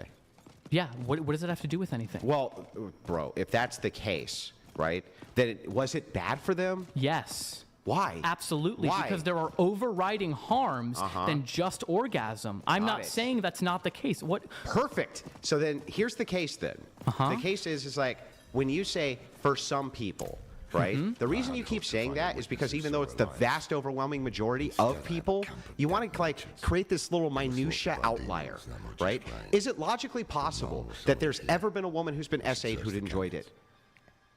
I am not going to. Can you answer my question? Is it logically possible? Logically possible? Sure. Okay, sure. Yeah, but that's no. I'm not ascribing anything to that. Do you think there's ever been a single woman who's been SA'd and has enjoyed it? I'm not going to answer the question. Answer the question. I'm not going to answer the question. But because then I can't say some people. I'm not going to answer whether women enjoy being great. That's not what I asked you. Whether a woman has enjoyed being great. If there's ever been one, do you think there's ever been one? I'm not. No. I'm not answering. You don't think there has been? I don't know, and I'm not going to answer. Yeah, exactly. I'm not going to answer. I'm not going to. This is such a weird thing. What do you? This is such a weird thing. What's wrong with answering the question? Because I'm not going to say. I'm not going to contribute to rhetoric that tries to say that there is anything good about SA. Who said there's anything good about it? You just said that some women orgasm, therefore that is a good of it. No. I was running an internal critique and saying if it is the case of X, then Y. That's not me advocating for that position. Don't lie. That's one. And two, when we move into this, right, here's what I'm saying to you. And I'll ask this question again. Do you think that there's been at least one woman who's ever existed that was SA'd and liked it? I don't know. Isolated. You don't think? What do you think? I don't know. I'm not going to answer that question, Andrew. Because then I could say. Because I'm not. Because then I could say, well, why make the prescription shouldn't SA? No, because some people don't like it. No. Yeah.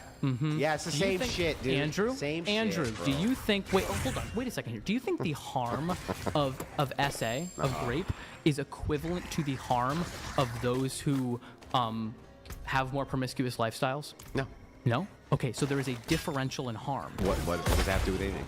Then I could still say some people by your same metric. But then, if we talking even about? take that metric that there was some, there would be an overwhelming harm that would overwhelm that. So and I'm yes, not saying, but yes. but I'm saying the harm is not equivalent between that and the Doesn't thing need to be there. equivalent.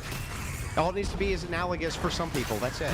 Yeah. That's it. Why does it need to be an equivalency for harm? All it needs to do is be an overriding harm. Doesn't need to be. It doesn't need to be the next Holocaust. I don't think it's an It doesn't need to be the next. It doesn't need to be the next Holocaust for it to be an overriding harm, I'm not saying bro. it has to be. I'm saying that I don't think the harm of that So then why are you overrides making? it. Why? So then why are you fallaciously arguing this?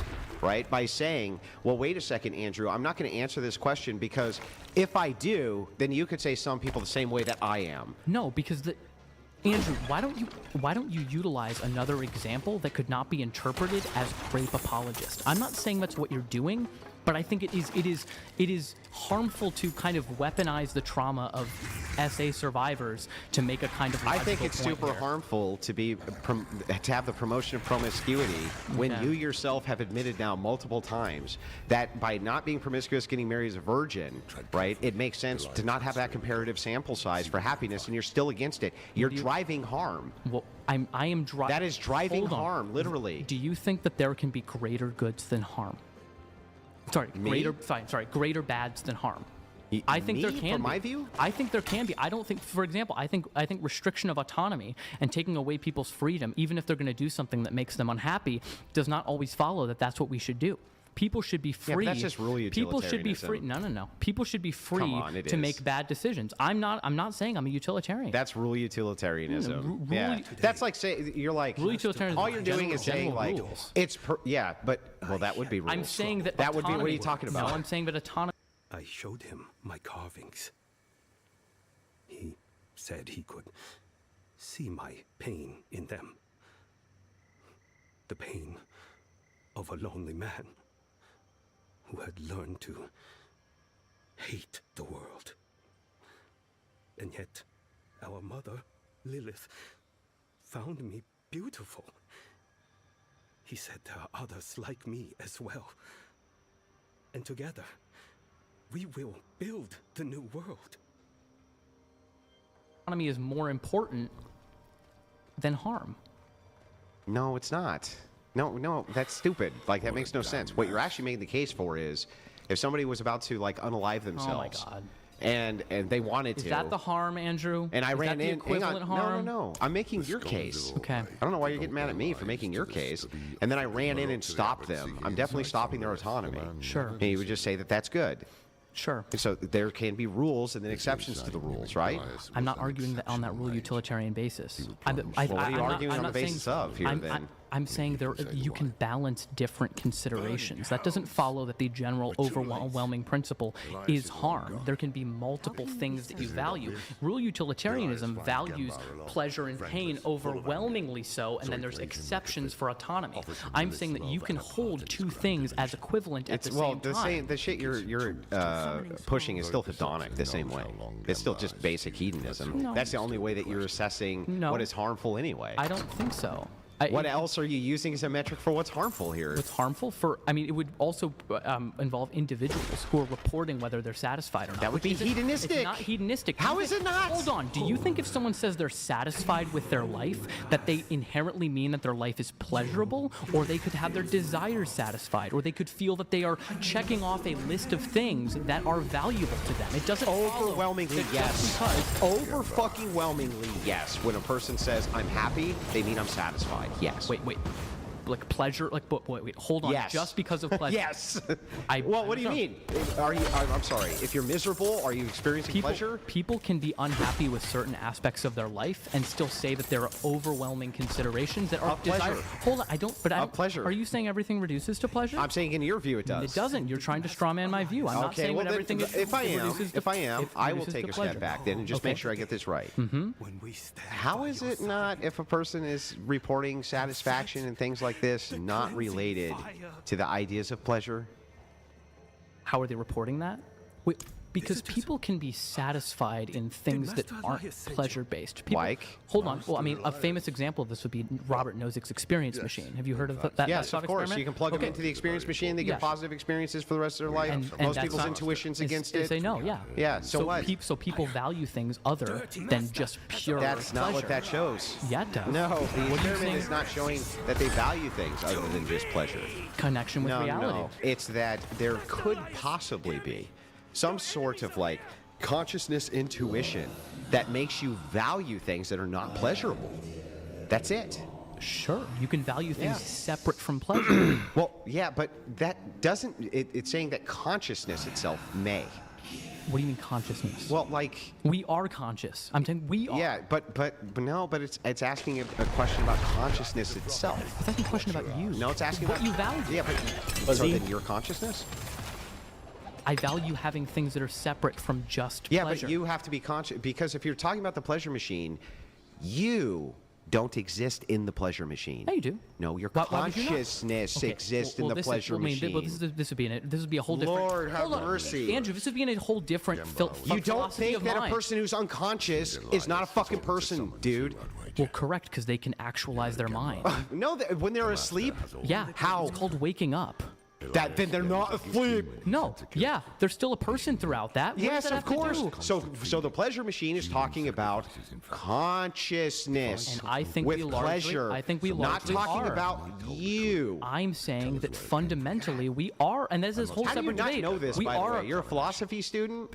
Okay. Like this is old if philosophy. if you read Nozick's exact example, he contradicts everything you're saying because he's saying that one of the things that follows from the experience machine is that people value things independent from pleasure, such as the truth and being in contact with reality. Yes, but that's person, what he's saying. He's assuming the person is consciousness, though. Yes. That's baked in as the assumption. Correct. That's my point. Okay. That's what it's showing.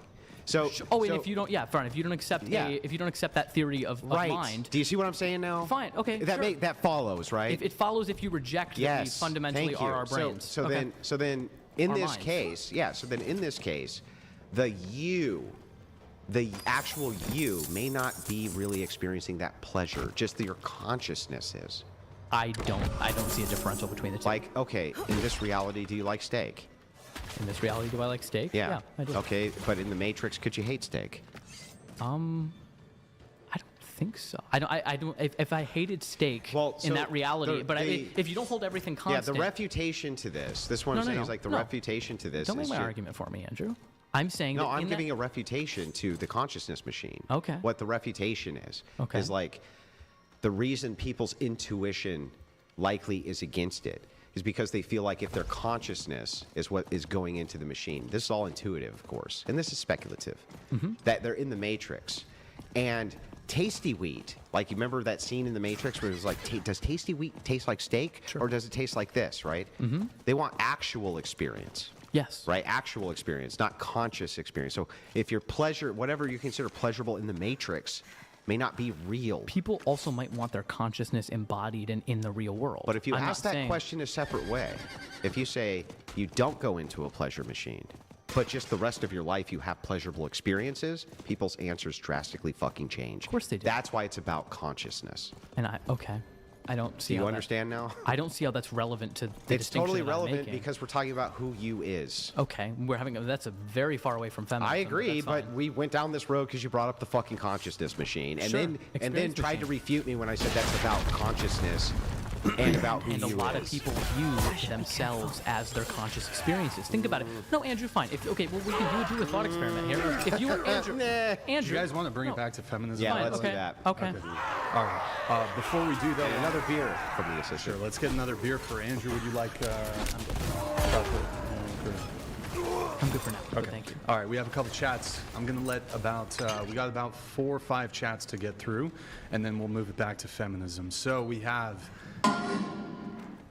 Zemzig Octavius donated $100. Oliver the Misandry apologist. What is a woman? What are your pronouns? What do you think of Z/Zem/Sir or other neopronouns? Andrew, can you debate Oliver on force doctrine? And is he a misandrist? I want to try something here, just to do it. I'm so convinced that I know the inside and outs of all of Oliver's positions.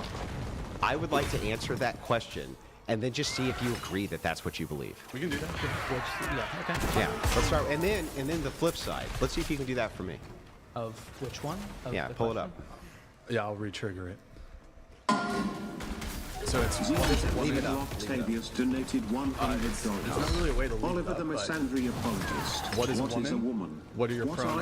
are your pronouns? What do you think of What do you neopronouns? think of Z/Zem/Sir Force doctrine? or other neopronouns? Andrew, can you debate Oliver on force doctrine? There's a lot there, so and we'll is try to he be a quick on. misandrist? So Yeah, so let's start with Oliver is a misandry apologist. That means nothing. So when it comes to a woman, what Oliver believes that a woman is that you can have two distinct positions here. So Oliver believes that a woman is There's a scientific version of this, which would point to female, and he would agree with the idea of phenotypical pathways, or with XY, or with ova versus sperm. He would agree with all those things from a scientific standpoint. But when it comes to what a woman is socially, it's going to be a kind of collaboration of traits based on social dynamics inside of any given society at any time. And it's subject completely to change. It's basically a socially constructed term. It doesn't really point at anything. It's, by the way, extremely complex to really make those determinations, but it is more than a self-identification. It really has to do with social traits between interpersonal dynamics of people. Is that about right? A little, I think a little bit. I think what you're leaving out largely is that there is a very, very important relational component to the woman question. I'm not disagreeing that necessarily there is, like, it's entirely dependent on social. You know what I mean? Like, I feel like what I just said. Well, I feel like you're placing a lot more emphasis on social than necessarily biological. For example, so here's an example that I would bring up. Well, that just no, wait, I'm but not I don't putting more think it's wrong. emphasis. You have to have a bigger descriptor there, because when I point out biological, I can explain that quickly.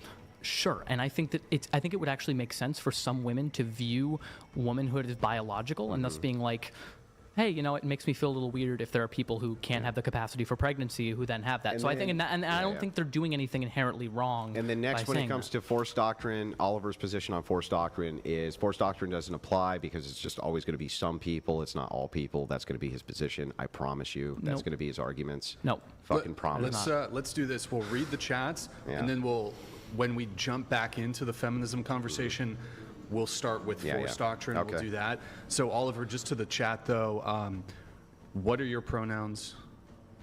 He, him. What do you think about, like, the neo-pronouns, like Z, them, zer? He's fine with them. No, it's fucking confusing, man. I think... Here's Would you call somebody by him? Yeah. Would you? The truth, Oliver. No, I wouldn't. Why not? Because here's why I think so, and I'll explain this. And I talked a bit with Brian.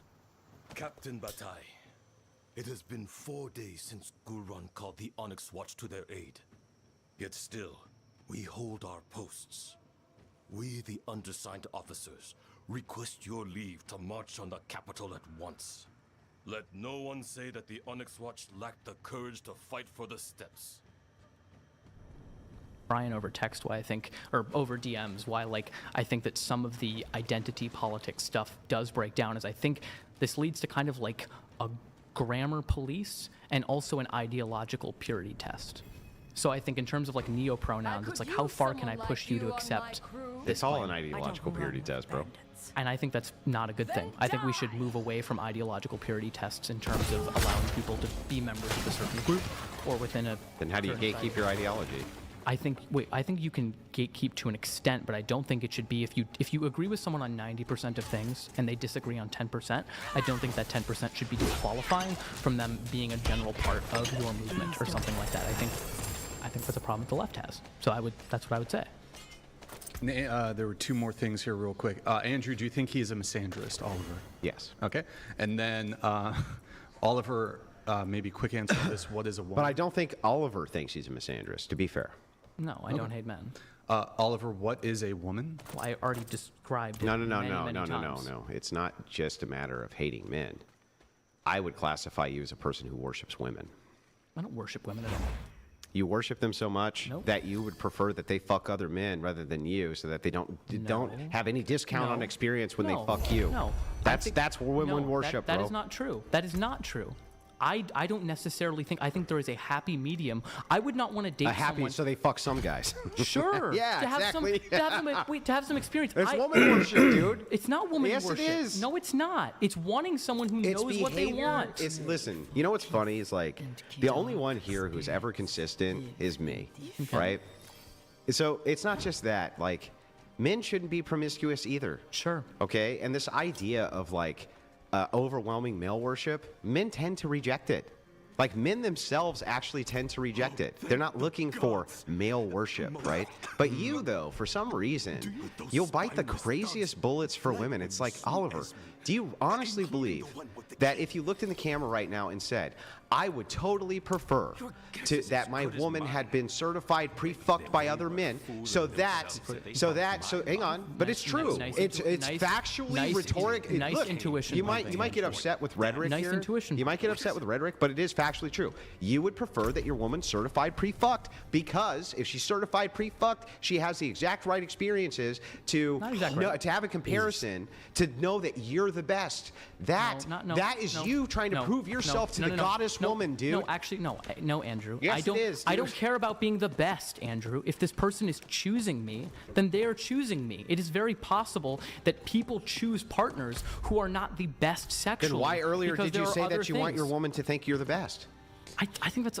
Andrew. Then I misspoke. Okay. Well, how many more fucking times are you going to retract your every position you have? Andrew, I don't want someone to think I'm the best. I do want. You don't want your woman to think you're the best? At sex? Yeah, why not? If I'm not, then I don't want her to think that. Yeah, but here's the thing. I can assure you there's one way where she'll always think you are. She's the only one that and the problem with that is what?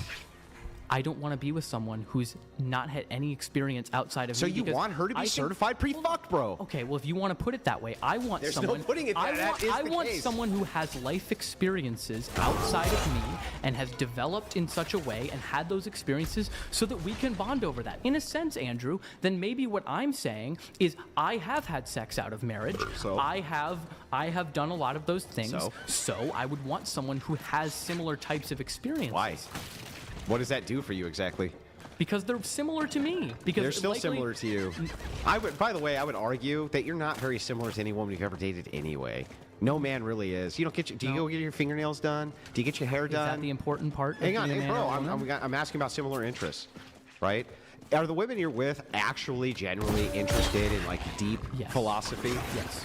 Really? Correct. Yeah. Absolutely. So last woman you dated had a background in philosophy? Background in philosophy? Officially dated, no, she was into neuroscience. Oh, yeah, of course. Okay, was she a neuroscientist, though? Or was she just dorking out about it? We're in college. She was majoring in neuroscience. Okay, she's majoring in Correct. neuroscience. She's going to go to med school. So not deep in philosophy. And let me ask you Still this. an intellectual endeavor. Yeah, your shared interests, right? Mm-hmm. Like, what did you actually like doing with it? Having conversations. That's it? Not just that, Andrew. Why are you trying to reduce? I'm asking about shared interests. Why are you trying to reduce that? I said shared interests. What shared interests? We enjoyed the outdoors. You enjoyed hiking in the outdoors. Yes, of course. We enjoyed having conversations. We enjoyed having dinner together. We enjoyed talking about things. Like I get it. Let me ask you this though: did she get her nails done? I don't think she ever got her nails done. She sometimes did her own nails. Yeah, she did them. Do you do your own nails? I did sometimes during that time. I let her paint my nails. I'll admit it. There's nothing against that. What's wrong with that, Andrew? I know there's something. Yeah, what's wrong with that? I think it is very insecure if you think that a man getting his nails done is somehow like a strike against his masculinity. I think that's pretty insane. I had no problem. Did she paint them different colors? I think it was mostly all blue, or I think all. Did she put red. sparkles on them? No, I don't. Did she do your hair too? Did she braid it? Did she braid your hair, bro? I'm not. Did she put a bow in your hair, bro? I'm not engaging with your bad faith. Why is that bad faith? Because you're making. I'm not demasculizing. I am not doing any sort of demasculization. If it is in your view, you are. What do you mean? In your view, I'm not though. Yeah, because your intentions matter in terms of the words that you're using towards me. Wait a second. There's no way for me to demasculate you. You just admitted you got your nails painted. Can I ask you some further non-demasculating things? You can try to. Did she braid your hair? No. Did she put a bow in it? I'm not answering any of these. Did she put a bow in your hair? Did she ever put a bow in your fucking hair? I'm not talking. No, I'm not engaging with Did you ever wear a dress? I'm not engaging. Have you ever worn a dress? I'm not engaging with this, Andrew.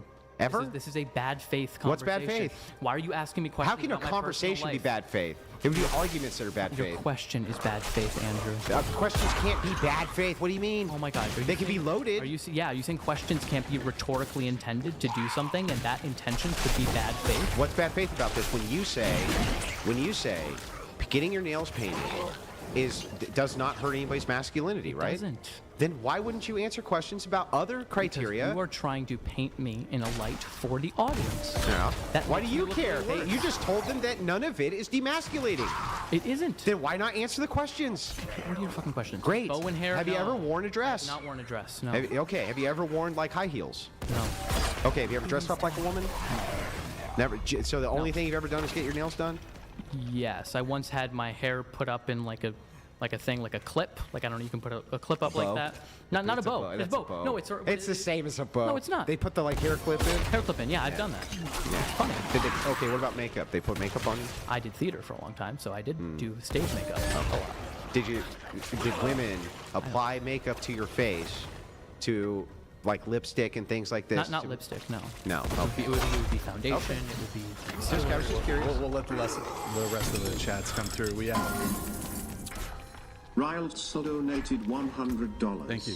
Oliver, your position appears to be that being born a male means you are inherently obligated to serve. It sure does. If you are born a female, you are entitled to be served by males. Is this fair? Correct. Your response, No, Oliver. I'll respond to this. It is not the case that is what I'm arguing. I'm saying that those who are stronger have an obligation to protect those who are weaker. I'm acknowledging that there is an overlap in who is stronger and who is weaker. An individual, Is it an overwhelming overlap? An individual man is not obligated to serve anyone. There should be no idea of service. There should be people partnering in a relationship. No, that's not what you said. What did I say? That if it is the case that a man is stronger than a woman, Serve? exact words were 1 second. ought. Protect is My brain is starting to slow No, it's down not. massively, You're dude. conflating two things. Whoa. How is that not service, bro? I'm getting old. How is that not service? Of all the things I can think of that are serving, Hold on. that is the one. Who are they serving then? At that point, they would be serving the interest of whoever it is they're They would protecting. be serving the interest of society because it is in the societal interest that those Is who it are also in the stronger- individual interest? Of course, it's Then in the you're individual, serving the it's in individual and society. Okay. You're serving everyone. So, in that you're sense. serving the individual, and it's going to mostly be Like men serving everyone. the individual, right? Men should protect other men So too. it's service. Yeah, men And should women are going to serve- primarily benefit from that service? and also be hurt by men. Yeah. So, But they're primarily going to benefit from the service. men too. I don't. But no, not men too. Men actually would primarily not benefit from the service, right? Okay. Right? No. Oliver? No? Oh, no? Okay. All right, next chat. Guys, if you want to get one in, we just have a few more, then we'll continue on with the discussion. Streamlabs.com/whatever if you want to get a message in. And just really quickly, because we have a few people via Venmo through Cash App. Whatever pod, Venmo, Cash App. Nafia, thank for the 20. Bert, thank for the 10. Thomas, thank for the 3. Those Why are blue, though? Instead of like, why didn't you do pink? Oh, are you talking about the nails? Move on, Andrew. I'm serious. Move like, on, if they did pink, that wouldn't be demasculating, right? No, it wouldn't. Move Okay. on. Into the mic. You just don't Move like on. pink? No, move on, Andrew. You don't This like is fucking pink? ridiculous. What's ridiculous Why are you about so it? focused on the color I painted my I was just nails? curious. I'm making friendly conversation. Uh-huh. I'm being nice. Simon, is that bad faith, Andrew? Answer me I'm honestly. being nice. Answer me honestly, is that bad faith? No, of course not. Uh-huh. I'm just You're curious why actually you trying chose to be blue. nice, yeah. Well, blue seems kind of masculine-ish. Like a more masculine color than pink. That's all. Do you want to ask me about my nails, Andrew? You want to? Have you ever painted your nails? You know, it's possible. Not like in a weird way, but like. What do you mean weird way, Brian? What do you mean weird way? I don't think what there's are you a weird trying to way. say? What are you trying to say? I'm asking Are you. Hold on. I'm asking you what you mean by Hey, the look, language you're hey, using. he's trying to debate me now. Look, I'm just the moderator. I'm just the host. I'm just here. asking. just the I host. was asking you a question. Look, I might have been, when you're in high school, some girl who has a crush on you, she's trying to, she's like, let me paint your nails. It might have happened. Okay. So Oliver, I feel a bit offended by Andrew's inquisition. Now you got the towards moderator on your side. Yeah, Does that now make you feel better? Definitely do by the not way, have the Andrew, moderator on my side. It's Team Oliver right now. Okay, let me let the chats through. We got Sit Wizard here. Saha_wizard donated $100. Why do you assume that the 10 plus people she slept with were any good? Maybe they were all bad. You would need to have her sleep with known guys who effed well to give her that knowledge. Most men are bad. Yeah, that's a good point. Wouldn't you want the sample selection size to be with men that you knew fucked really well? Because then that would be the best way for you to know that she had the comparative experience. I would want her to make the decisions of who she has sex with. I don't. Yeah, but you I could don't guide her. You No, could be I'm like, not. listen, Hold this on. guy I over want to here date has you. a reputation. I want to date you in 10 years. So just in those 10 years, I want you to fuck this person, this person, this person, this person. No, I'm not doing that. You don't have to do that. You can just be like, look, I have a lot of interest in you. Right? But I know that there's at least two guys who have a great reputation for fucking really well. No. Andrew, No? no. Okay. No, if I had an interest in the woman, I would want to date this woman. Yeah, but I mean, what if she doesn't have the right comparative? You know, I'm just saying. Yeah. By the way, I don't know what you're upset about. It's your view, dude. It's your view. Like, that's your view. No, it's why you just need to own your fucking view, dude. That's not my view. It is your view. No, your it's view not. is that you would rather have your chick certified pre-fucked because otherwise she might be missing out, Oliver. It's not missing out. I don't want someone who is in a vastly different life experience area than I am. I don't want someone So who is she loves so philosophy, but she's a virgin, Oliver. Okay. Tara, this is... Time out. It wouldn't... Andrew, you are assuming all else is equal. I am not 100% opposed to dating someone like that. But I'm saying that if that person has had sexual experiences, like I've had sexual experiences, then we're more on the same level. And that's what I want. Well, here's the thing that I reject, right? Okay. So I don't think... Did I for actually use instance, one? That if a man, right, like let's say he's had 100 women and then settles down with a virgin, right? Wouldn't that actually be comparatively like awesome? Because that would assure that he's better at sex from your view. What? Yeah, like if he had sex with a lot of women, he's probably better than if he had sex with only one woman. Right? Sure. Okay, so if that's the case, if he pounds a virgin, right, then you can assure that she's not really missing out on the experience because he's probably really good, right? So really, from your view, men should have sex with like 100 fucking women and then get a virgin because then all the experience is packaged into one. You're assuming one. The point was she knows what she likes, not that he's really good at sex. Don't you think that she's going to like a man who's really good at sex? Women are all different. Okay, they don't all have the same sexual desires. Yeah, but they're gonna definitely want a man who's good at sex. Sure. I don't. I would not want to date someone who was not in the same life experience as me. And maybe that's because when I think of people, Andrew, who are virgins, I think of people who are much younger. Sword and board, why not? Why? Because I don't look. This is like feels like the same argument of people who are like. What's wrong with dating someone much younger than you anyway? Hopefully, he gets my. Honestly, what's wrong with dating? Like, if you date an 18-year-old, what's the problem? Sweet. Date an 18-year-old? Yeah. At a different stage of life. So? What do you mean? Why do you have to be at the same stage of life to date someone? That's stupid. Because I think you should want to date someone who's on your level. Yeah, but people fall in love, have massively dissimilar interests, different IQs, different everything, and absolutely love each other. What's the fucking problem with that? I don't think there's a problem. This literally doubles my damage. Nuts. Do you think like men of your age dating women Why is it? who are Oh my god! like in if their he keeps late following, teens, even if it's legal, is weird? Why is it weird? That's quite the argument. Are you? Oh, wait, it's weird. Hold on. Weird. Are you arguing that there is nothing problematic whatsoever at all with how old are you? Like 50? Well, no, I'm younger than you, probably. How old are you? I'm 21. 22. Sorry. Oh, okay. That accounts for the stupidity. No. I'm 41. 41. You think nothing wrong with you if you wanted to go by UC Santa Barbara right now, and you know? So what would be wrong with me dating an 18-year-old woman who wanted to date me? Why would that be problematic? Why? What's strange about it? Because you are in different life experiences than she is. She is vastly. Do you think 41-year-old women are going to be like? Let's say I wanted children. Don't you think I should date younger if I wanted to have a lot of children? Date an 18-year-old to have children? Well, you're going to be able to give me the most amount of children, right? Okay.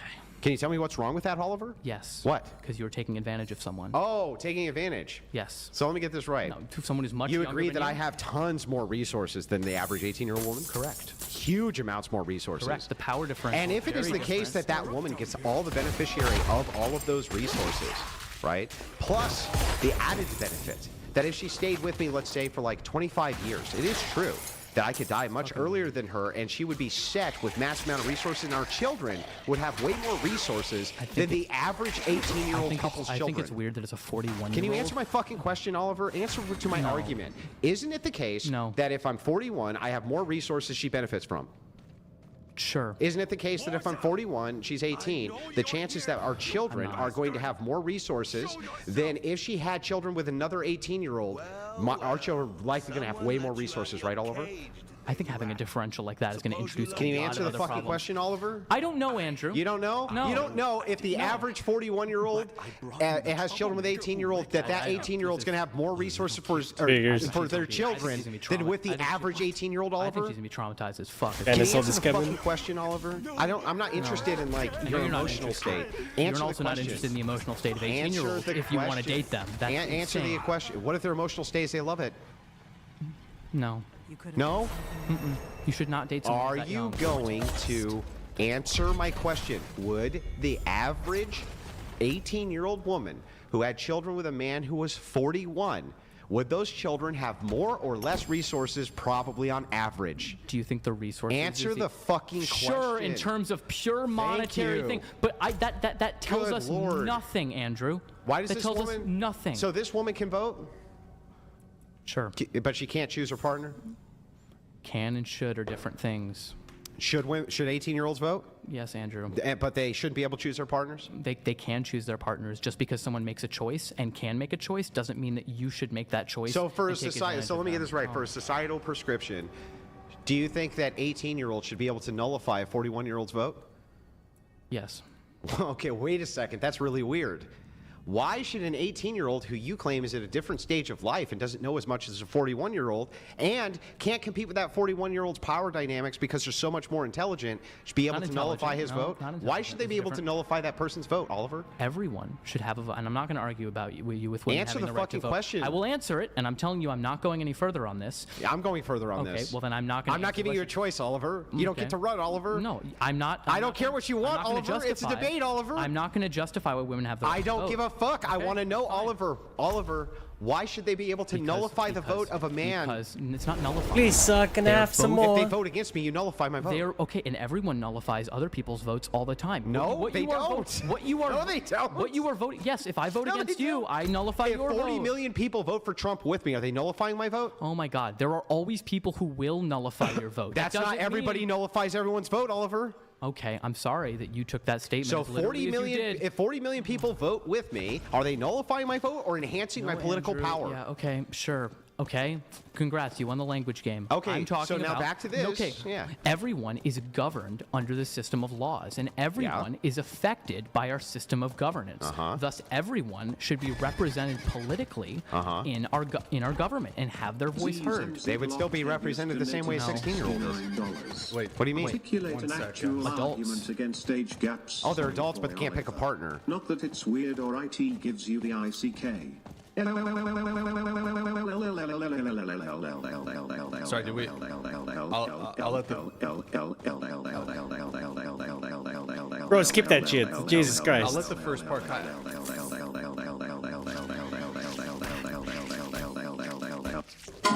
Okay, just let the beginning part. Octavius donated $69. Articulate an actual argument against age gaps, soy boy Oliver. Yeah, Not do that it. it's weird or IT gives you the ICK.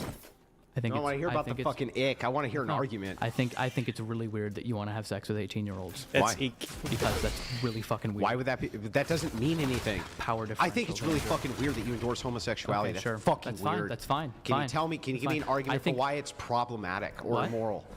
Can you do it or not, just Oliver? did it, Andrew. What is it? They are in a very different stage of life than you. Then why should they be able to vote against me? Because people are always in different stages of life and they're voting differently. What do you? I don't. How People does are this always in follow? different stages of How life does and they're it follow? dating Should each someone other. be able to spend money differently than you? Bro, he literally, in the same sentence, logically contradicted himself and had no fucking idea.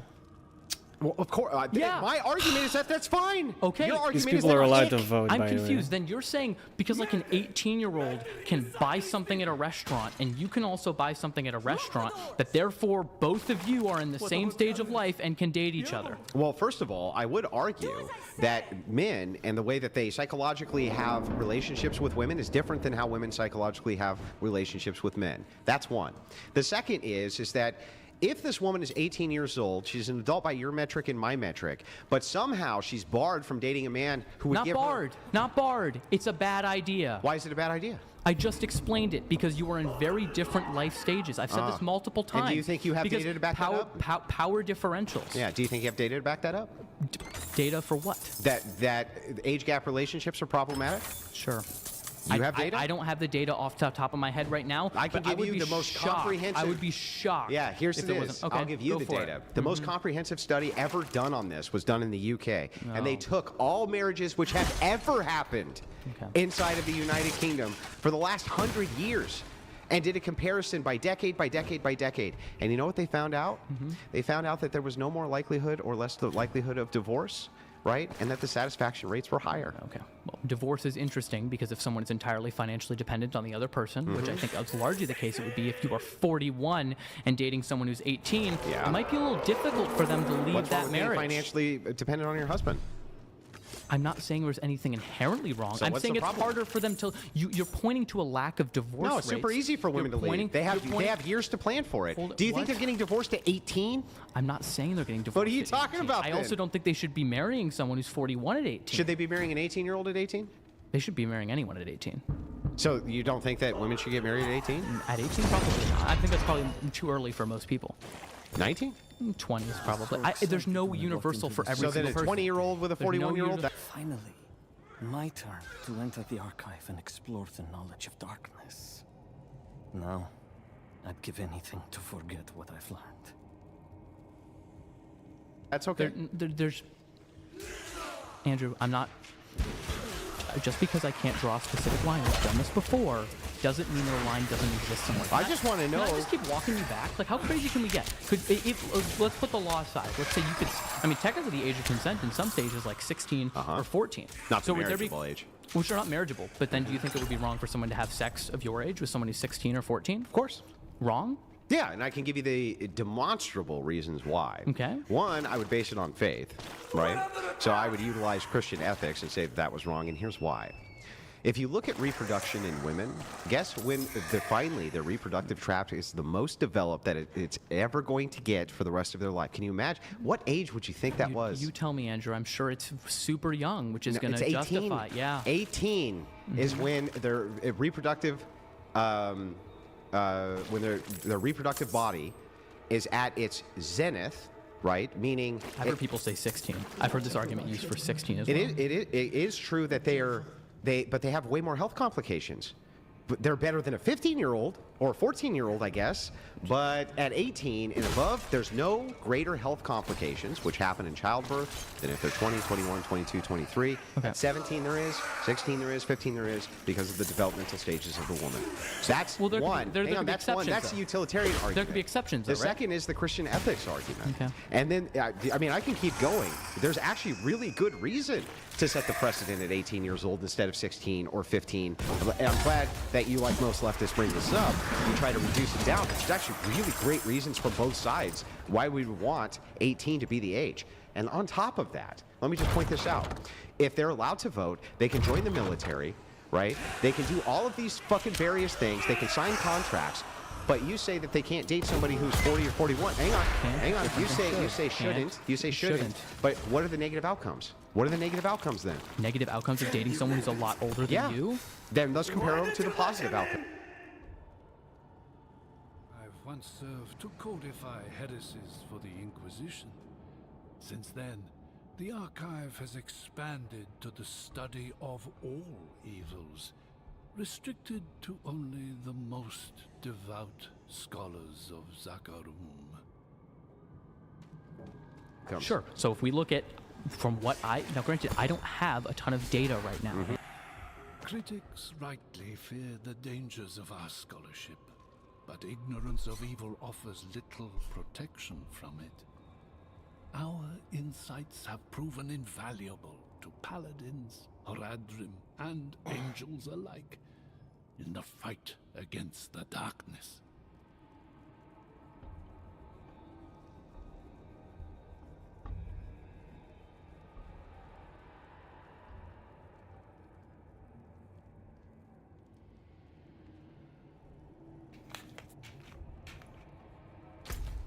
How many acts are there? 5? I don't even know.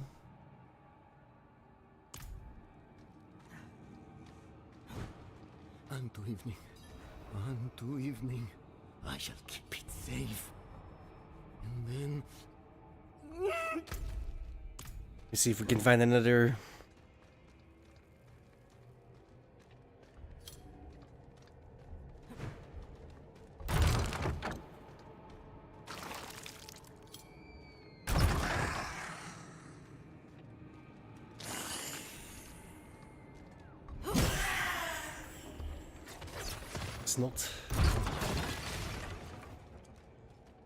Andrew, Andrew, so I'm not going to cite direct data. So what's the but negative it is very outcomes? easy for someone to get groomed in that type of relationship, in which someone is a lot older than them, and they are swooning over them, and they are completely blinded by everything. I can't say that. No, it's totally fine. Just for the sake of the conversation, though, can you just clarify grooming, just so we understand what does that mean? talking about? Sure, when you say I'm grooming. happy to do that. It's basically just this idea of when you're like emotionally priming someone, or you're going after someone who is much less emotionally developed than you are, for the sake of manipulating them, or being in a sense that you are much more developed than they are. Got it. And would you argue that men have trouble with displays of emotion, empathy, and various things like this?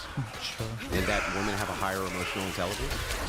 I don't think that's necessarily the case. I think in certain You don't cases think women have a higher emotional intelligence? I think largely they do, yeah. Okay, so then women who have the higher emotional intelligence and men who have a repressed emotion, if they're dating, hang on, I also if they're don't dating, think- no. isn't the woman in the Nice situation answer. of power here? Nice answer. I don't think that 41-year-old women should also date 18-year-old men. So I'm being consistent. Why not? Okay, I want to move on to something I don't else. care. I want to Okay, finish this. No, I'm not. I don't care. I want to finish it. Stop running, bro. I'm not gonna Stop fucking running. Stop running. You're right here having a debate about your views, especially when it comes on feminism. A big feminist talking point is that men are predatory if they're older men and they want to date younger women. That's a massive talking point. There's no way for you to run from it. Now justify the fucking view. It's fucking weird, dude. That doesn't mean shit. Is. Why don't you date a 41-year-old? You are 41. Why would you not date a 41-year-old? What if you want to have a bunch of kids?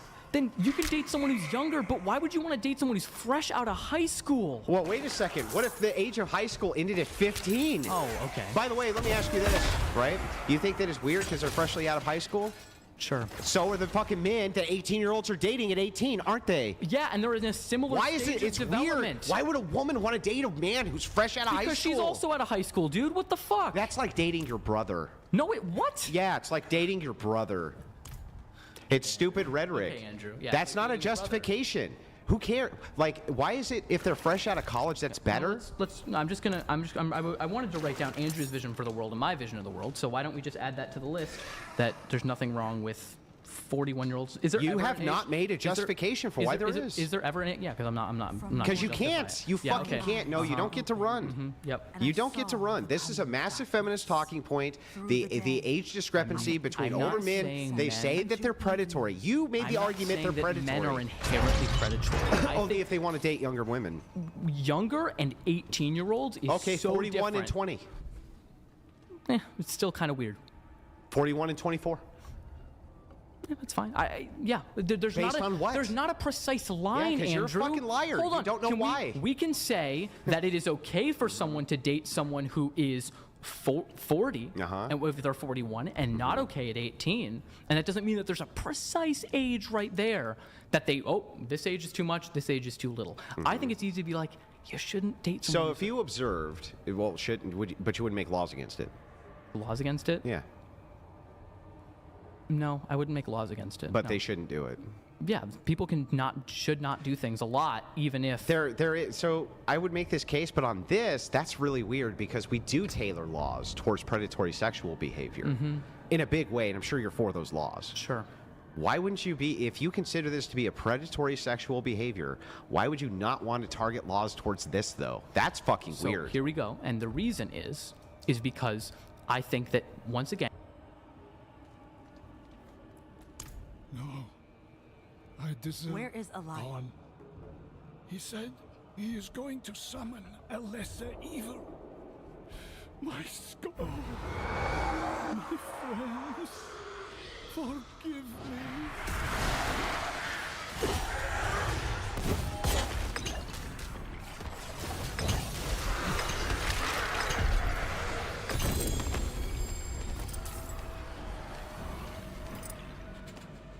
The whole of human knowledge shall be shared among the children of Lilith, and no secret shall be kept from them, and the liars and learned thieves of the world shall perish in their regret.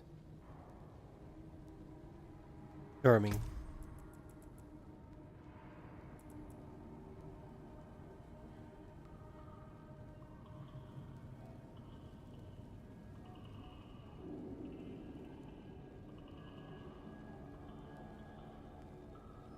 Oh lol.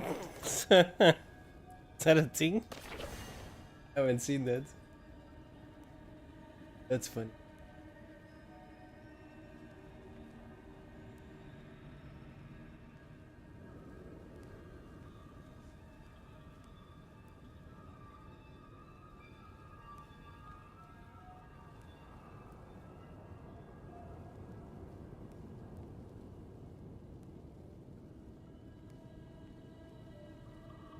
Yeah, I know. I get. I got the joke, right? I'm not that tired. Well, I am that tired, but I still got the joke. Excuse me. Wow. Bro, I'm playing hardcore. I've literally not even used the potion yet. I'm level 43. Paladin might get nerfed. I feel like there's a chance.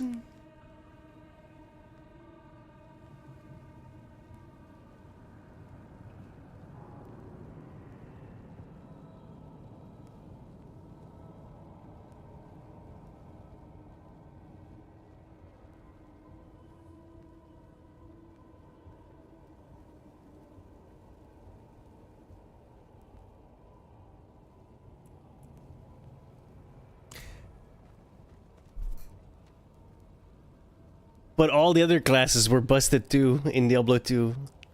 Unless you played like Druid, right? No, some builds in Druid were okay.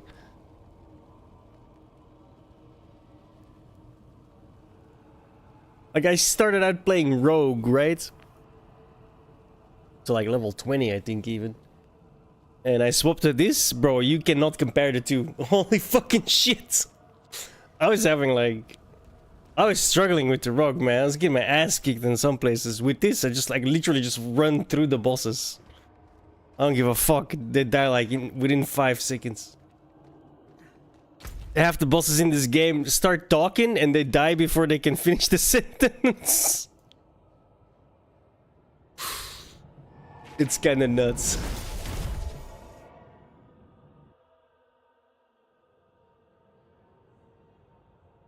Again, you can prioritize different Yeah, it's values definitely here. one I of think those. autonomy of women is fine. If an 18-year-old genuinely wants to marry someone Feels who's a lot like that at older, least. I think it's a bad decision. I think she's likely it's going to lead to a lot of negative emotional outcomes. It's great for me though, because again, hardcore, and there's no, oh, you died, go to softcore. No, no, if you die, Okay, you're no, gone. That actually doesn't track. Absolutely. So, when you're talking about you made the bold claim that it's weird, and it's the reason it's weird and bad is because you think that at least most of these relationships must be predatory. It has high potential for it. Not all of them are. I didn't say all. What does most mean? Yeah. You think most of them are? I think most of them can be. What other criteria would you have for most of this thing? Wait, hang on, which is sexually predatory. Hang on, sexually predatory shouldn't be outlawed? We have to draw the line somewhere, Andrew. So if you would like to say that maybe, actually, I've heard that before, that maybe you should raise the age of consent to like 21, or there should be like Romeo and Juliet laws, so that it does get higher, so that a 41-year-old couldn't date an 18-year-old. Would you be for that? I think in those cases, there's a good argument to be made there. Okay, can we? It was protecting that fool. Genma. This is Elias's work. But where is he? The answer lies in the stomach.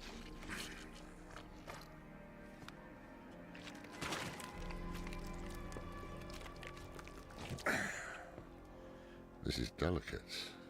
What the fuck? A soft noble's hand. Elias would have to feed this thing with more than fancy boots. That's someone's son. Or daughter. We should burn demons. This is wrong. This medallion bears the crest of the ruler of the royal house of Gulran. Former ruler. Obviously. That's enough, old man. The dead deserve respect. The dead deserve nothing when the living are in danger. Now Gulran has a new ruler, and we have Elias to thank for it. The dead may be worthless to you, but that medallion could bring peace to those still mourning. Fine. If we are to find Elias, then we must also travel to Gulran. Meet me there, and be swift about it. Oof. Disenfranchise 18-year-old women then? What do you mean disenfranchise? How Make are you... sure that between 18 and 21... Because I can't have sex with you, you can't vote. What the fuck, dude? Go to the wait a second. Isn't the justification for why they can't vote the same as why they can't have sex? No, because sex and voting are very Yeah, different. fuck that. People make There's like -2 here today, and I'm like, why shouldn't nope. adults be able to have sex with 16-year-olds? We going outside? Not Isn't it for today. the same reason a 16-year-old shouldn't vote. The hell with that. Oh, what? It's Do you not? think if a 16-year-old votes or doesn't vote, they're going to be deeply traumatized? Well, I mean, if enough 16-year-olds do, yeah. Yes, they could be. Absolutely. Do you think that parallels the harm of child abuse? Well, first of all, I'm not sure that, like, if a 19-year-old has sex with a 16-year-old, the 16-year-old is deeply traumatized, honestly. Okay. Do you think so? Do you think that, like... Yeah, not weird, really. huh? It's weird. I would say that that's, like... 19 and 16? Yeah, I'd say that's a little gross, but, Yeah. like, what about 1917? Yeah. Yeah, you don't really care, right? Yeah, there's always going to be a line here, and there's always so the different thing is, things. like, if that's the case, if you're like, they're 19 years old and 17 years old, right? Mm-hmm. And that's still predatory behavior from your view. No. I don't think necessarily it is. But I think, it should stay illegal. No, I didn't say that. It should be legal. 19 and 17. There are some Romeo and Juliet laws that I would say I'm in favor of. How 19 is the and 17? one-year displacement then from 16 to 17? That is stupid. What do you mean? Like, if you give the displacement, you're like, at 17 years old to 19 years old, that's too much, but at 16, it's Andrew, not. That is fucking. of course, that's these dumb. are. Of course, there's going to be an arbitrary distinction. I'm not But I saying mean, there can't be an arbitrary. that's super arbitrary. I think 2 years in that age gap is as large as you should go. Yeah. So I mean, but the question here still remains, right? What about 35 and 18? But I think that's so weird because then 20 and 17 is probably just fine, right? Like, why not 19 and 16 then?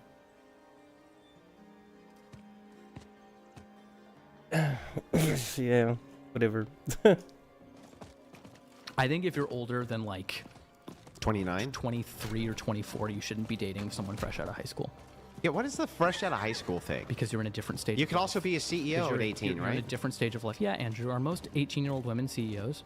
Yeah, are most 18-year-old women dating 35-year-old men? No, and they shouldn't be. Yeah, but the thing is like when it comes to attraction, right? Most people are generally attracted and meet people within their same demographics and groups. That is the case with all dating. Sure. So if it's the case that this woman is seeking older men, right? If she's seeking them, what's the problem?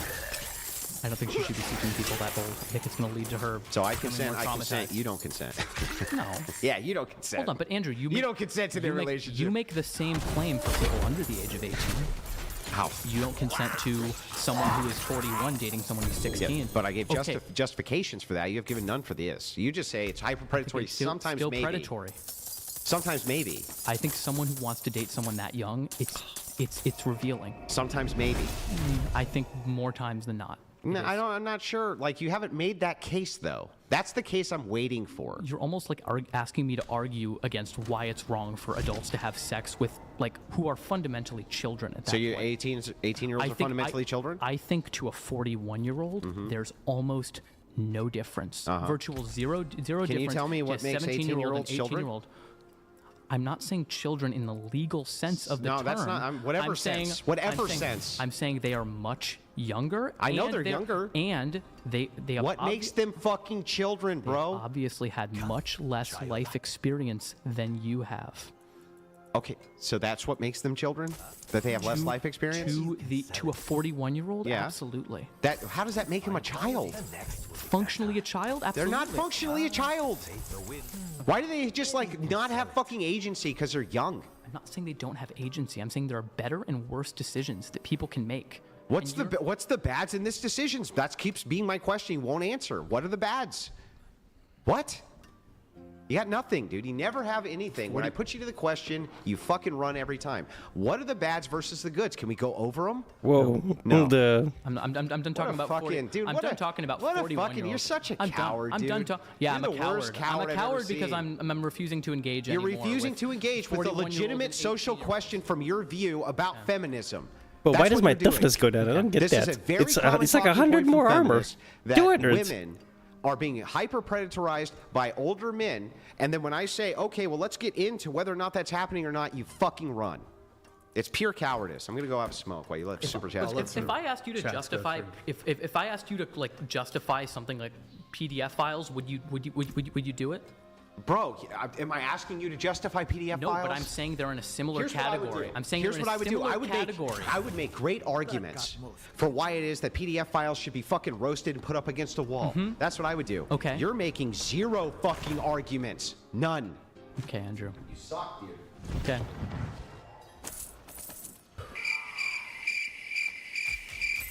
All right, we're gonna read a couple of chats there. Andrew's just going out for a brief smoke break. All right, guys, if you want to get some messages in, we've lowered the TTS, $69 TTS. If you want to get a message in, that's streamlabs.com/whatever. Or read TTS. We'll do various breaks to get those through. All right, so since Andrew's gone, I'm going to try to do the ones that are just kind of asking you questions, Oliver. We have, let's see. Here, we got Shaw here. This is for you, Oliver, if you want to.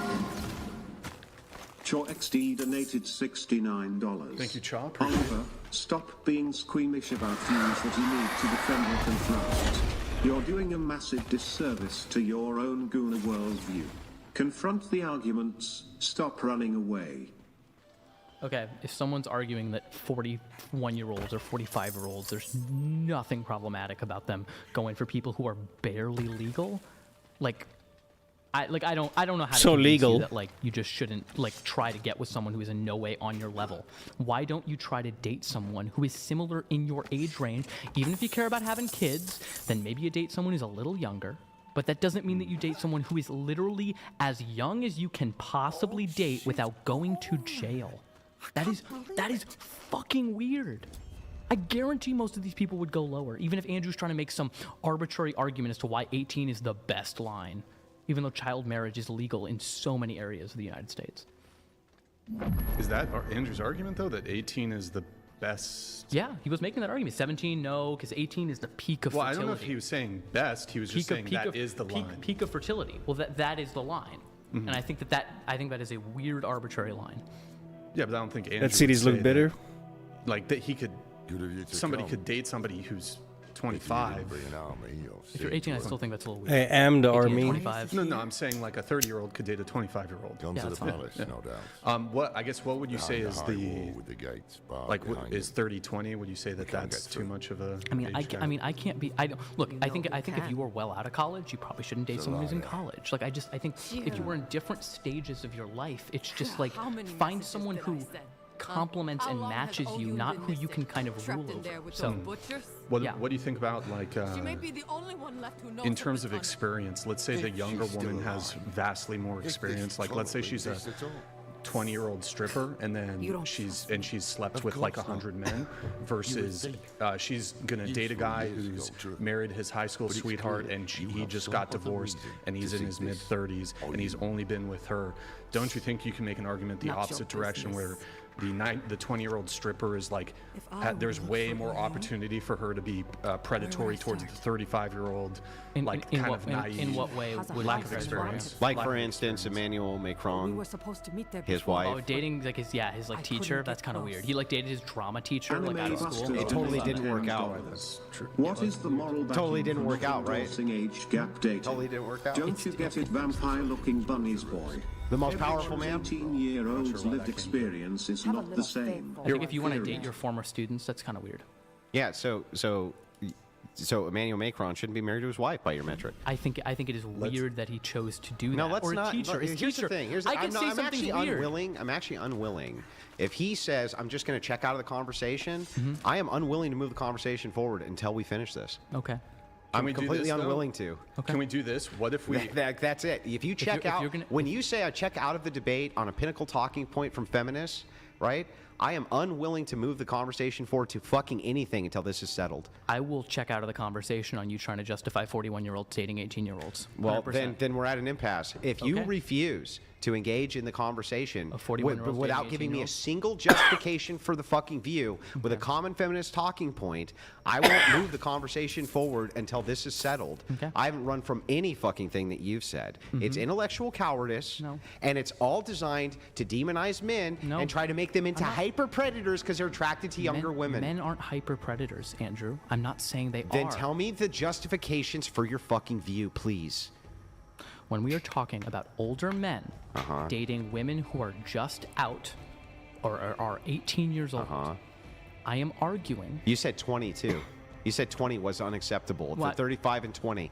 They're not fresh out of high school 35 then. and 35 and 20. I don't think you should date someone who's like, if you're not in college, I don't think you should be dating someone who is like in college. If you're working, so it's not high school. So you're fucking lying. No, you're I'm not. such a disingenuous How? liar. 18 because is high school. It's not fresh out of 18 fucking high is school. high school. You're saying that you don't think you're out 18 of is high college. You school. should date people in college either. Probably not. So you're just lying. The view still is that men are predatory. They're not inherently.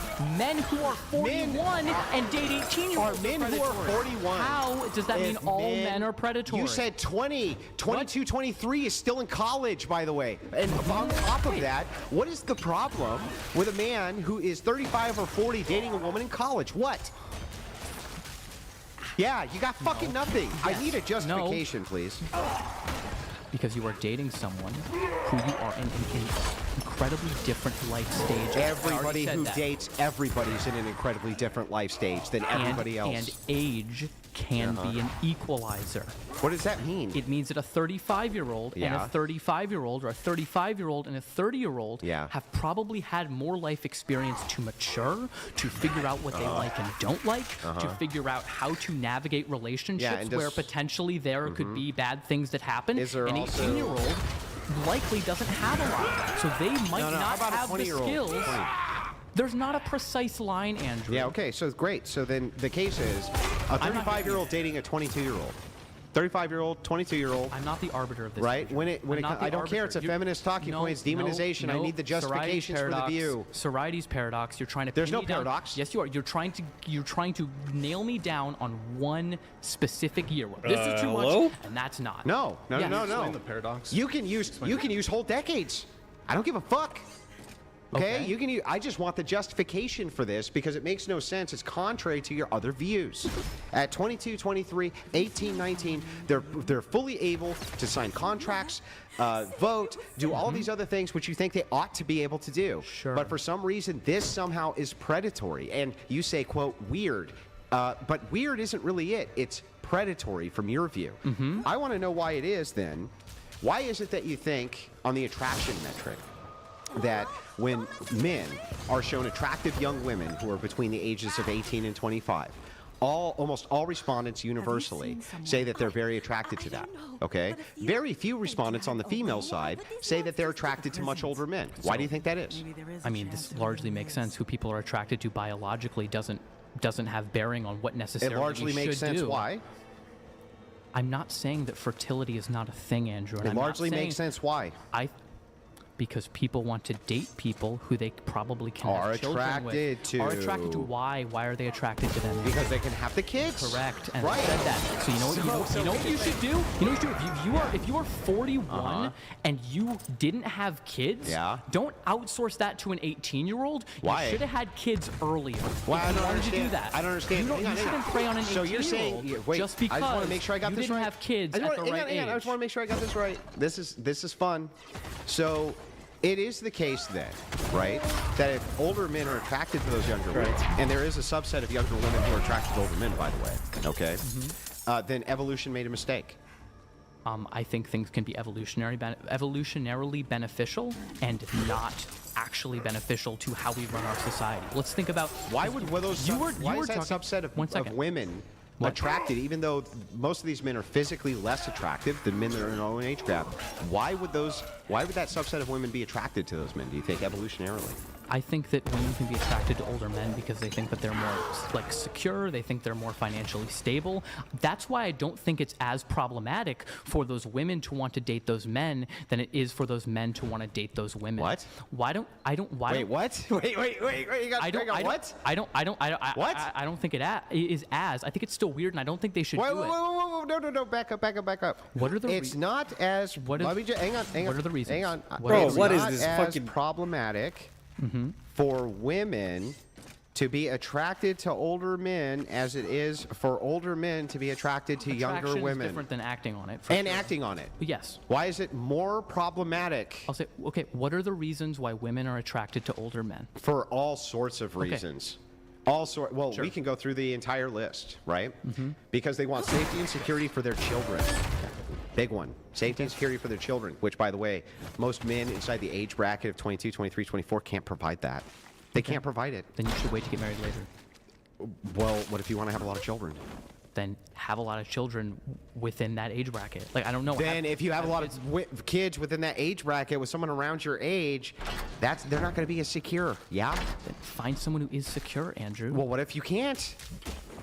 Then What I if the case is that most, do you think that most men at 24, like if a woman wants to have 6 kids and make sure they're all secure, do you think that there's like a huge market for 20-year-old men who want that? 20-year-old men who want that? Yeah. Probably not 20-year-olds. 24. 24. 24? Yeah. Yeah, probably. No, there's not. How? That's such bull, because we can look at the polling data for men and see what they want at these ages. 22, 23, 24. They're still in like playing the field mode. They're still in college themselves. Sure. Right? They haven't even established a fucking career. They're not thinking about how do I support 6 children yet. Fucking map. Right? Doesn't that follow? Doesn't I that don't the think dog? that therefore that justifies older men It's just dating bugged. really Yeah, young but what girls. if it is the case that there's a subset of women, and there obviously is, that are attracted to older men, and one of the major reasons they're attracted to those older men is because they want security and safety for their children, and they know they have high access to resources through that man and security and protection. And men in their own age peer group cannot almost ever provide that. Okay, why do men want to date younger women then? Because they want also to have a vessel for which to reproduce many children. And the attractiveness level is high because of that. Okay. Yeah. And you're reducing women to vessels then? No, I didn't. What did I say? I gave 2 criteria. You said that men are attracted to younger women because they You don't date people you're not attracted to, right? Of course. So I if think their attraction level is really high to a younger woman, and that woman can provide a lot of kids, it seems like it seems really beneficial to me that in a society, if there are a subset of younger women who are attracted to older men, and there's older women who are attracted to those younger women, and those younger women can give them many children, and those men can take care of them, that seems super fucking beneficial to me, to society. If you only care about having children and being physically attracted to the person you're married. Both are physically attracted to each other. No, but fine. But so the only things you care about in a marriage or something like that is whether you're physically attracted to the person and whether they can bear you children. I think without the first component of attraction, there's no relationship anyway. For sure. Okay, so that's going to be the most important criteria is attraction. Absent attraction, there's no fucking relationship. Okay. You agree with that? Yeah, probably. Okay, so both these people are attracted. So the major building block, which is their attraction, is there.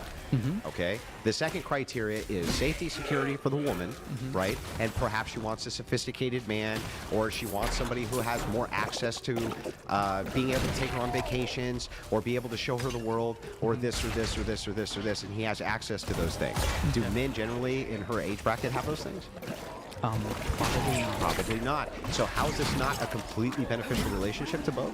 Because I don't think this bears out like you are claiming that it does.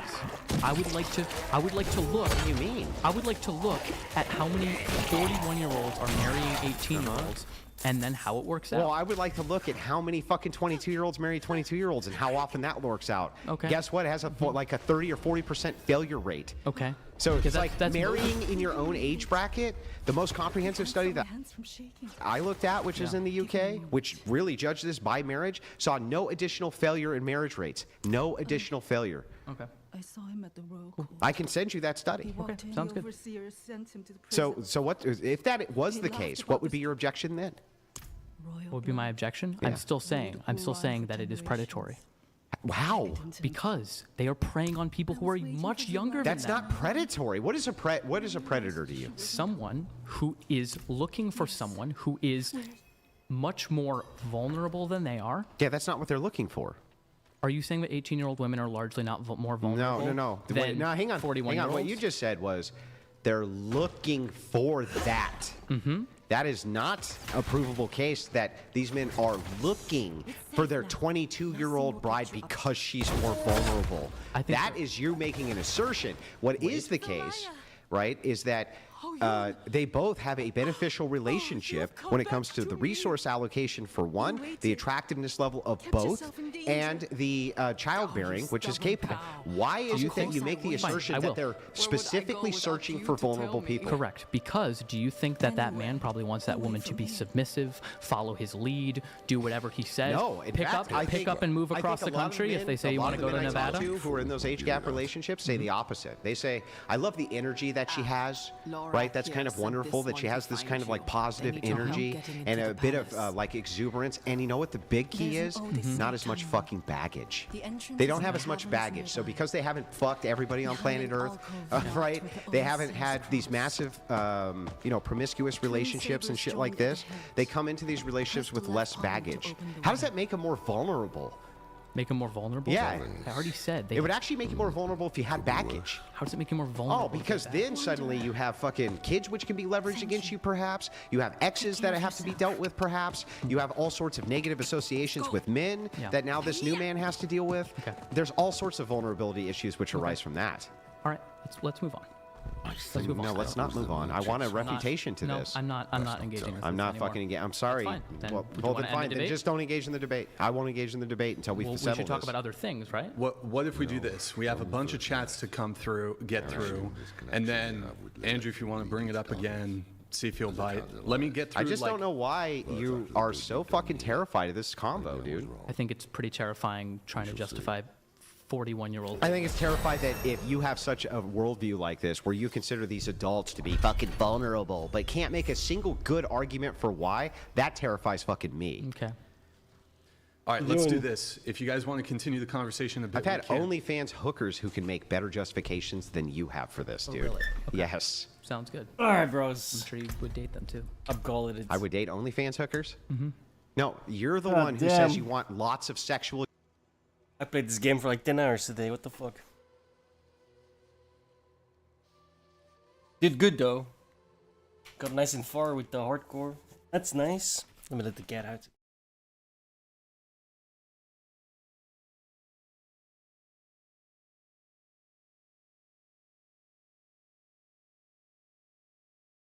But I woke up really early, so my brain is just completely shut down.